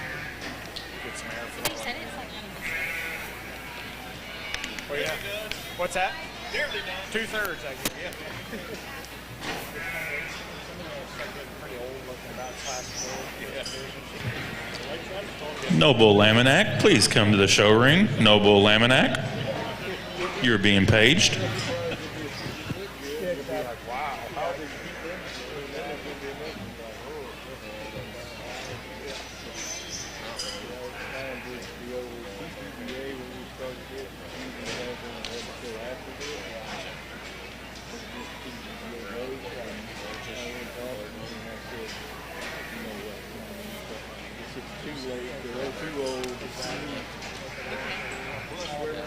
Yeah, and plus everybody's ready to be done. one of his daughters still showing. One you saw this morning. Yes. I don't remember.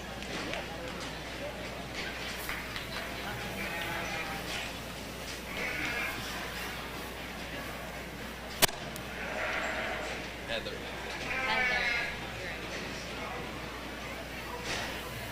All right, Mr. Ripley.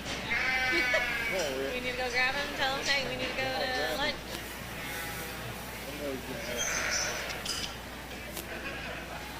We need to give him a snack.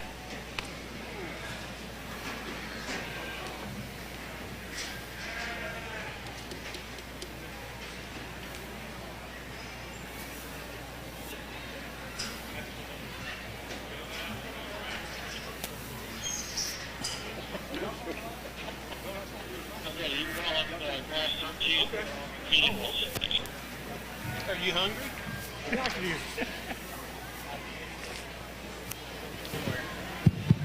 Once again, your Class 13 medium bulls, check in.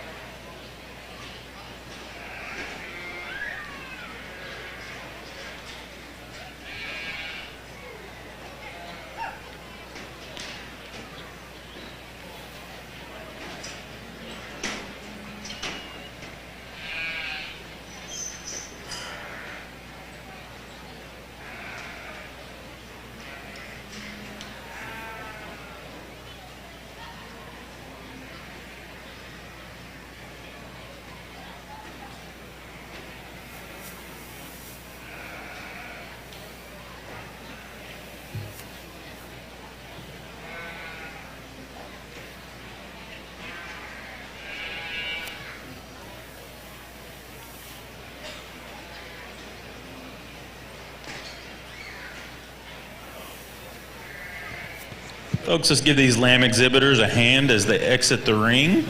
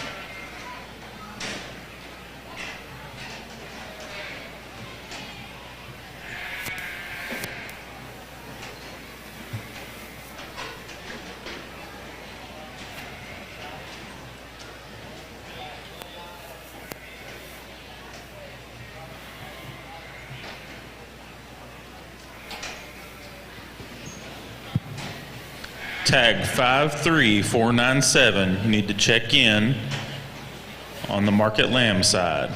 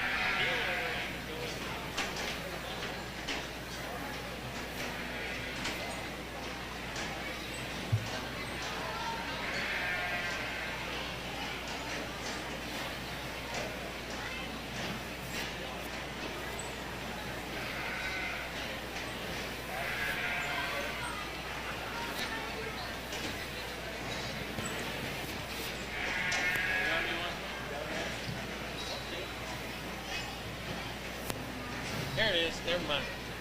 I see it. What?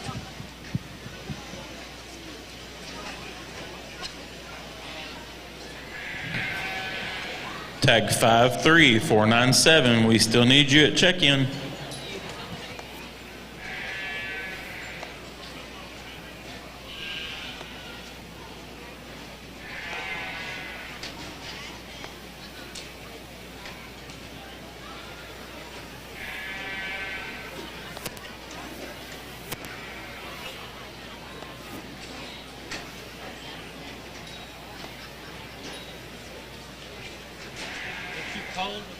I am cold with these half britches on. I am. It was a good decision because I thought it looked cute, and now, no. Yeah, well, I figured that out once I got here, and I was like, oh no.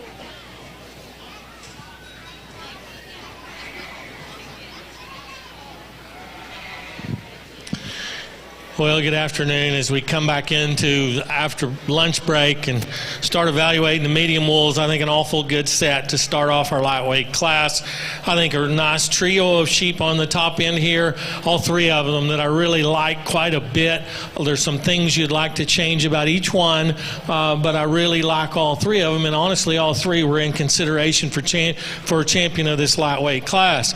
The one I'm going to end up using, I think, is just so much better in terms of his spine and the way he's designed out of his head, neck, and shoulder. Gets out and moves really well. He's level in his design, tremendous amount of muscle shape to go with it. I think he's better than the one in second in the way he's designed up through his forerib and the way he's designed in his shoulder shape and how his neck comes out of his shoulder. He's a little more uphill than the one we have in second, and certainly both of these sheep have a ton of muscle, a ton of practicality to them, a lot of rib and rear flank in them. I like these two quite a bit. The one in second maybe has just a touch more rack shape to him. He's huge in his rack, not quite as fresh in his loin as our class winner, and I think my biggest disadvantage for him in this drive is that he does tend to run downhill a little bit. He gets a little rounder in his shoulder and more open in his front end than the one that wins the class, but both of these are really, really neat sheep. A lot of product, a lot of power to them, and a lot of things you got to like about them. The little sheep in third, I like quite a bit. That's as correct a one as you can make. He's really designed well,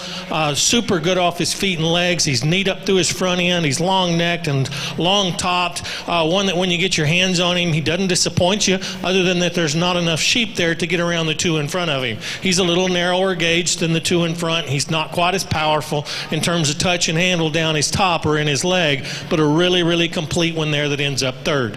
The lamb in fourth, really nice in terms of top shape. Big, powerful top in this one. Love the rib shape in him. Doesn't balance up as well. Gets a little deeper in his chest floor and shoulder than he is from behind. I think he could use just a shot more power and muscle in that stifle and lower leg when you watch him move away, but a really nice sheep there that handles extremely good as well. We round out our top five with probably the greenest of the top. He's the one that probably isn't ready yet today. Really like this sheep a lot off his feet and legs. He's structured well. He's muscular. He's stout boned. He's stout featured. Just needs a little more time on feet, I think, to catch up to the ones in front of him. Great class. Congratulations to you exhibitors.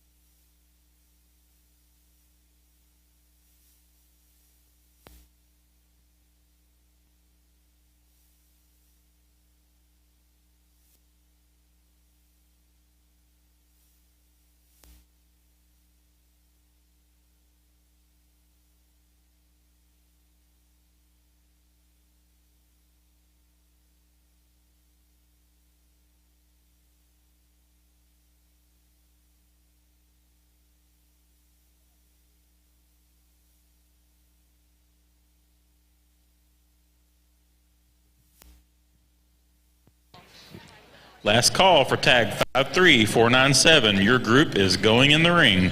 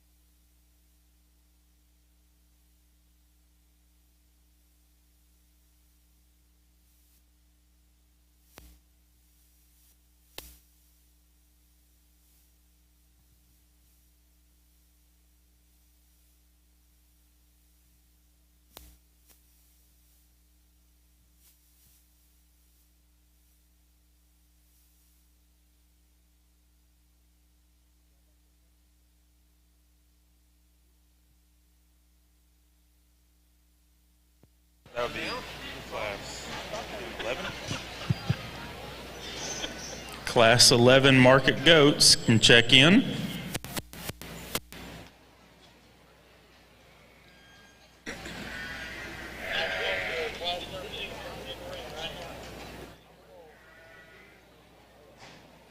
Results from Class 12 medium bulls. 10th place was Riley Mae Clark, River Road FFA. Breeder was Newsom of Olton. 9th was Presley Goodner, Wise County 4-H. 8th, Claire Martin, Swisher County 4-H. Breeder is Newsom of Olton.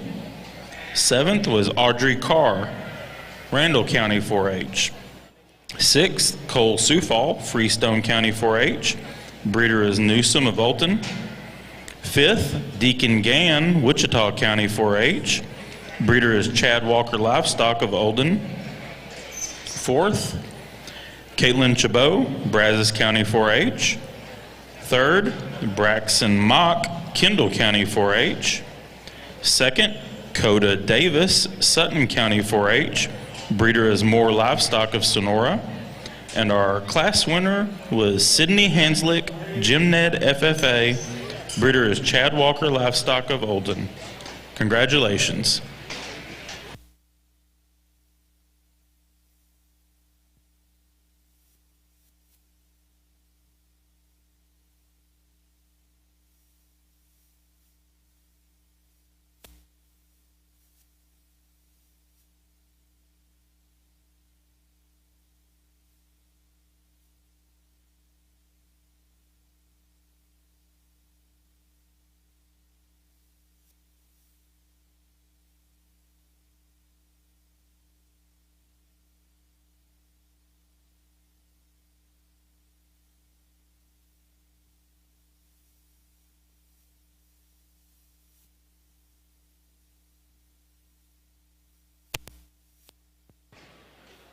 Once again, Class 11 goats should be checking in.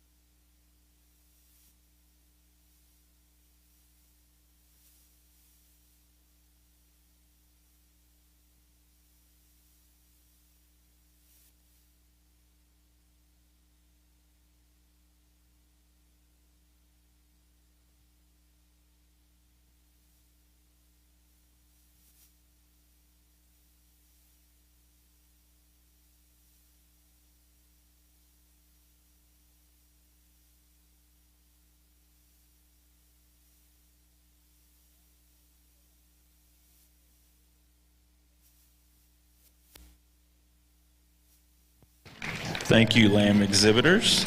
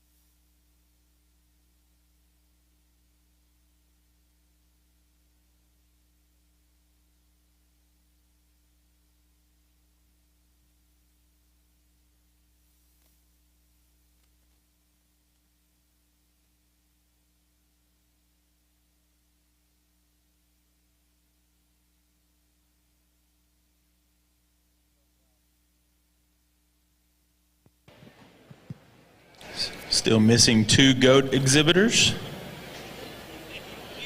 If you have a goat in class 11, you need to be checked in.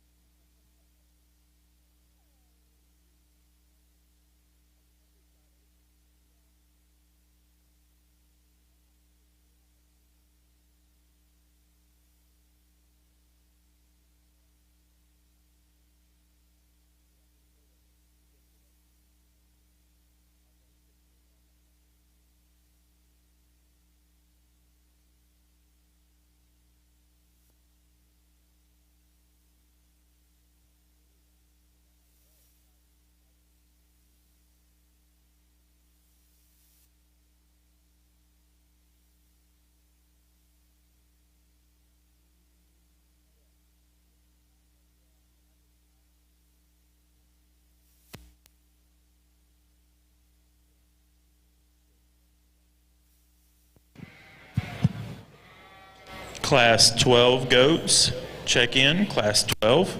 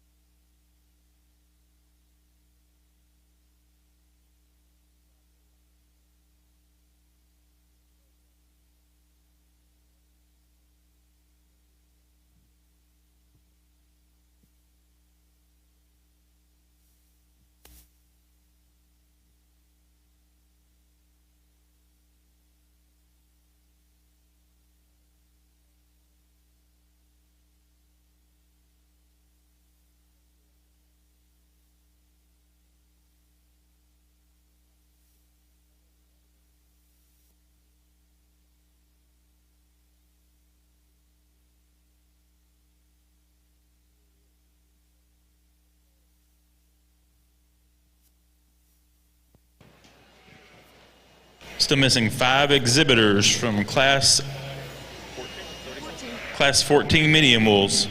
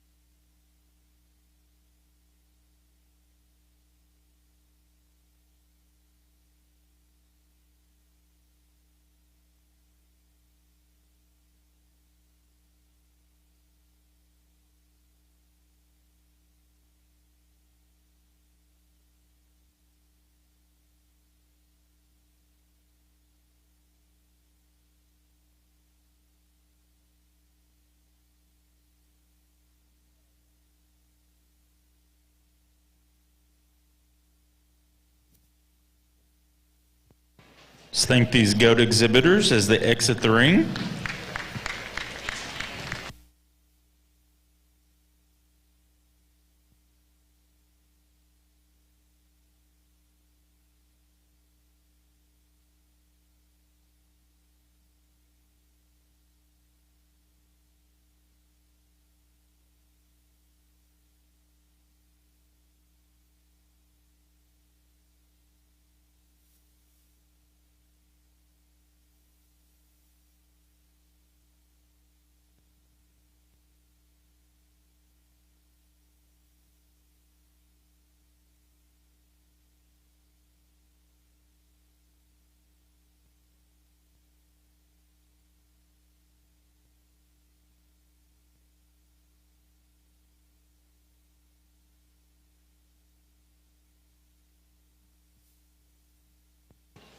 Missing 2 exhibitors for Class 14 medium wolves. We need you at the show ring immediately.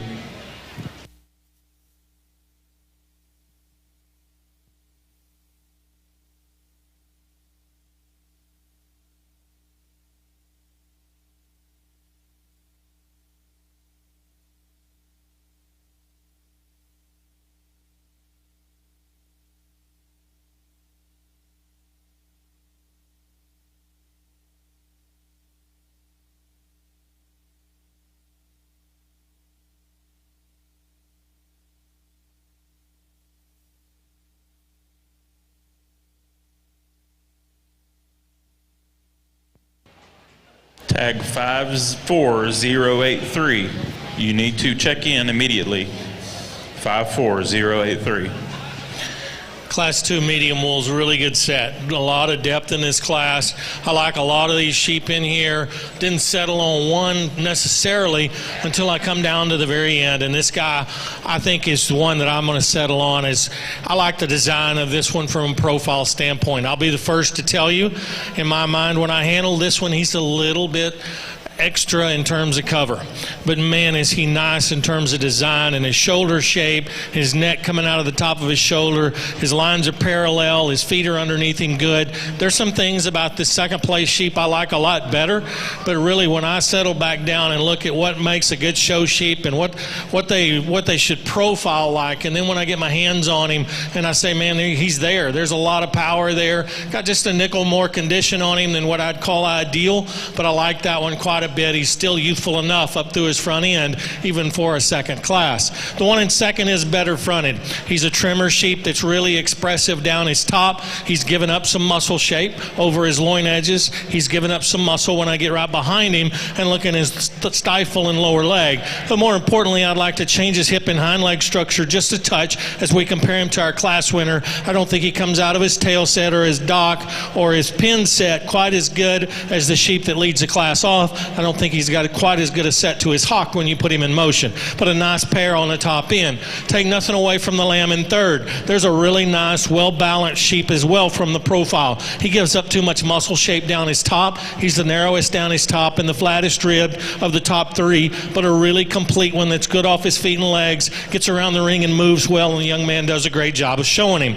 The blue sheep that comes next, another one that's got a huge rack in him, but he's not quite as good in his loin. I'd like to fix him in his loin edges and up his loin edges and make him smoother there. He doesn't handle with that smoothness down his top that we find in the lambs in front of him. He's a little rougher through his loin edge and his hip loin junction, not quite as stout there, but a really nice complete one that when you get back in, you got to admire the rib shape in him and the skeletal width that he does have. Another very youthful appearing lamb that ends up in 5th, long-bodied sheep that's really trimmed to the touch, really neat out through his front end, needs a shot more to him to move any higher in this class. Let's congratulate these exhibitors on another nice job.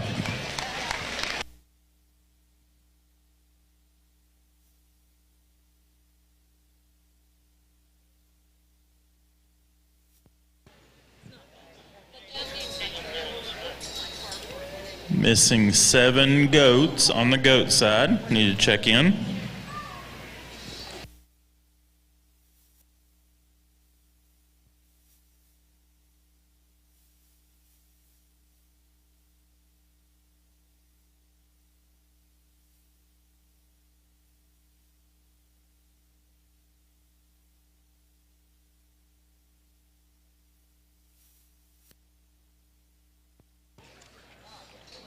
Results from Class 13 medium wolves.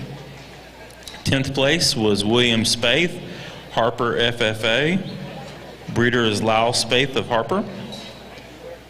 9th, Dawson Lott, Luis FFA. Breeder is Rockin' Sea of Tahoka.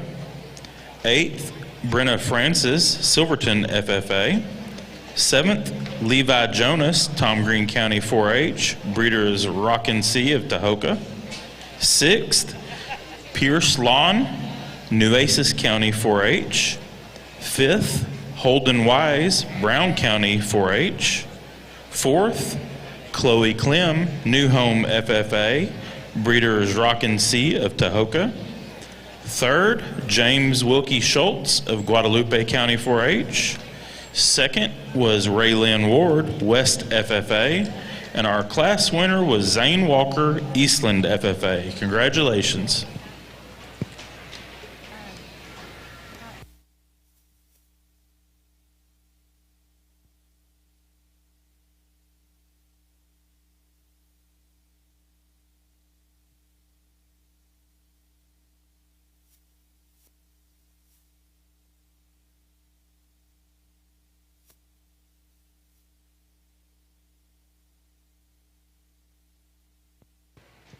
Missing 4 goats now on the goat side.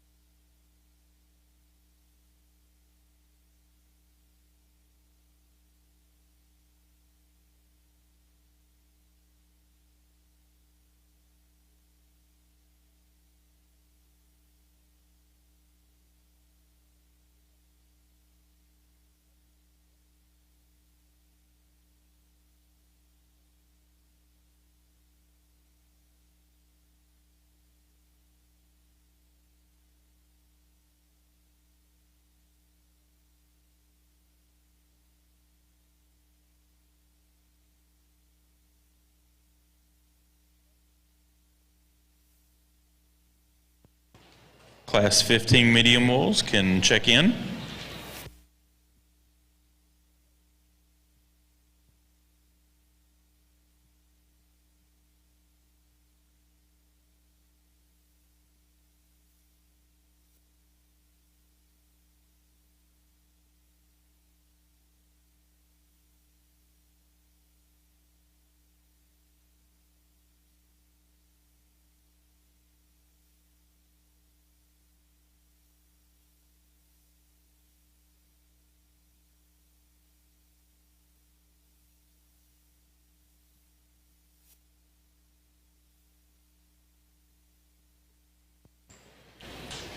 Tags 53552 and 50295. You need to check in on the goat side.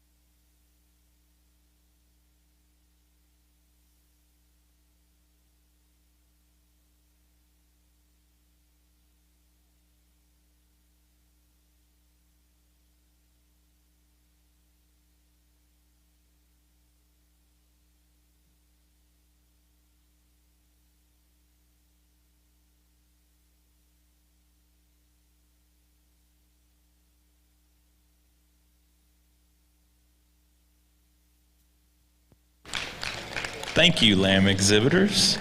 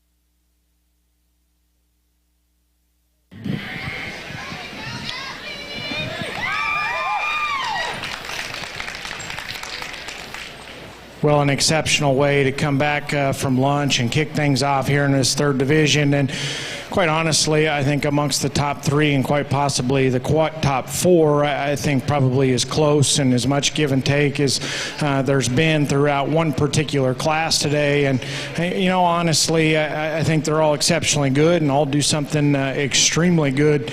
But I think there's some parts and pieces to pick apart in each of them. And it's just a matter of just coming back to one I'm just a little more comfortable with, because I think there is some give and take in these, especially in this top pair. But I think just an awfully good one to start. And I'm not going to sit here and tell you that he's just ultra dynamic from the side. He could be a rib longer. I think he could be picked up in his tail just a little bit. But as I stand at a rear three-quarter of these goats, to me, there's no question as to which one is the more genuine underneath in terms of width, spread right up through his chest and blade, turn to his forerib and center body, squareness out of his rump, depth to his twist, turn to his stifle. All of those things are in overwhelming favor of the one that we go ahead and start. Again, you back off to the side of him, he strikes me as just a nickel short, and I like to crank him up in his tail set just a little bit. But that's a goat that I think handles his extra width and squareness and rib cage extremely good in terms of just getting out and being comfortable on the go. I think when we get out of him, he's got just a nickel brisket up in him. I think you could lean him up just a notch in between his front legs. But nonetheless, I think one that I read to be a little more youthful about his skull, a little bit better in terms of his transition from his shoulder into his forerib. And again, just stand at a rear three-quarter of the livestock. There's no question which one has the advantage. The one that comes in second is interesting, and I really want to like parts of him. You know, I think just in terms of his length of neck, his shortness of shoulder, just the way he kind of props up and gives you a look from the side, in particular his front two-thirds, I really, really like him. But you start breaking him down, one of the things that just strikes me right off the bat with that thing is he just looks really old. And I know we're getting to a time of year where they're all old, but I read him to be exceptionally old. Just about his skull and his poll, to me, I just don't think he's quite as youthful there. And then you study him at a rear three-quarter, not near as neat in the way his shoulder blade fits into his body cap. cavity. I don't know if he's truly just as bold in the turn to his forerib. And my biggest hang up on him is just his back third. Again, you get behind him, a little low in his tail set. And he's an odd one because he's got some turn and some curvature to his stifle when you stand off to the side of him. You catch him at a rear 3/4, that one is plenty shallow twisted and just doesn't have near enough in terms of the seam to his twist and his inner leg shape. To me, that's where I'd like to change him. Again, he strikes me as just a little mature, but it's his back third, and when you catch him at a rear 3/4, probably not as pried open in his forerib and quite as neat in the way he transitions from his blade into his body cavity. Just two-dimensionally, I like the one that comes here in 3. Again, neck set, length of spine, levelness of construction. I think all favor that one over several of them within this class. He's another one you catch at a rear 3/4, and he gets disappointing. I think of the goats in this top 5 that you watch go away from you, by far and away, probably the narrowest one out of his pin set. Closes up at the base just a little bit more than I'd prefer. Again, I like him in terms of his length, his levelness, just some general construction from the profile. I think that one just needs to be busted open, especially as you stand behind him. But again, a very high quality one. One that comes in next is one I struggle with as well. In terms of leanness, shape, expression, cutability, all those things are exceptionally good in that one. And she does a very, very good job. That one is shown to a very high degree, and again, can give you a good look from the side. When she gets out of him and sets him on the move, I think that's where he needs to be changed. It's out of his hip and hind leg, probably just not the most attractive in the way he's built from hooks to pins. And I think of the goats in the top 4 or 5, he's probably the one that I question the most just in terms of his bone work and how much substance he's got down low. If you could stouten him up at the ground just a little bit, I could probably forgive a few other things that one comes with, but he strikes me as just a little frail. And again, we just need to change the way he's built out of his hip and hind leg. One that comes in at 5, again, just good livestock. I think he's one that's got some length, some elevation, got a really good turn to his center body. I like that one just in terms of his spread up high, in terms of the way he feeds out of the back of his shoulder. Probably gets just a little more disappointing from behind in terms of the way he funnels to his pin set. Gets a little flatter in terms of his stifle shape. And I think of the top 5, again, probably one that needs to be trimmed up just a little bit. Probably a little more excess condition over his forerib and behind his elbow than I'd prefer. But nonetheless, I think a very, very good one in terms of fundamentals, in terms of width and rib cage. Good class. Get some give and take there. If you would, congratulate them with a nice round of applause. Good job, young lady. Nice job. Good job. Thank you. Good job. Good job. Thank you.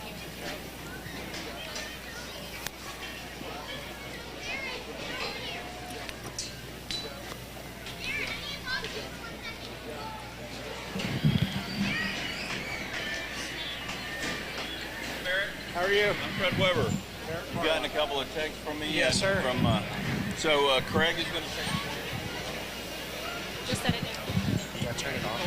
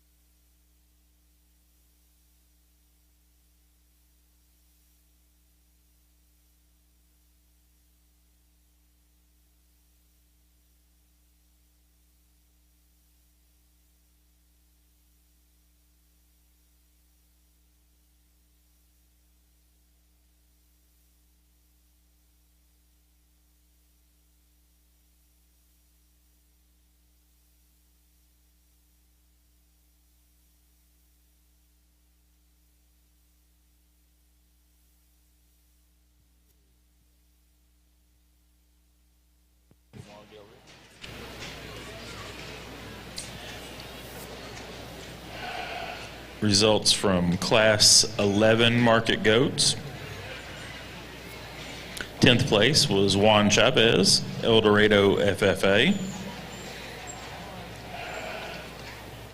9th, Quentin Cox, Fredericksburg FFA.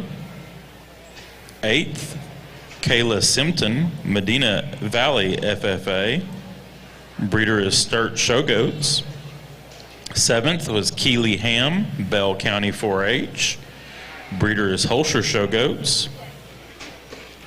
6th was Krista Pena, Webb County 4-H. 5th was Cassidy Westbrook, Aquila FFA. 4th, Coda Davis, Sutton County 4-H. Breeder is Two Springs Ranch. 3rd was Sydney Newsom, Edwards County 4-H. Breeder is Flack Livestock. 2nd was Hudson Franklin, Shallow Water FFA. And our class winner was Atlee Basserman, Pottsboro FFA. Breeder is Morgan Livestock. Congratulations.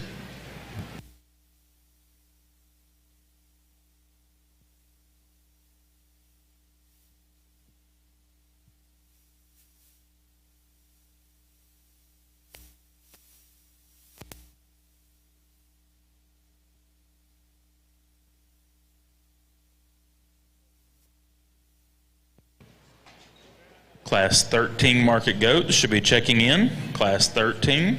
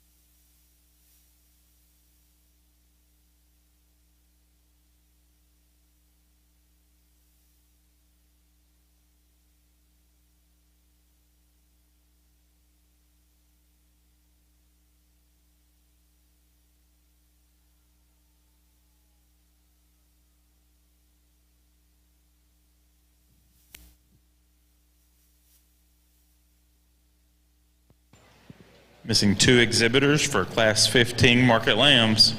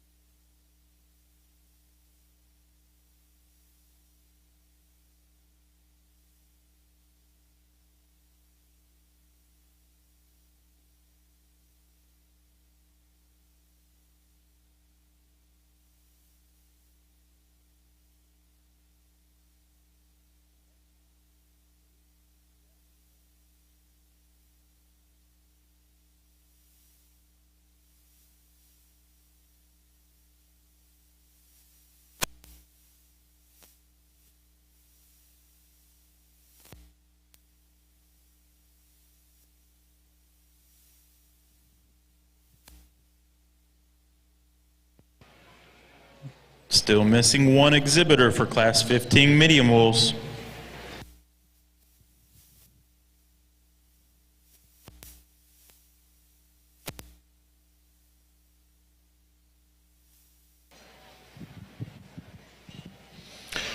Well, we get into class 3, and another nice class here with a set on the top end here that you really got to like a lot of things about, little things on each one of them that I'd like to say, man, there's the one, we're going to take him and run with him. And the more they stay out here, you start evaluating and analyzing where you're at.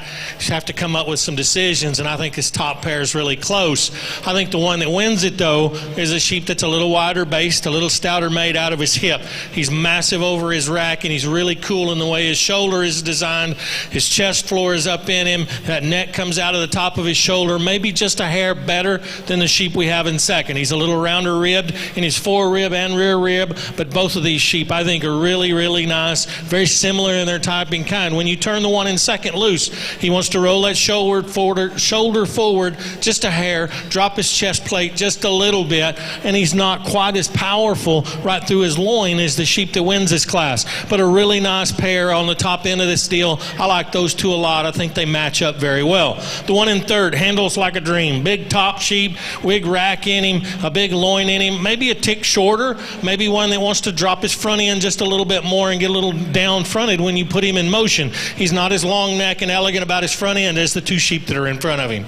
Really long bodied, attractive sheep in fourth, one that needs more rib and rear flank in him. He just needs more guts to him, in my opinion. It needs to be pulled apart just a hair in his body shape and design. He's really attractive, long-bodied. He's got enough rib. He's got enough muscle. I'd just like to drop his rear flank a little bit. I'd like to open him up in his rib design just a touch. And then we round the top 5 with another nice design sheep from the profile. Like him a lot when he came in the gate. When you get your hands on him, there's just not enough there to move him any higher. He needs a touch more in his loin edge. He needs a touch more in his rack shape. Good class. Please put your hands together and congratulate these exhibitors.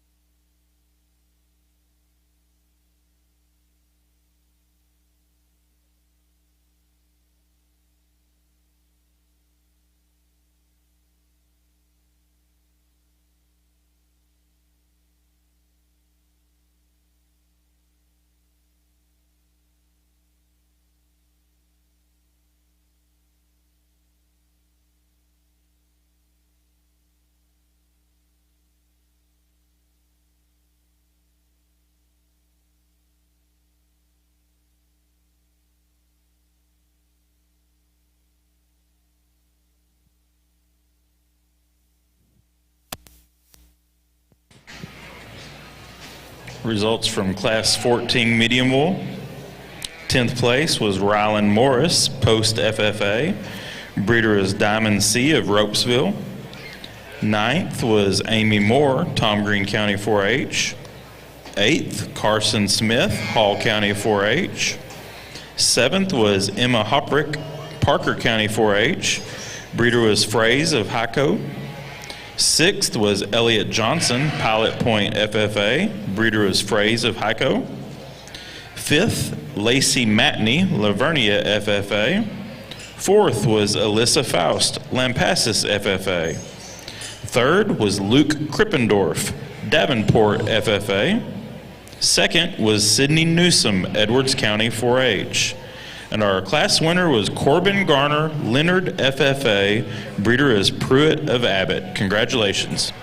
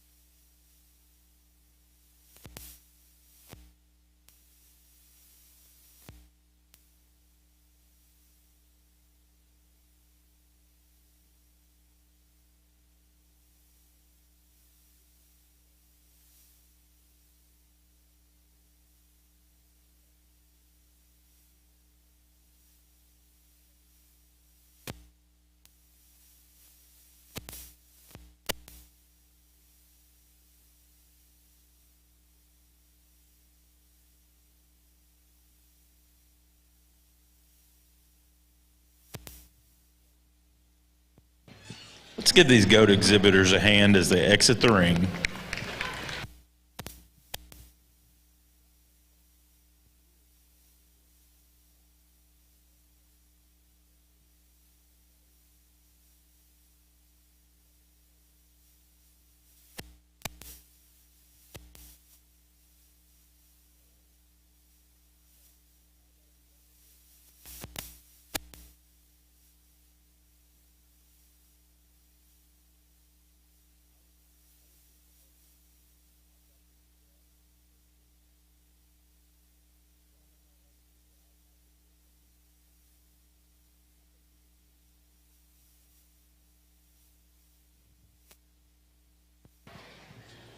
Missing 2 goats for class 13.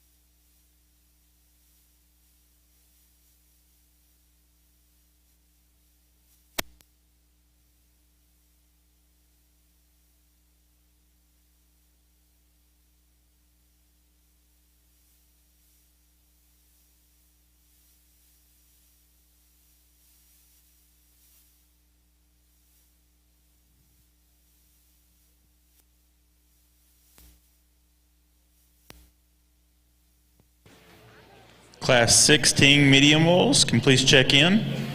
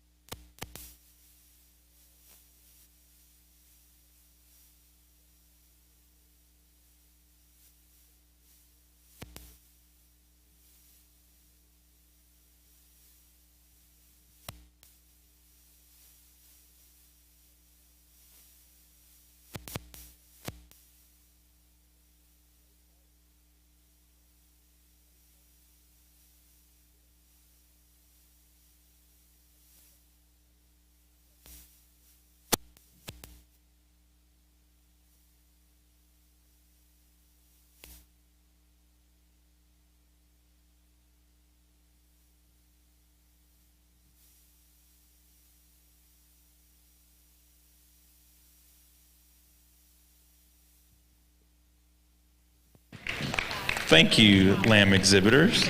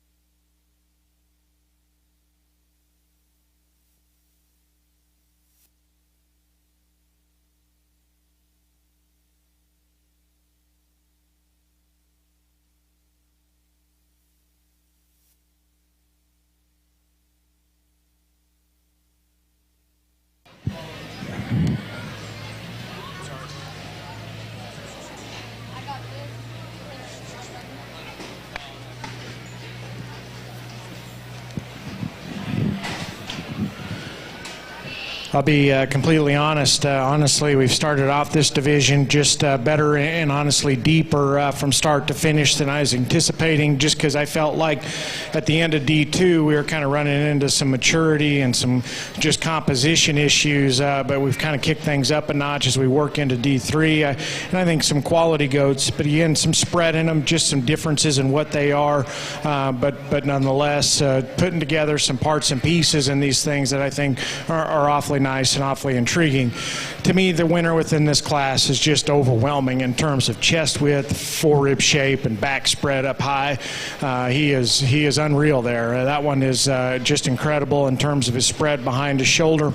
And still, when she gets him put together, I think comes together with some look and some balance, especially the way he's put together in his underline. To me, it's his progression from chest to flank. To me, that's just a little bit better in him over the one that comes in second, and to me that becomes a big advantage for him. When we set him loose, I think that goat actually comes together just a little bit better when he's on the move than he does at times on the standstill. But in terms of length of neck, sitting on top of his shoulder, and just unbelievable spread up high, to me that one excels in this class, and again has a big advantage just in progression from chest to flank over the one that comes in at 2. Just in terms of just forerib turn, spread and dimension down his back, to me I think the one in second is probably just the second best one there.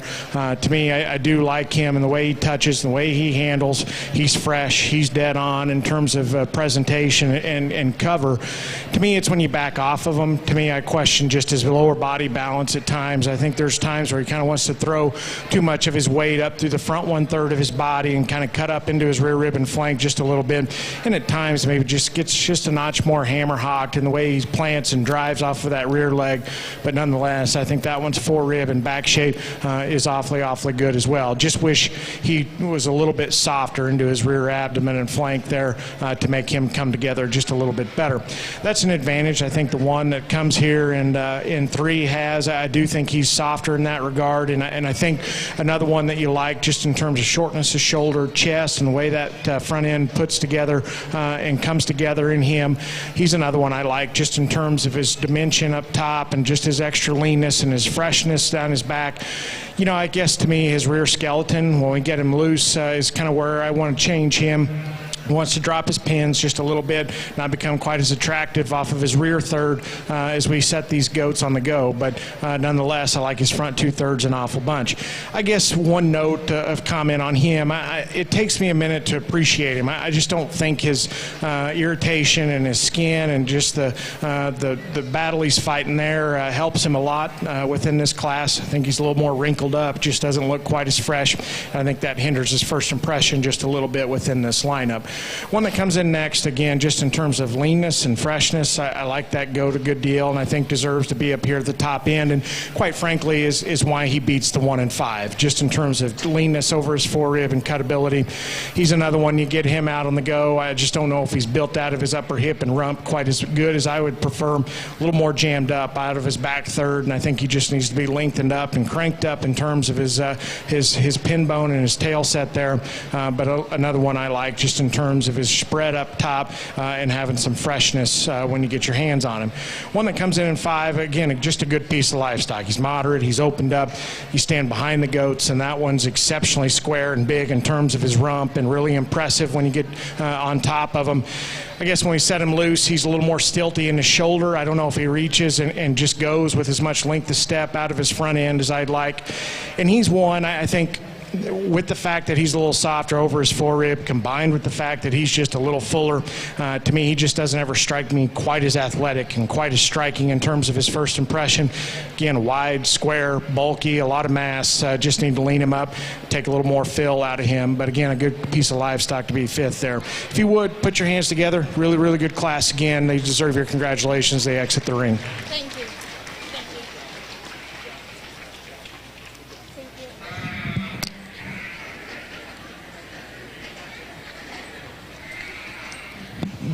Please make sure you get your pictures for the sale.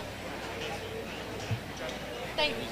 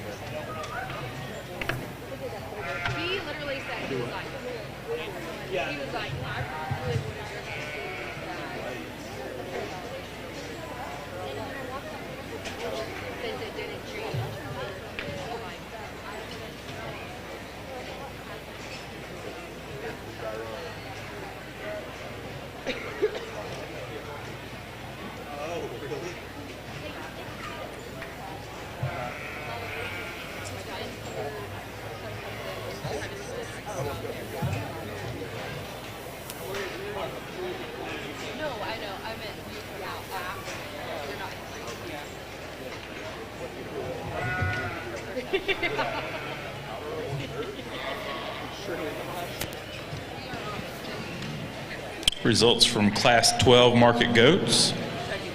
10th place was Maylee Cates, Burnett FFA. Breeder is Luke Livestock.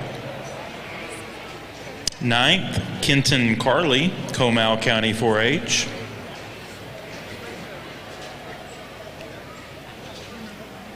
8th, Elise Talbert, Runnels County 4-H. Breeder is Sturt Show Goats. 7th, Dodge Turner, Nueces Canyon FFA. Breeder is Evans Livestock. 6th was Paige Harder, Idalou FFA. 5th went to Sydney Hanslick, Jim Ned FFA. 4th was Raina Epley, Lynn County 4-H. Breeder is Two Springs Ranch. 3rd went to Savannah Elizondo, Travis County 4-H. Breeder is Evans Livestock. 2nd was Tanner Hawes, Falls City FFA. Breeder is Cross 85 Show Goats. And our class winner was Ashton Adams, Brown County 4-H. Congratulations.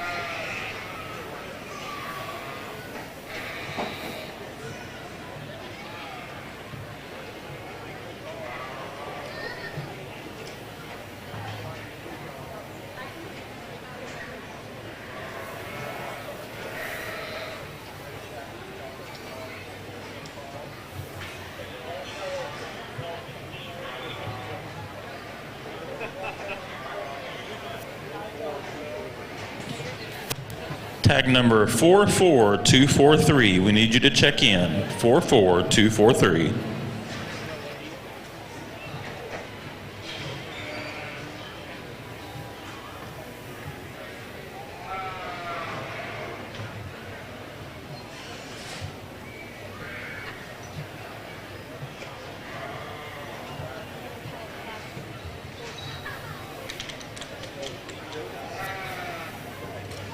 Class 14 Market Goats can be checking in. Class 14.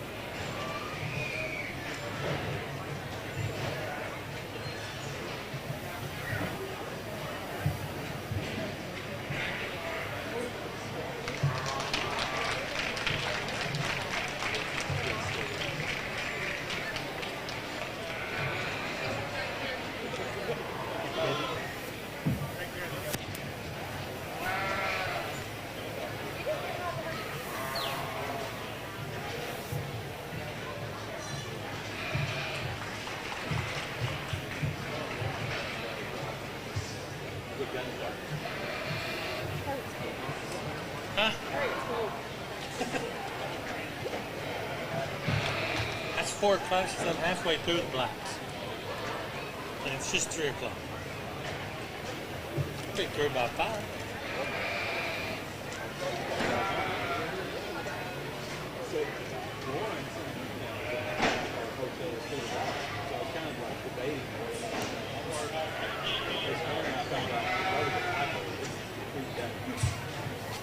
I hope ours is tomorrow because I ain't going nowhere.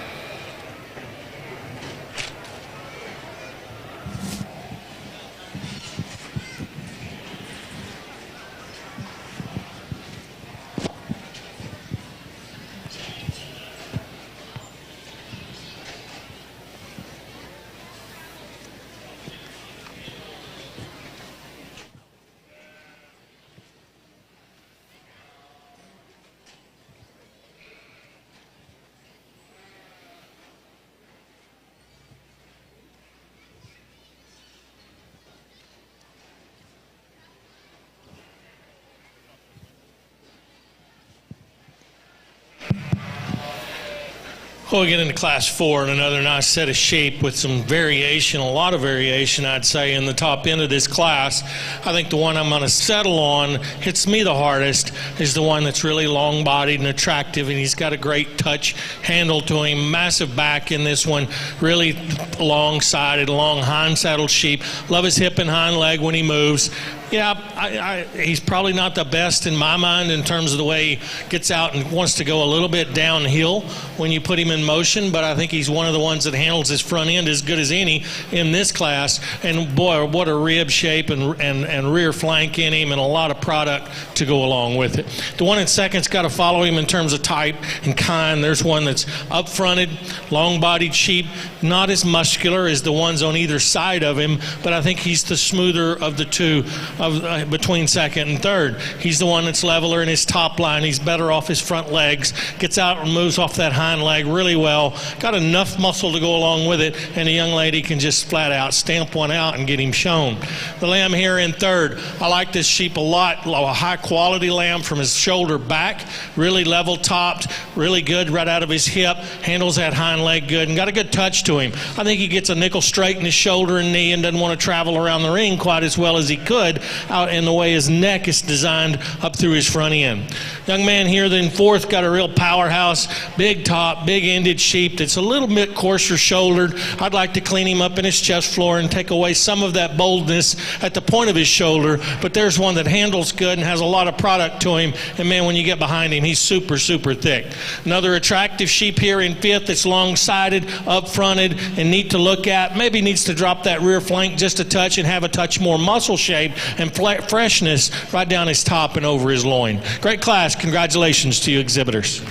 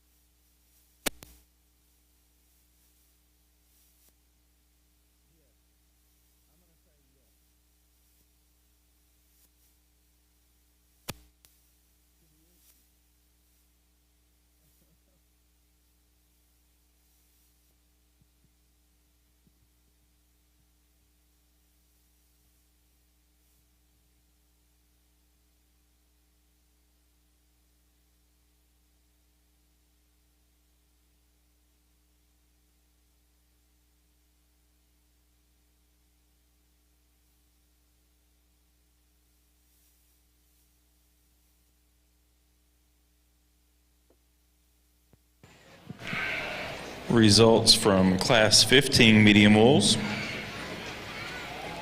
10th place was Carter Llewellyn, Palmer County 4-H. Breeder is Jim Miller of Seagraves. 9th went to Raider McFall, Reagan County 4-H. 8th was Tanner Lott, Luis FFA. Breeder is Rockin' Sea of Tahoka. 7th was Bristol Fisher, Bell County 4-H. 6th went to Avery Sissick, Navarro FFA. Breeder was Sissick of Seguin. 5th went to Adeline Fee, Hayes County 4-H. 4th was Caleb McMullen, B County 4-H. 3rd went to Landry Lane, Parker County 4-H. 2nd was Megan Retzloff, Live Oak County 4-H. Breeder is Bowles of Breckenridge. And our class winner went to Beckton Hogg, Lubbock County 4-H. Congratulations.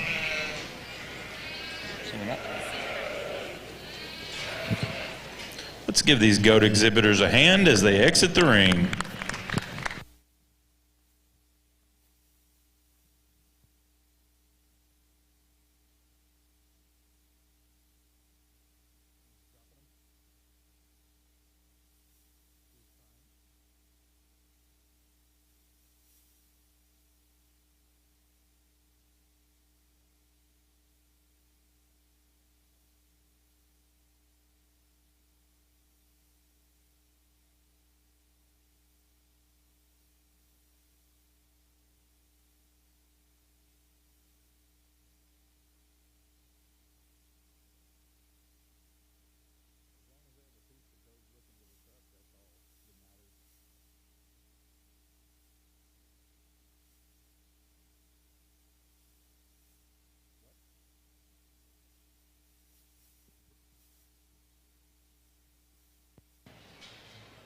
Missing 3 goats for class 14.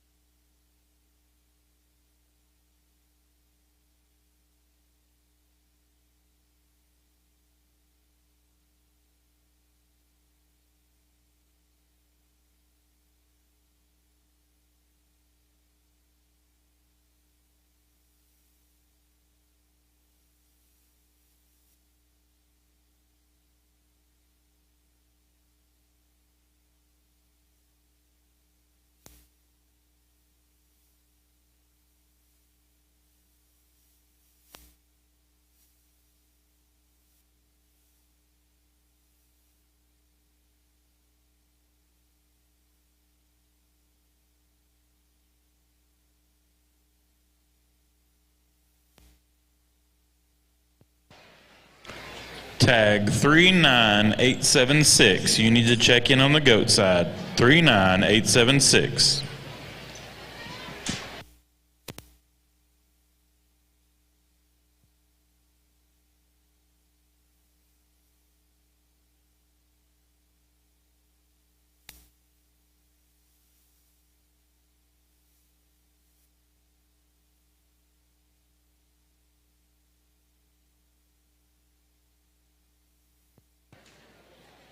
Class 17 medium wools can check in. Class 17 medium wools.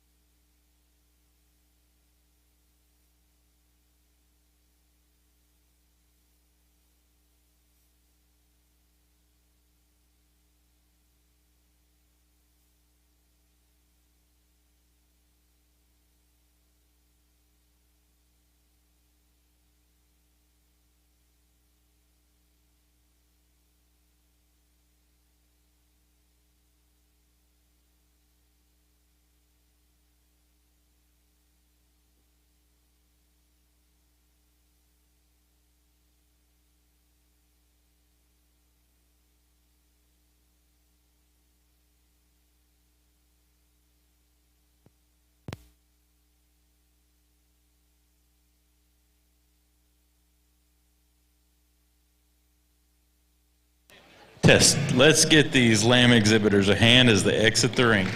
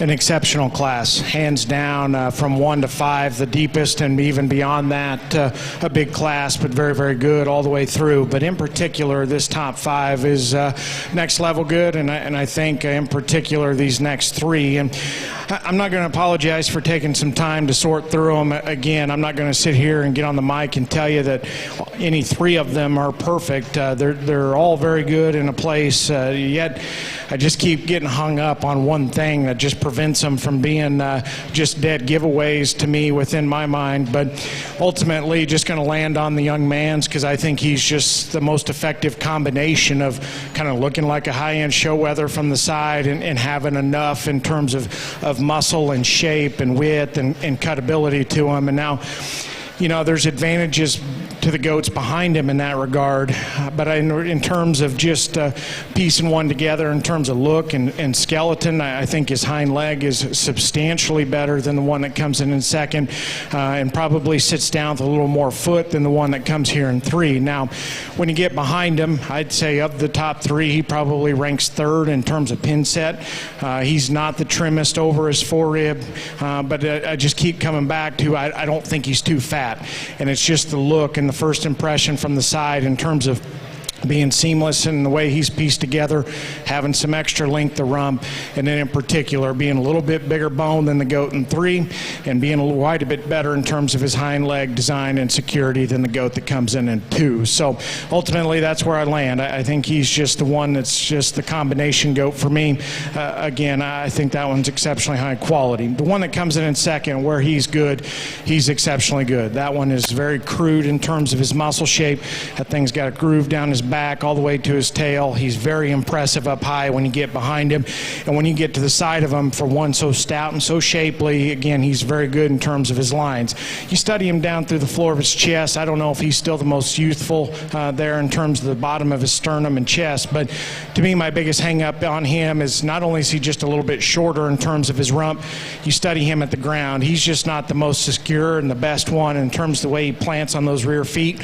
I wish he had distributed his weight just a little more square off his rear pastern, had a little more set to his hock, or just a little more comfort in the way he's built out of his hip and hind leg. But nonetheless, if you want one with some extra crease and shape and some levelness to him, that one's exceptional in that regard. I just wish his hind leg was better and he was a little better rumped. The front 2/3 of the one that comes here in 3rd are absolutely dead on in terms of elevation of front end, length of neck, shoulder, the way it fits into his body cavity is second to none, and that thing is dead on in terms of freshness and where he's at from a condition standpoint.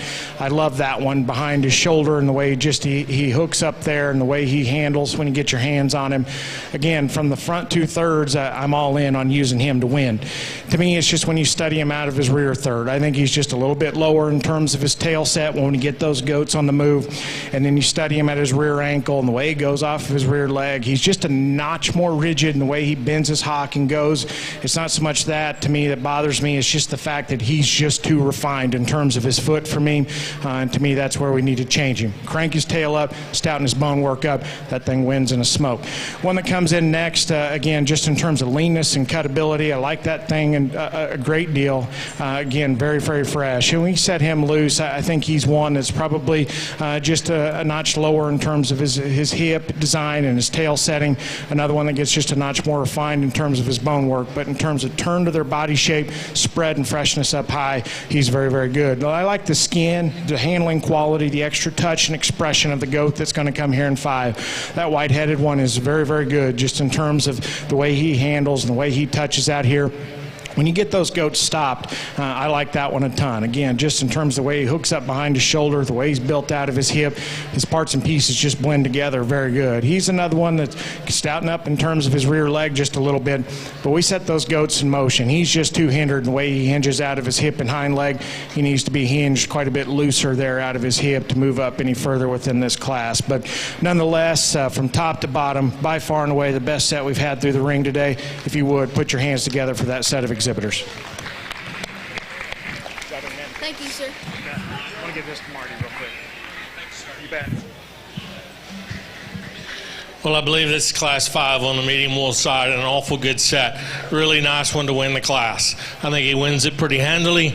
Really, really good handling sheep that's built really good from the ground up. I appreciate a lot of things about him. His length of neck, the way he ties his shoulder into his neck, progressively gets wider from front to rear. Better in his rear flank than he is his fore flank. I mean, this one's really pretty neat. Great touching sheep that's really good off his feet and legs and moves well. The one in second, I think, has got to follow him in terms of body type. He's a big-topped, square-backed sheep that's got a lot of leg underneath him. I don't think he's quite as flexible off of each end as you watch him move, particularly in his front end. He gets a little shorter neck. He gets a little straighter in his shoulders, but that's a big back, square, ribbed kind of a sheep that's got a lot of good things going for him. The blue sheep, or the blue dapple sheep that comes third, really nice design from a profile standpoint. I like him being up in his chest floor and having some roundness of rib. He's not as good down his top as the two that stand in front of him. He's a little faded in his loin, not quite as powerful there in his loin edges, but a nice design sheep, one that's good off his feet and legs and moves well when you put him in motion. Big powerful sheep in fourth, tremendous amount of thickness over his rack and through that loin, a lot of hip, a lot of thickness to him. Gets a little frailer in his bone work, not quite as neat and attractive in the way his neck ties into his shoulder and his breastplate lays into him up front, but a real powerful one, nice one there to be in fourth. Love the design and shape and in profile of the sheep here in fifth. That's a really nice looking one. He's up front and he's long-sided. He looks like he gets progressively wider from front to rear. He disappoints me when I get my hands on him. He's not as square and thick down his top as some of the sheep that are in front of him, but really does progress well from front to rear. Good class. Congratulations to these exhibitors.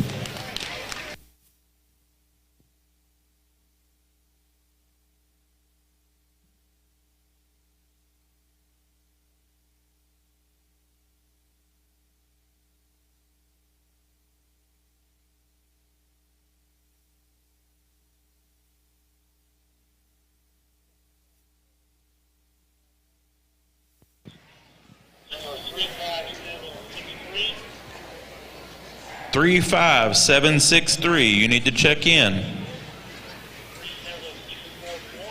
37244 and 37243. You are also needed to check in.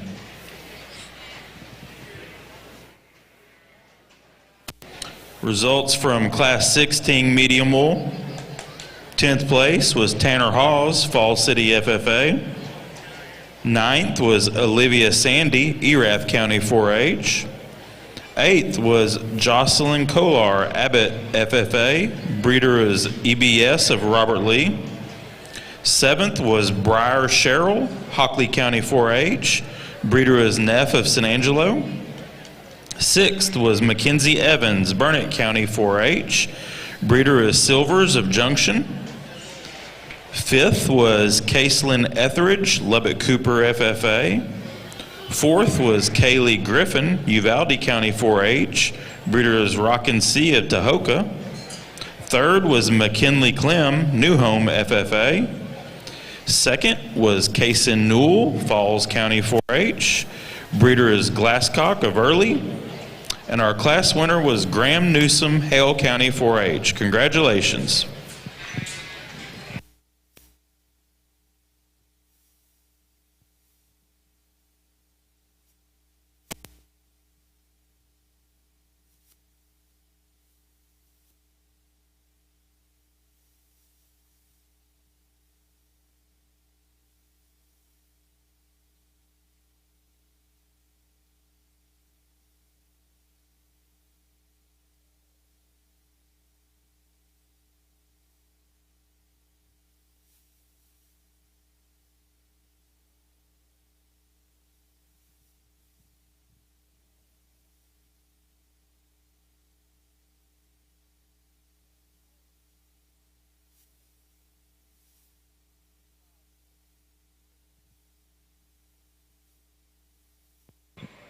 Exhibitor with tag number 35763, you need to check in.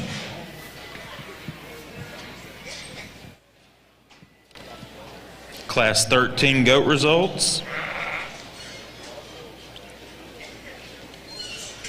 10th place was Colton Wyndham, Hill County 4-H.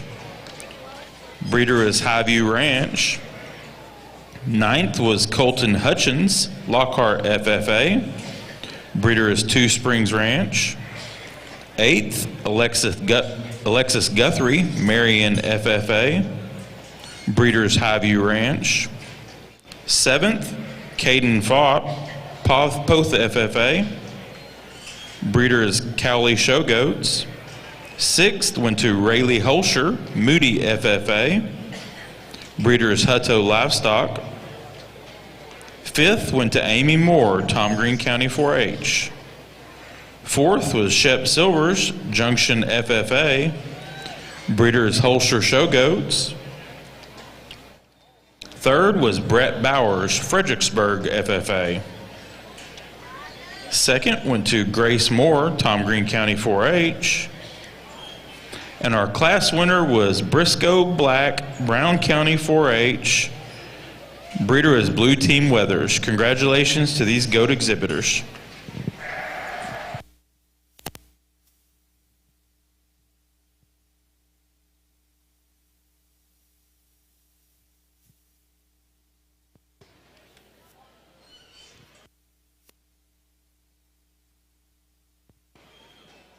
Class 15 market goats should be checking in.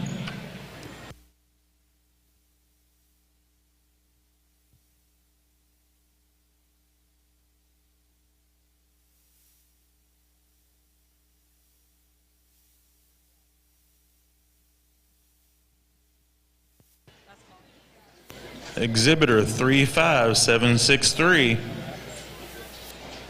This is last call.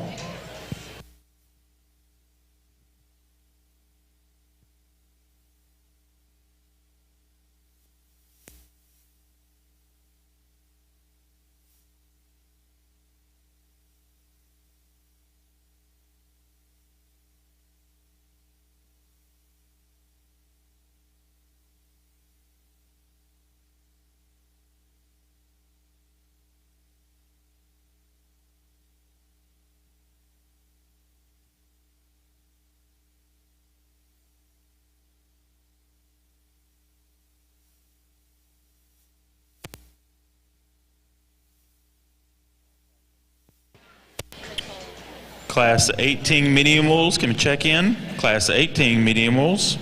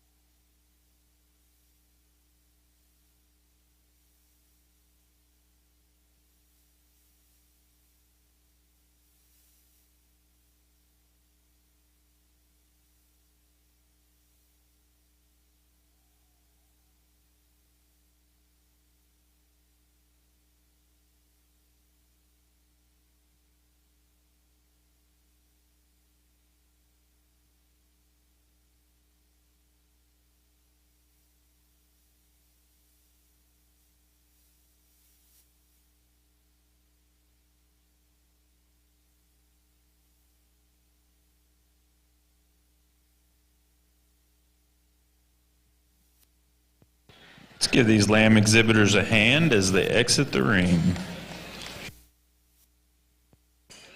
And let's give these goat exhibitors a hand as they exit the ring.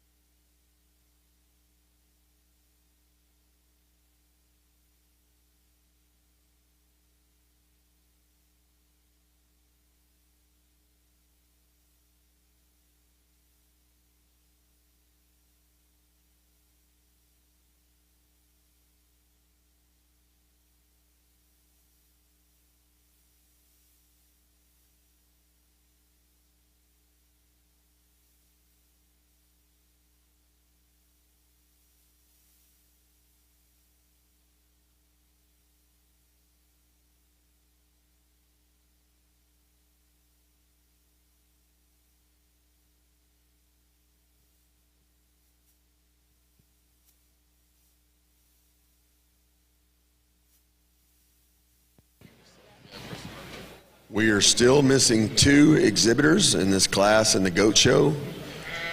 If you are in class 15, we need your show goat to the ring. Last class, let's get it.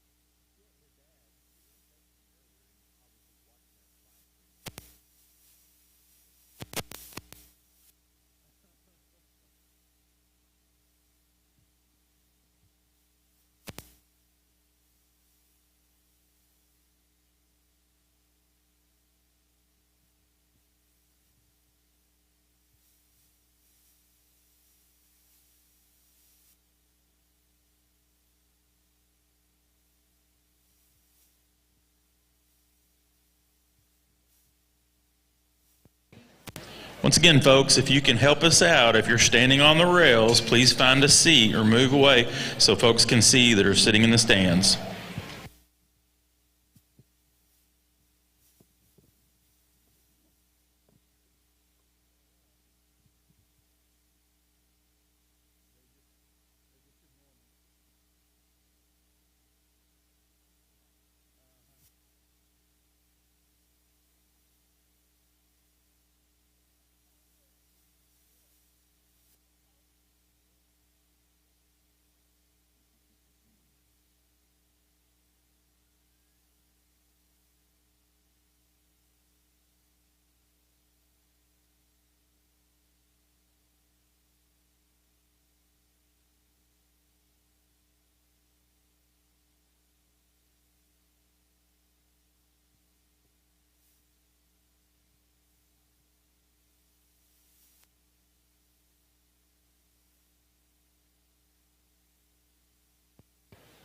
Missing one exhibitor for Class 18.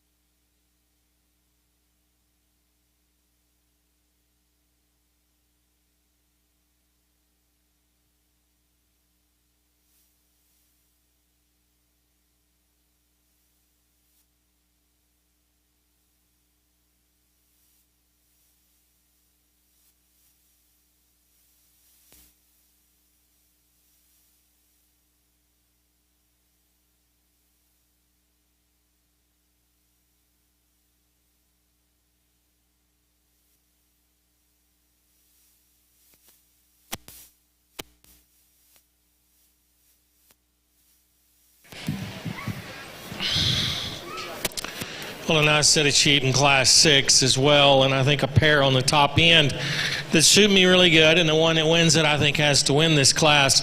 There's a stout made sheep that's big backed and big footed, big ribbed sheep with a lot of product and muscle to him. He got a good touch and handle down his top. Now you could make him smoother and crisper in his lines. You could do a lot of things about this one, but in this class I think he's got to work his way up towards the top just because he's got the touch and handle to go along with it. The one in second's got to be there with him. He too is a really stout made, heavy muscle sheep, one that's got some shape down his top. I don't think he's as big ribbed and stout over his rack and loin edge as the sheep that wins the class, but both of them are big hipped, big footed sheep, get around the ring and move well off their feet and legs. From there it starts to get to where we have to start piecing things together.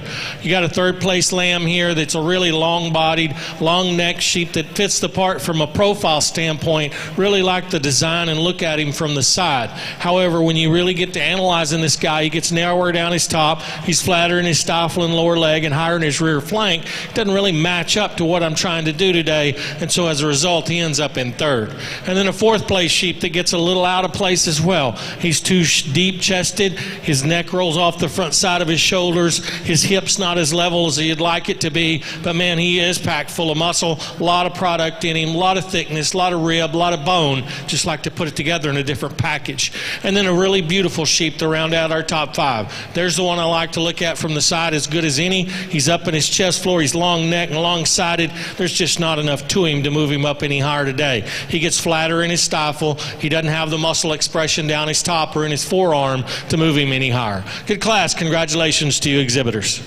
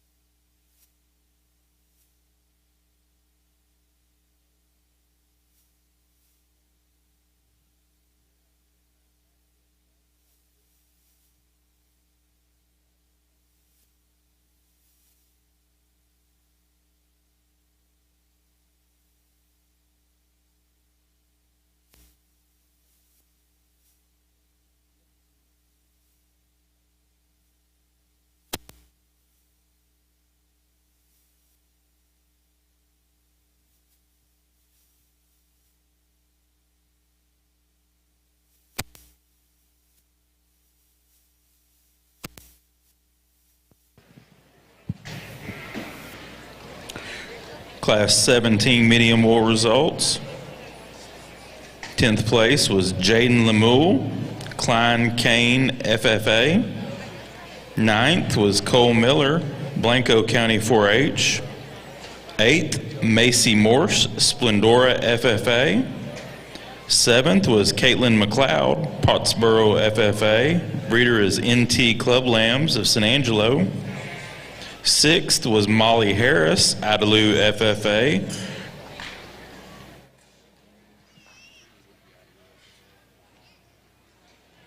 5th was Shep Silvers, Junction FFA.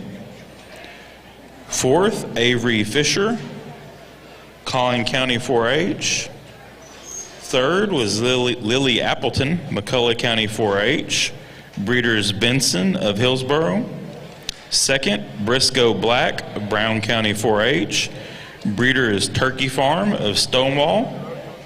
And our class winner was Amberly Davis, Glasscock County 4-H.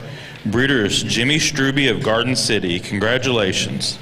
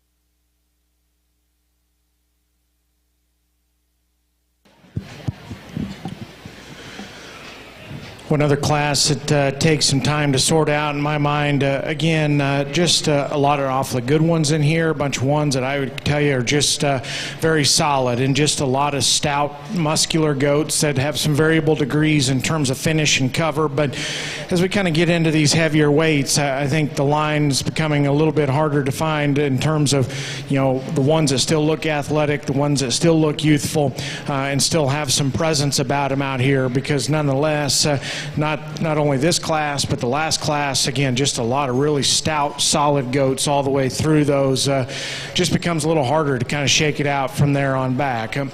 I think within this class, I think the one that we start with is pretty easy to find within this class, and there was never a doubt in my mind that was the one to start with. And just in terms of freshness and presence and first impression, to me that's where that goat excels. Again, just incredibly sharp to the eye and one that handles exceptionally good. And it's another goat that I like probably even better just in terms of when we get him out and just let him roll. I think that one kind of draws you in, is in terms of being a high quality goat that kind of sets the stage within this class. To me, compare him to the one in second. His biggest advantage is the way he feeds right behind his shoulder. A little more turned to his forerib, a little more spread up high. To me, that ends up being the difference in that pair. Again, just a good one that's presented well. He's fresh. He's got some substance at the ground. There was just never getting around that one within this class. From there on back, to me, that's where I was spending all my time trying to line them out and just try to break them down in my mind. And just two-dimensionally, I really like the one that comes in second. You back off of the Livestock, to me, he's one that's got some presence about him just in terms of his balance, his symmetry, kind of the way his parts and pieces fit together is awfully good. I like his neck set, his strength down his top line. He's one that you like when you get behind him, too, just in terms of his squareness and levelness of rump. To me, the hang-up on him is just the way he handles right behind his shoulder. I'll give him the fact that he's lean. He's quite a bit leaner than some of the ones that are going to follow him within this lineup. I just wish he had more turn and just more boldness right there to his forerib. If you could do that, he makes a play to win this class. He just doesn't have quite as much spread and squareness right behind his blade. One that comes in next, the red-shouldered one, is just incredibly shapely, incredibly powerful, and he is the one who, just from a carcass merit and cutability standpoint, that probably excels within this class. Just oodles of shape and expression, and very trim and very good in terms of being a free of fat over his forerib. I think the front two-thirds of him balance up good enough. I think for a power goat, I think his extra length of neck, his shoulder, and the way his sternum's put up in him is certainly acceptable. It's just the way he's built out of his hip. I don't know if he's ever cranked up high enough in terms of his tail set. Just wish we could lengthen him out of his rump, make him a little bit leveler, both standing and on the go. And that one gets in the conversation to move up a couple of spots for me. Again, shape, expression, freshness, and cutability are all in that one's favor. One that comes in 4 is interesting because there's times where he really strikes you just in terms of his length of neck, his shortness of shoulder. There's probably not many in this class that are just shoved up in their chest floors. That guy is, and that one's got a big rump and a big square stifle shape in him when you get behind him. You know, when you get out of him and set him loose, he probably fits into it just a few more pieces, and I don't know if he's just ever, hooked up and fit together quite as nice. Kind of breaks apart behind his shoulder, gets a little off on the front side of his hip. I wish the heel of his loin just hooked up a little bit neater. And then you study him at the ground. Of the top 5, he is without question the frailest in terms of his bone work and the smallest in terms of his foot. You need to stouten him up in terms of his feature to get him up any further within this class, but nonetheless, when they're parked, I like the neck, shoulder, sternum, and the extra squareness he's got from behind. A quality goat that comes in and rounds off our top 5. Honestly, just a little overcooked, a little overbaked for me. I think that one's one you appreciate just in terms of his width, his squareness, his rib and body. That's one that just strikes me as a nickel short when you get off to the side of him. And today, I think one that's just carrying a little too much fill, which makes him look even shorter out here to me. And then of the top 5, probably the fattest one out here as well. We need to trim him up, suck some middle out of that guy. I think he gets just a little more athletic looking, but just in general, just a little too quick and compact for me, and maybe just a little bit rounder off of both ends. But another good class, really nice one there at the top end. If you would, put your hands together for them. Folks, please move off the rail. If you are laying on the rail, we need you to move so people can see. Results from Class 14. 10th place, Madison Condra, Lubbock Cooper FFA. 9th, Lucas Winter, Gorman FFA. Breeders Blue Team Weathers. 8th, Reagan Laminack, Tom Green County 4-H. 7th, Gentry Phillips, Llano County 4-H. Breeders Newsom Ripley Show Goats. 6th, Cooper Evans, Burnett County 4-H. Breeders Evans Livestock. 5th, Brindley Hog, Lubbock County 4-H. 4th, Kaylee Ottmers, Bandera County 4-H. 3rd, Amy K. Mathis, Clayburgh Kennedy County 4-H. 2nd, Avery Walker, Uvalde County 4-H. And our class winner, Chanley Kirksey, Bell County 4-H. Breeders Blue Team Weathers, congratulations.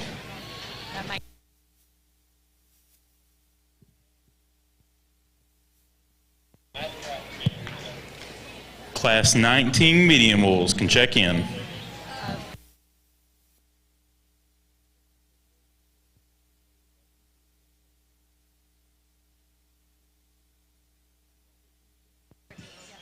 Also, our first and second place goats for classes 11 through 14 check in for the 3rd division drive.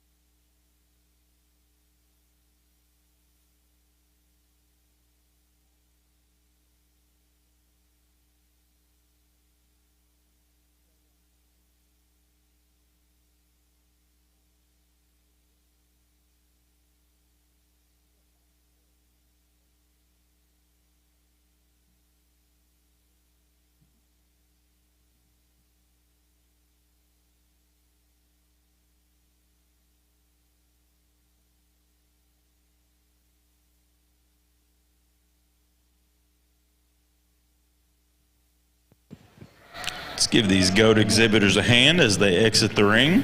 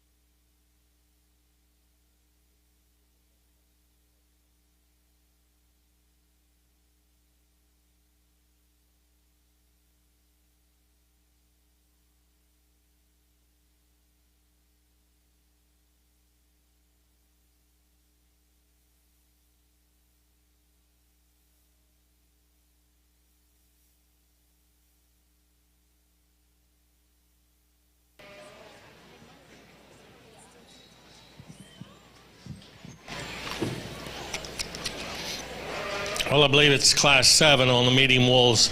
Getting a little larger, but certainly the quality is still there. I think this is a really good class. A lot of depth in this class, a lot of quality here from top to bottom, and I think these top 3 or 4 or 5 sheep in this class I liked quite a bit. Young man's going to win the class, really a nice designed one. He's really good from the ground up. I think he's just a nickel better coming out of his dock or hip than the sheep we have in second. I think they're very close. This sheep is massive in terms of rack shape and loin edge. He's really good to the touch and handle. Great rib shape to him. I think he's long-necked and attractive up through his front end. A nice one to lead the class off. And I think the one in second's got to follow him. I don't think he's quite as big over his rack and rib design that coming out of his shoulders. He's certainly not one that ties into his dock and pin set quite as wide and opened up as the sheep that leads the class. But I like that one a lot. He's wide based underneath. He's got some rib to him, got a great look to his front end, and in my opinion, probably better fronted than our class winner. I love his shoulder placement, in the point of his shoulder and the side of his body, and the way his neck comes out of the top of his shoulders is really, really neat. The one in third takes a great picture from the profile. A nice designed one. Touches good, handles good. Need to open him up. He gets too narrow based underneath from behind, has a little more set to his hock when you put him in motion. But there's parts to this one you really got to like. Love his front end design, love his rib cage. Need to see just a touch more to him and open him up underneath, and I think he becomes more competitive. The lamb that ends up in fourth, another one that's really powerfully made. Big top, big ended kind of a sheep that stands on a lot of bone. A little rougher to the eye. Not quite as neat to look at. He's bigger shouldered. He's weaker in his top line and the way he's put together in his hip loin junction. Just some little pieces you could put him together better to make him blend better, and I think he becomes more competitive in his class. But a really nice one in terms of muscle shape and skeletal thickness. And then we round the top 5 out with a sheep that again is long-sided, very attractive on the profile, need more to him. He gets a little flatter in his rib design. He's not quite as opened up and stout from the rear. Great class. Congratulations to you exhibitors. Good job. Good job. Thank you. Good job. Results from Class 18 medium wolves. 10th went to Brindley Cody, Burnett County 4-H. Breeders Benson Livestock of Hillsboro. 9th was Emerson Garner, Leonard FFA. Breeders Benson Livestock of Hillsboro. 8th was Cole Bynum, Mildred FFA. 7th was Brindley Hogg, Lubbock County 4-H. 6th, Zaylin Burnside, Jordanton FFA. 5th, Emily Peters, Kendall County 4-H. 4th, London Watson, Blooming Grove FFA. 3rd was Carson Noisy, Comal County 4-H. 2nd went to Ashton Adams, Brown County 4-H. And our class winner was John Austin North, Sanger FFA. Congratulations to these exhibitors.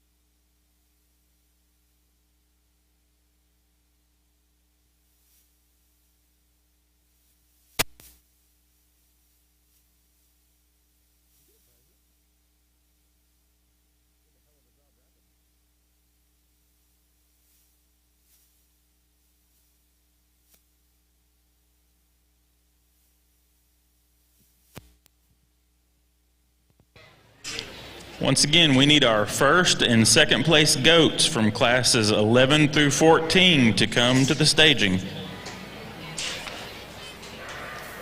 We also need our first and second place medium wolves to come check in as well.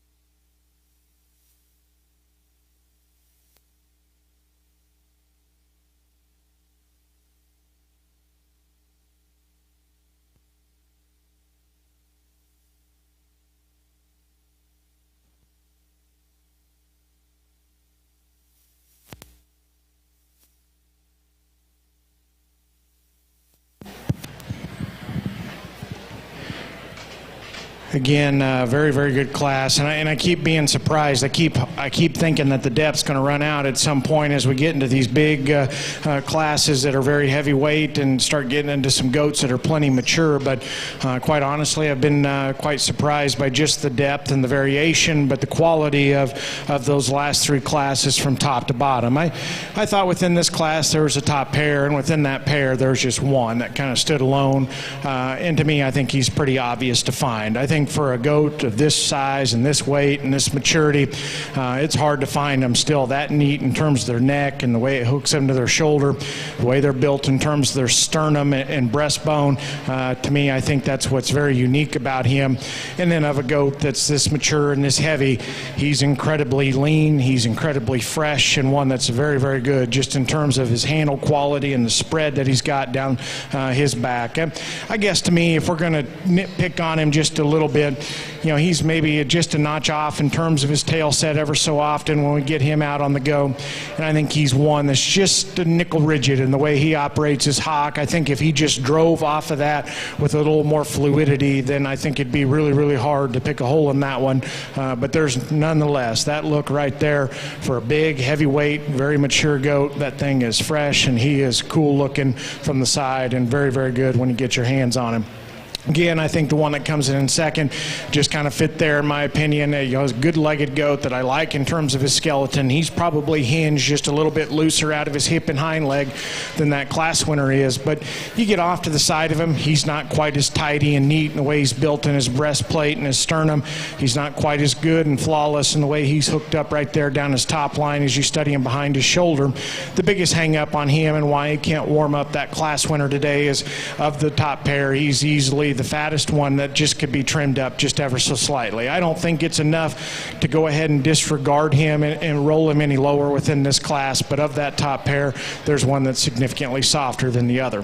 One that comes in three is not necessarily my kind, but I appreciate what he does well. Man, that thing is stout and he is big muscled, and you can appreciate just the spread and the width that he's got and up top, and just very, very impressive when you get behind him just in terms of his depth of twist, his extra stifle shape shape in that guy is awfully impressive.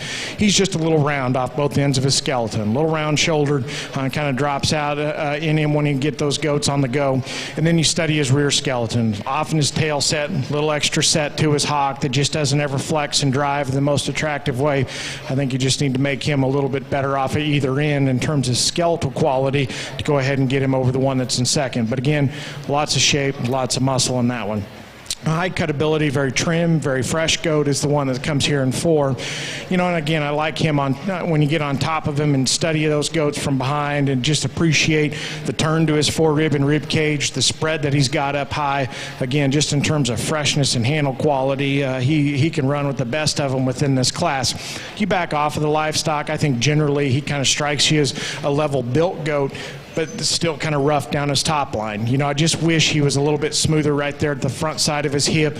I think you could square him up right there on the front side of his jump muscle just a little bit. And then I think of the top 5, easily the frailest goat when you go to the ground. You need to stouten him up in terms of his bone work.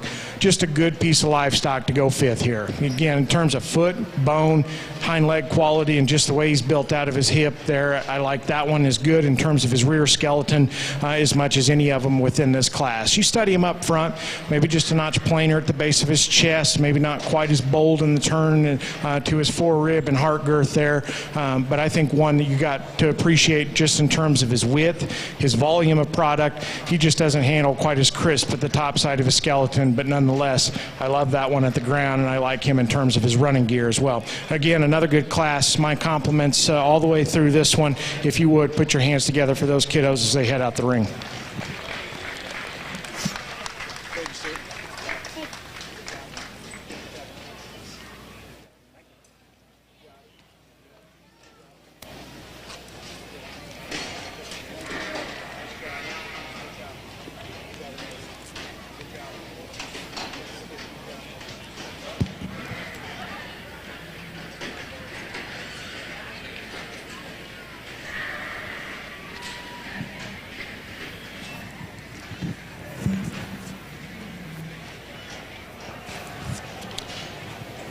Once again, we need our first and second place medium wolves to come to the staging area.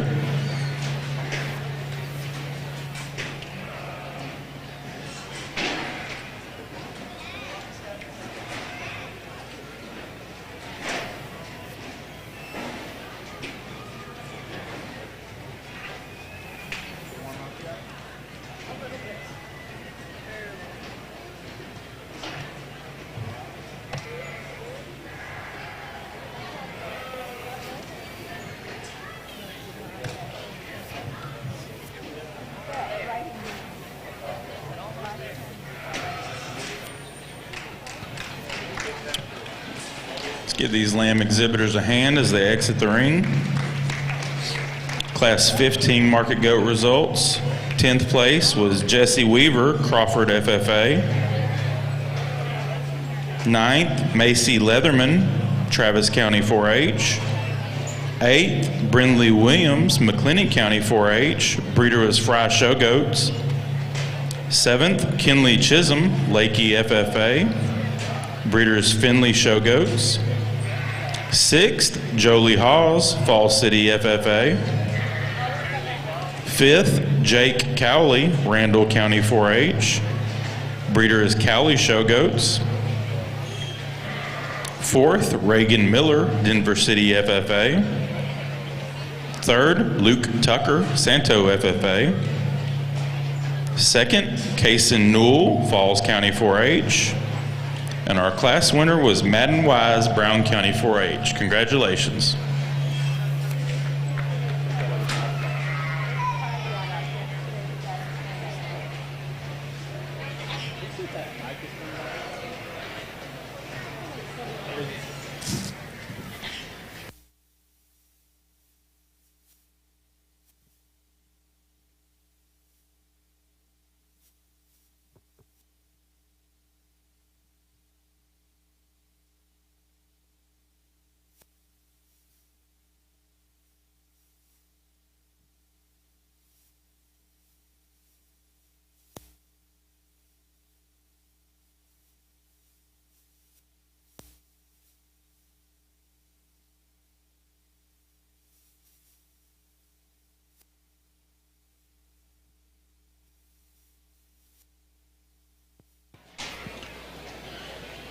We will also need our lightweight and medium weight champion and reserve goats to come to the staging.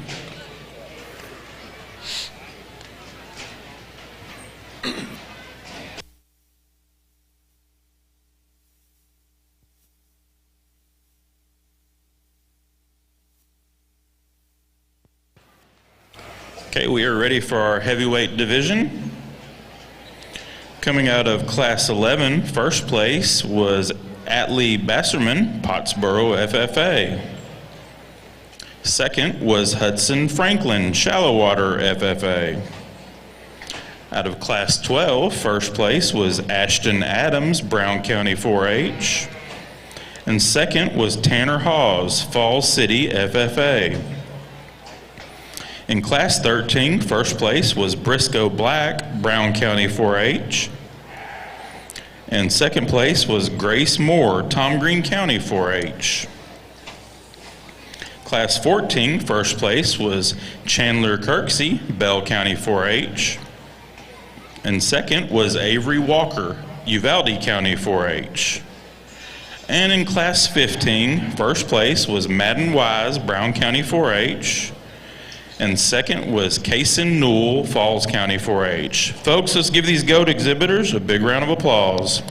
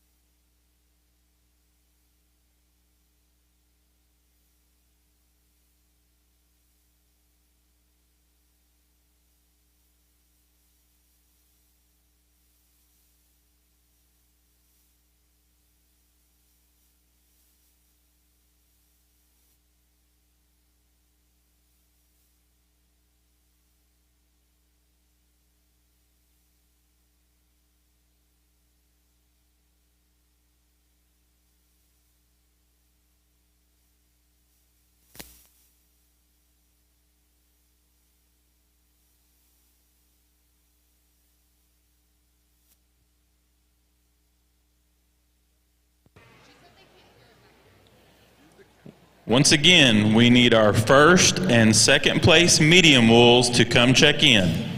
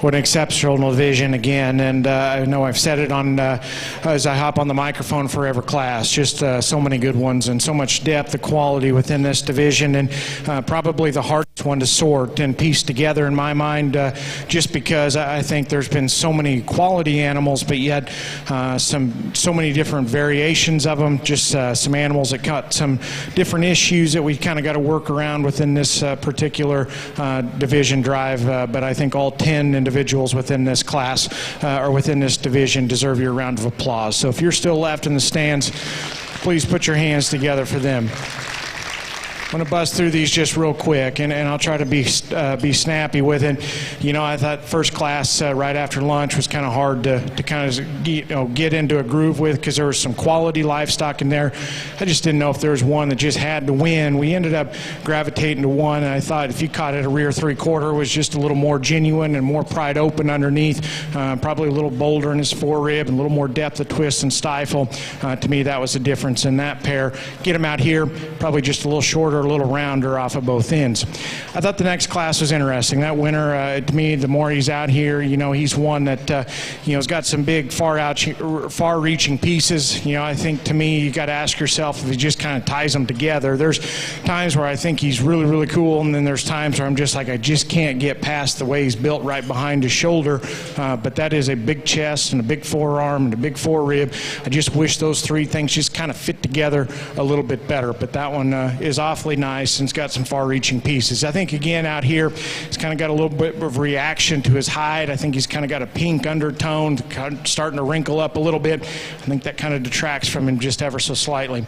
The next class, three really good ones in that class, exceptional ones, actually. I thought all three of those were really good.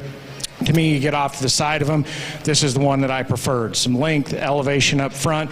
I think just his parts and pieces fit together seamlessly. I love his turn to his stifle when you study him from the side. I think you get around the front of the goats. I think of the five in these class winners, he's probably the most generic in terms of his chest and forearm, and probably just not quite as bold and expressive right behind his shoulders I prefer, but he's still fresh. Again, he's got a good look and a good silhouette from the side, and I liked him at the ground and liked his running gear and his hind leg quite a bit better than the one that was second in that class.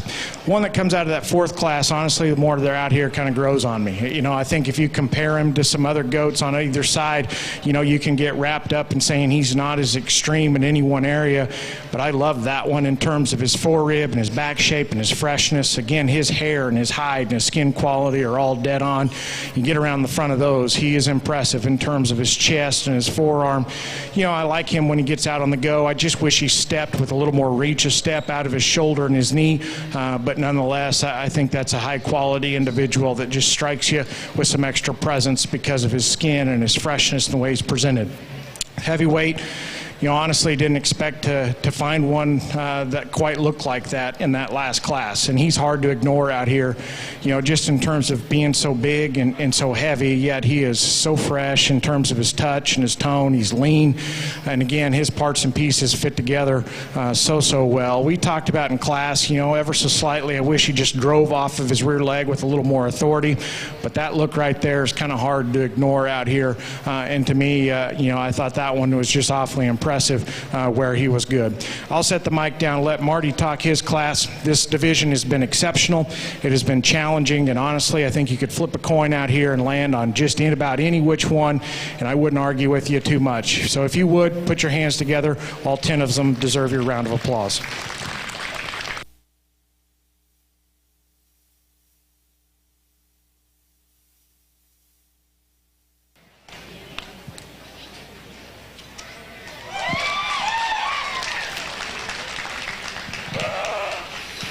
Really good heavyweight medium wool class, and I think as we get up here to these heavier weights, we start looking at some of these sheep and start evaluating what we've got left in them, and I can tell you I'm impressed.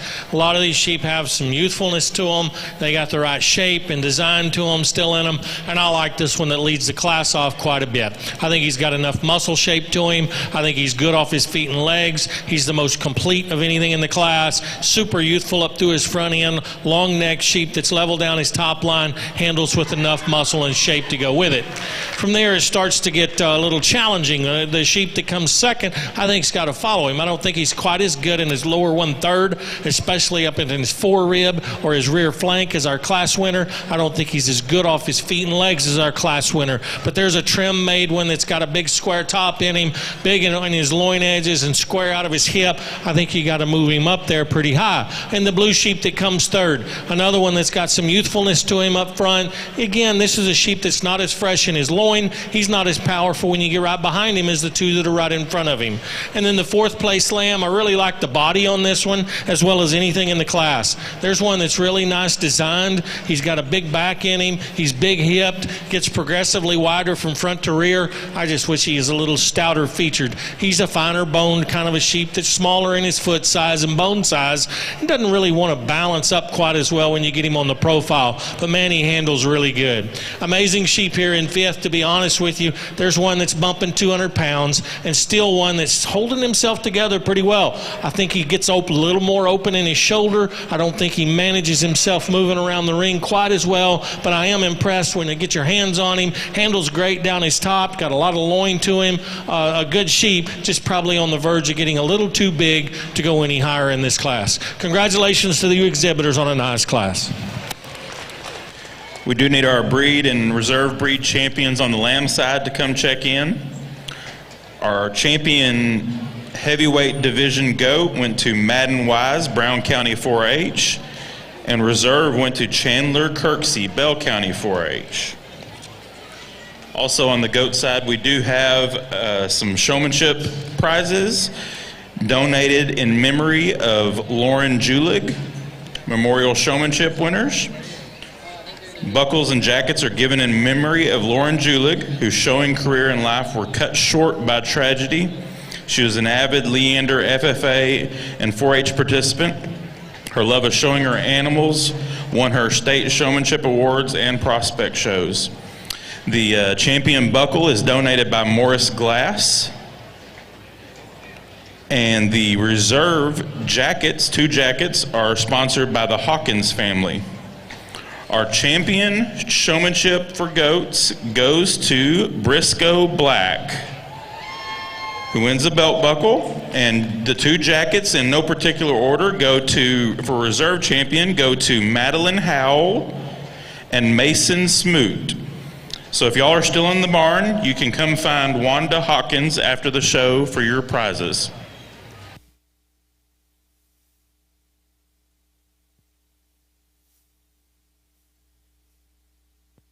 Now ready for our medium wool drive. Coming out of Class 12, first place went to Sydney Hanslick, Jim Ned, FFA.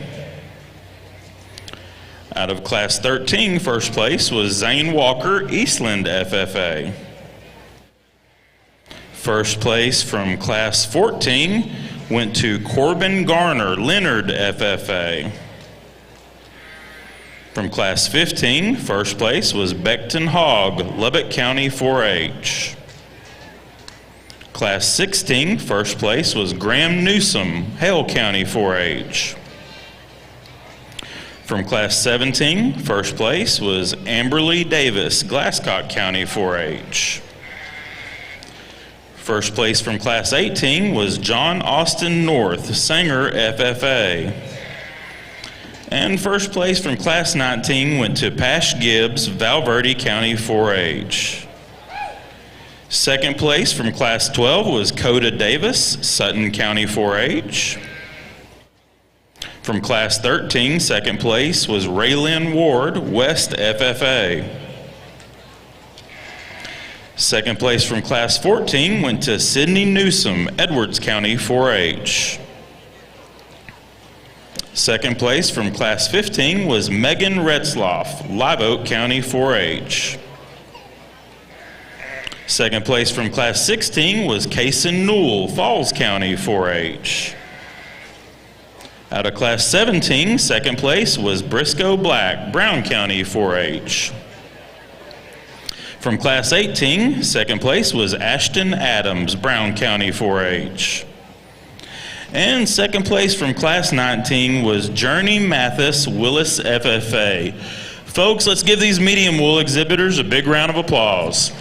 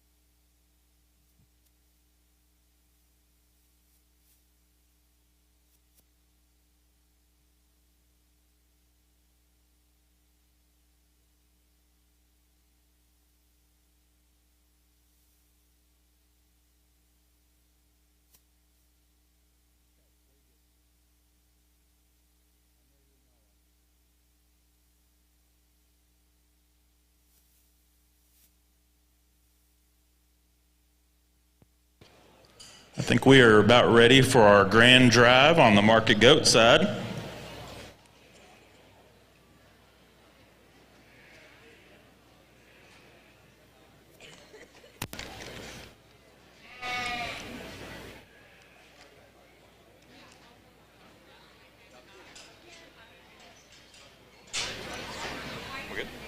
Okay.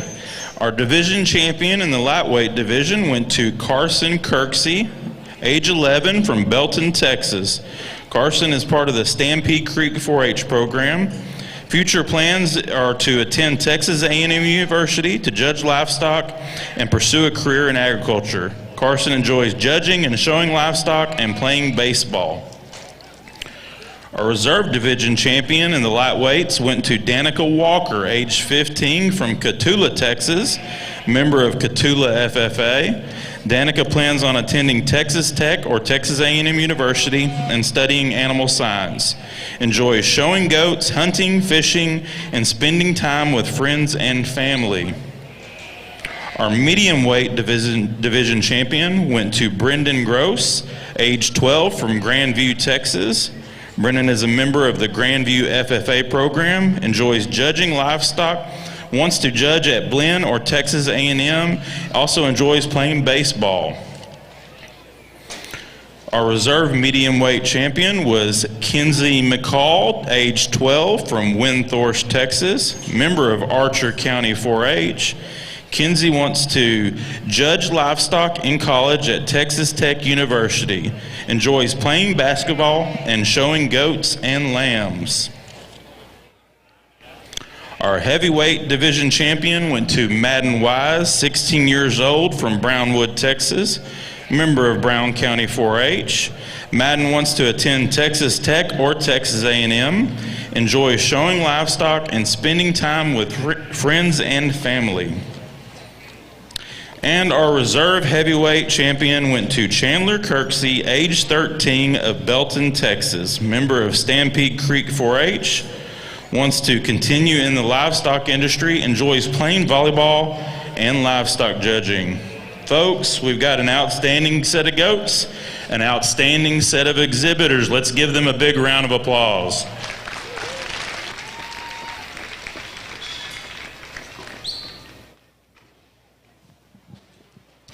Well, we get into our medium wool division drive over here on the lamb side.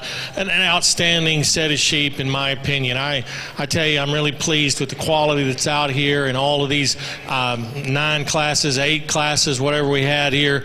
Outstanding set, really high quality. I hope you can see some patterns that we tried to set today. Sheep that have some look and design and shape and still functional off their feet and legs and have some rib and get around and move and still look the part. I'm not going to spend a lot of time talking about each one of them. I'm going to go out here and slap the champion in reserve medium wool. Before I do, put your hands together and congratulate all these exhibitors on a great job.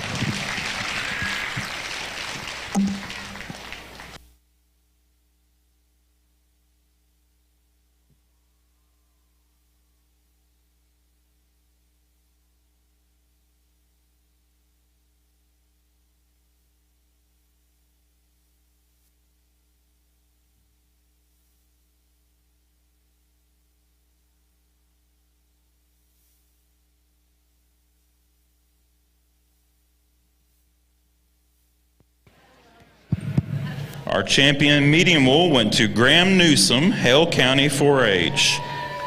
And reserve medium wool went to John Austin North, Sanger FFA. Congratulations.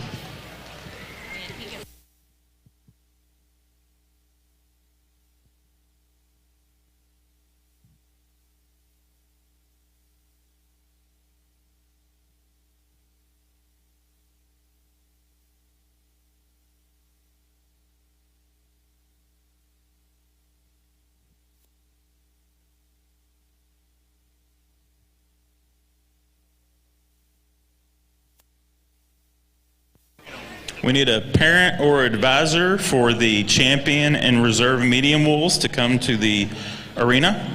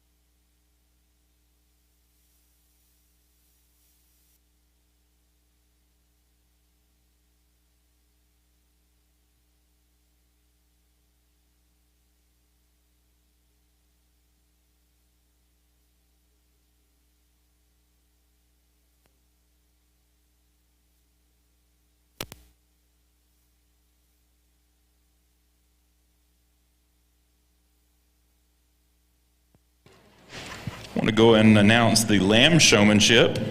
The Tommy Dodd Memorial Group has been proud to award one sheep exhibitor as champion showman. The exhibitor receives a $1,000 educational check and a belt buckle donated by Creative Awards. We are pleased to announce this year's winner as Amberly Davis. Congratulations, Amberly. If you are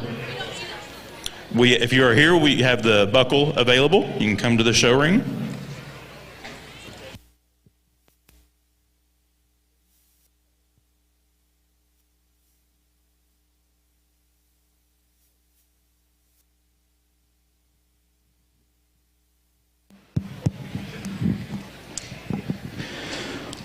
Well, what a day it's been. It's been awfully fun. And before we get any further, I just want to thank everybody at Rodeo Austin for the opportunity to be here. It truly means a lot to me, something that was been looking forward to, and quite honestly have enjoyed just an absolute ton, and had a lot of fun today. And so, you know, before we go any further, you know, this organization has changed a lot in the last few years. I don't think any of us could argue that it's not for the better. This is clearly kind of a rocket ship to the sky based on increase in record numbers. We've obviously, they've done an incredible job supporting the premium auction and digging up the right kind of volunteers and the right kind of people to be involved in this organization. And so there's no question that they have your youth and your kids in mind and want to do the best by them. And so I think before we go any further, everybody here should put your hands together and thank them for their efforts. This is an incredible show. It's very, very good. And you know, I think back to when I was coming here as a sheep exhibitor. This was kind of the show that you just kind of took your last one to. And I think because of all the things that we just mentioned, this should become one that you're shooting for every year. When you put livestock in the barn to feed, you should put one on feed to try to win Rodeo Austin, because this isn't just the last show. This is something that a lot of people have put a lot of time to make really, really good for you guys, and so take advantage of that. You know, I guess before I put the mic down and get you a couple champions, I guess my parting words to some of these kids, in particular, some of those senior kids.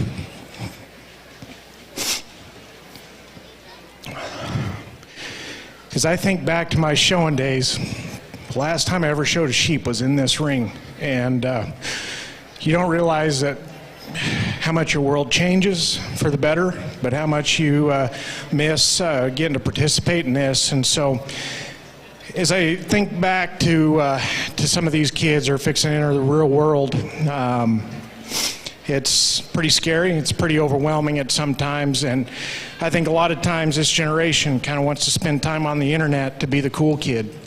And as I think back to this last year, and think back to a couple people that this world lost, different industries, but both trailblazers. And you think about what set them apart and what made the loss of them hurt so much was the fact that they were unique. They were obviously smart, talented people that were unique. They were different.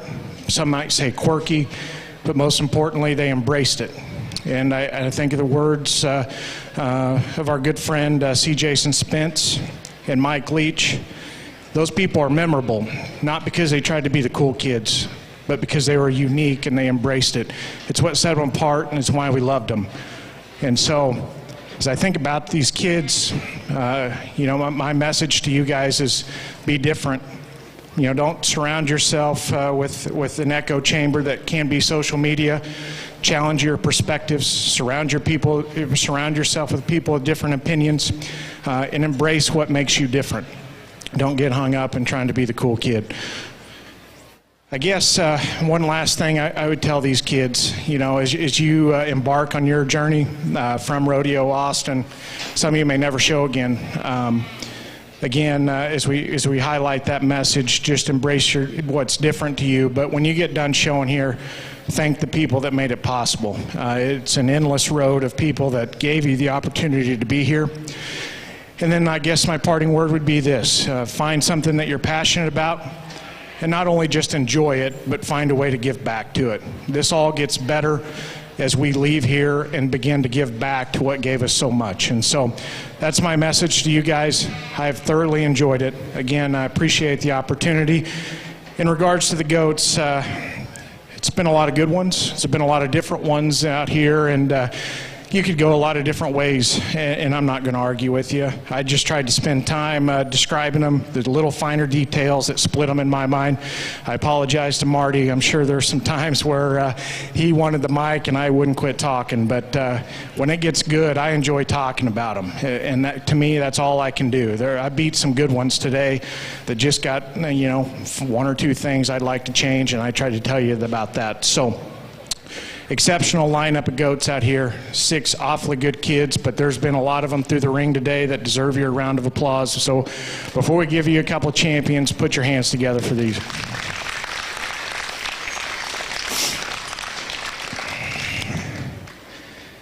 I think about the divisions today. There's been a lot of times where I thought, man, that winner's pretty comfortable, and then, man, you could do a lot of different things. As I think about this grand lineup out here, there was a goat that won this show about right here. When he came in the ring, he hit me, and one I'm pretty proud to stand behind. After that, you can take your pick as to what your poison is, but my congratulations, all these. One last time, Rodeo Austin, congratulate these set of exhibitors.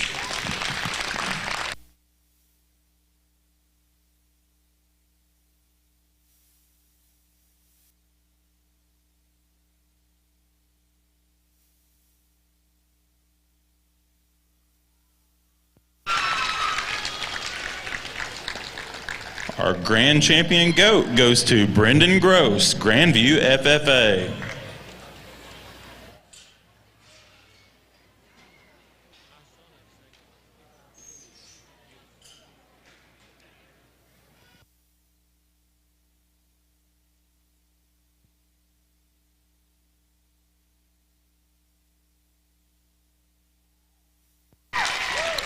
And our reserve grand goes to Madden Wise, Brown County 4-H. Congratulations to both these exhibitors.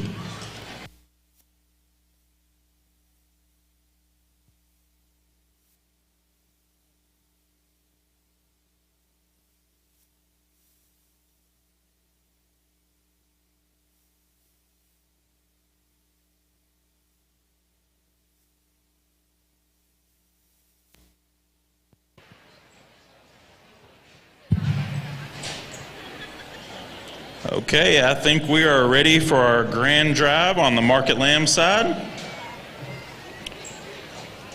Our breed champion fine wool went to Hadley Holt, 8 years old, from Clifton, Texas, member of Hill County 4-H. Hadley wants to win a Texas major. Favorite hobby, she said she doesn't have time for hobbies, she stock shows. Her lamb's name is Slim Shady. Reserve champion fine wool went to Rhett Dixon, age 15, from Sterling City, member of Sterling City FFA. Rhett wants to attend the University of Oxford. He enjoys playing sports, outdoor activities, and cross-stitching. Our champion fine wool cross went to Stratley Struby, 10 years old, from Wall, Texas, member of Tom Green County 4-H. Stratley wants to attend the Texas A&M Vet School. She enjoys playing volleyball, 4-H food challenge, church activities, and raising puppies.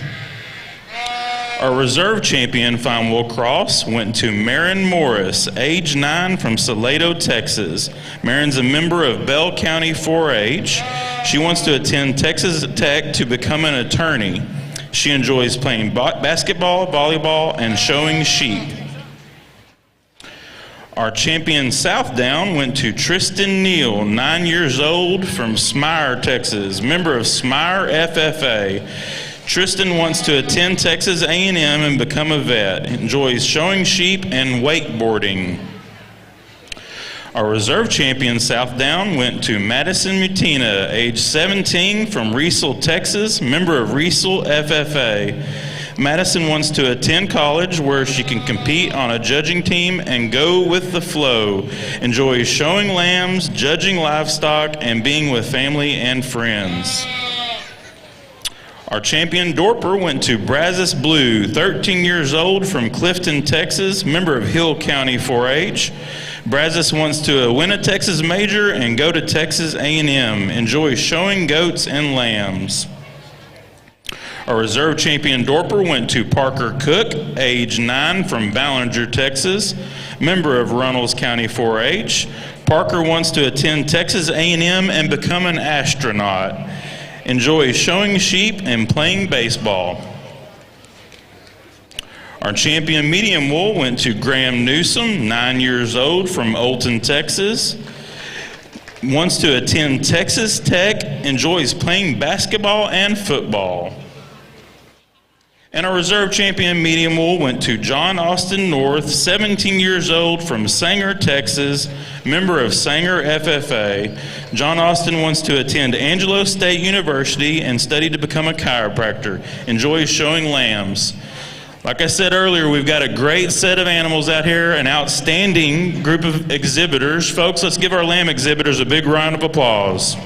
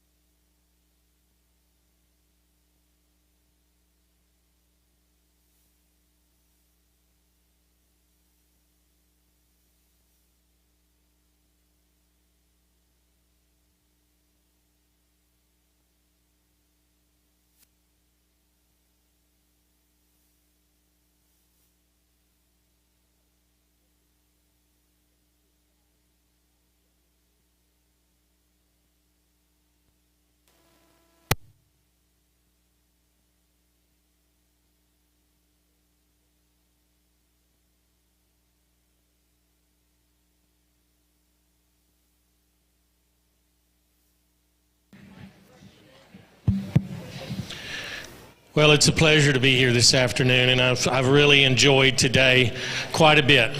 I want to start off by thanking some people here today, Glenn Allen Phillips, Lauren Todd, Jeff Thane, all you guys that work at Rodeo Austin, and the entire Sheep and Goat Committee that do a great job of putting this show together. They've worked hard for many years to get it to where they've got over 1,000 entries now. Put your hands together and congratulate them for doing a great job of putting together a great show. Extremely efficient, a well-run machine that puts this show together, and the superintendents that Todd and Dottie that keep these things rolling in here today and get us out in and out in an efficient manner. Thank you as well for all the work that you do here. I'm not a big speech maker. I'm not going to spend a lot of time on it. I got a lot of passion for this industry.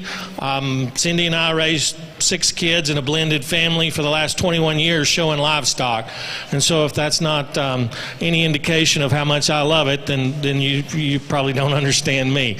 But it's been a really good time. I'm pleased with the quality that's here, as always, at every major show in Texas. Every breed's well represented. I hope you can follow some patterns and see kind of what I was looking for.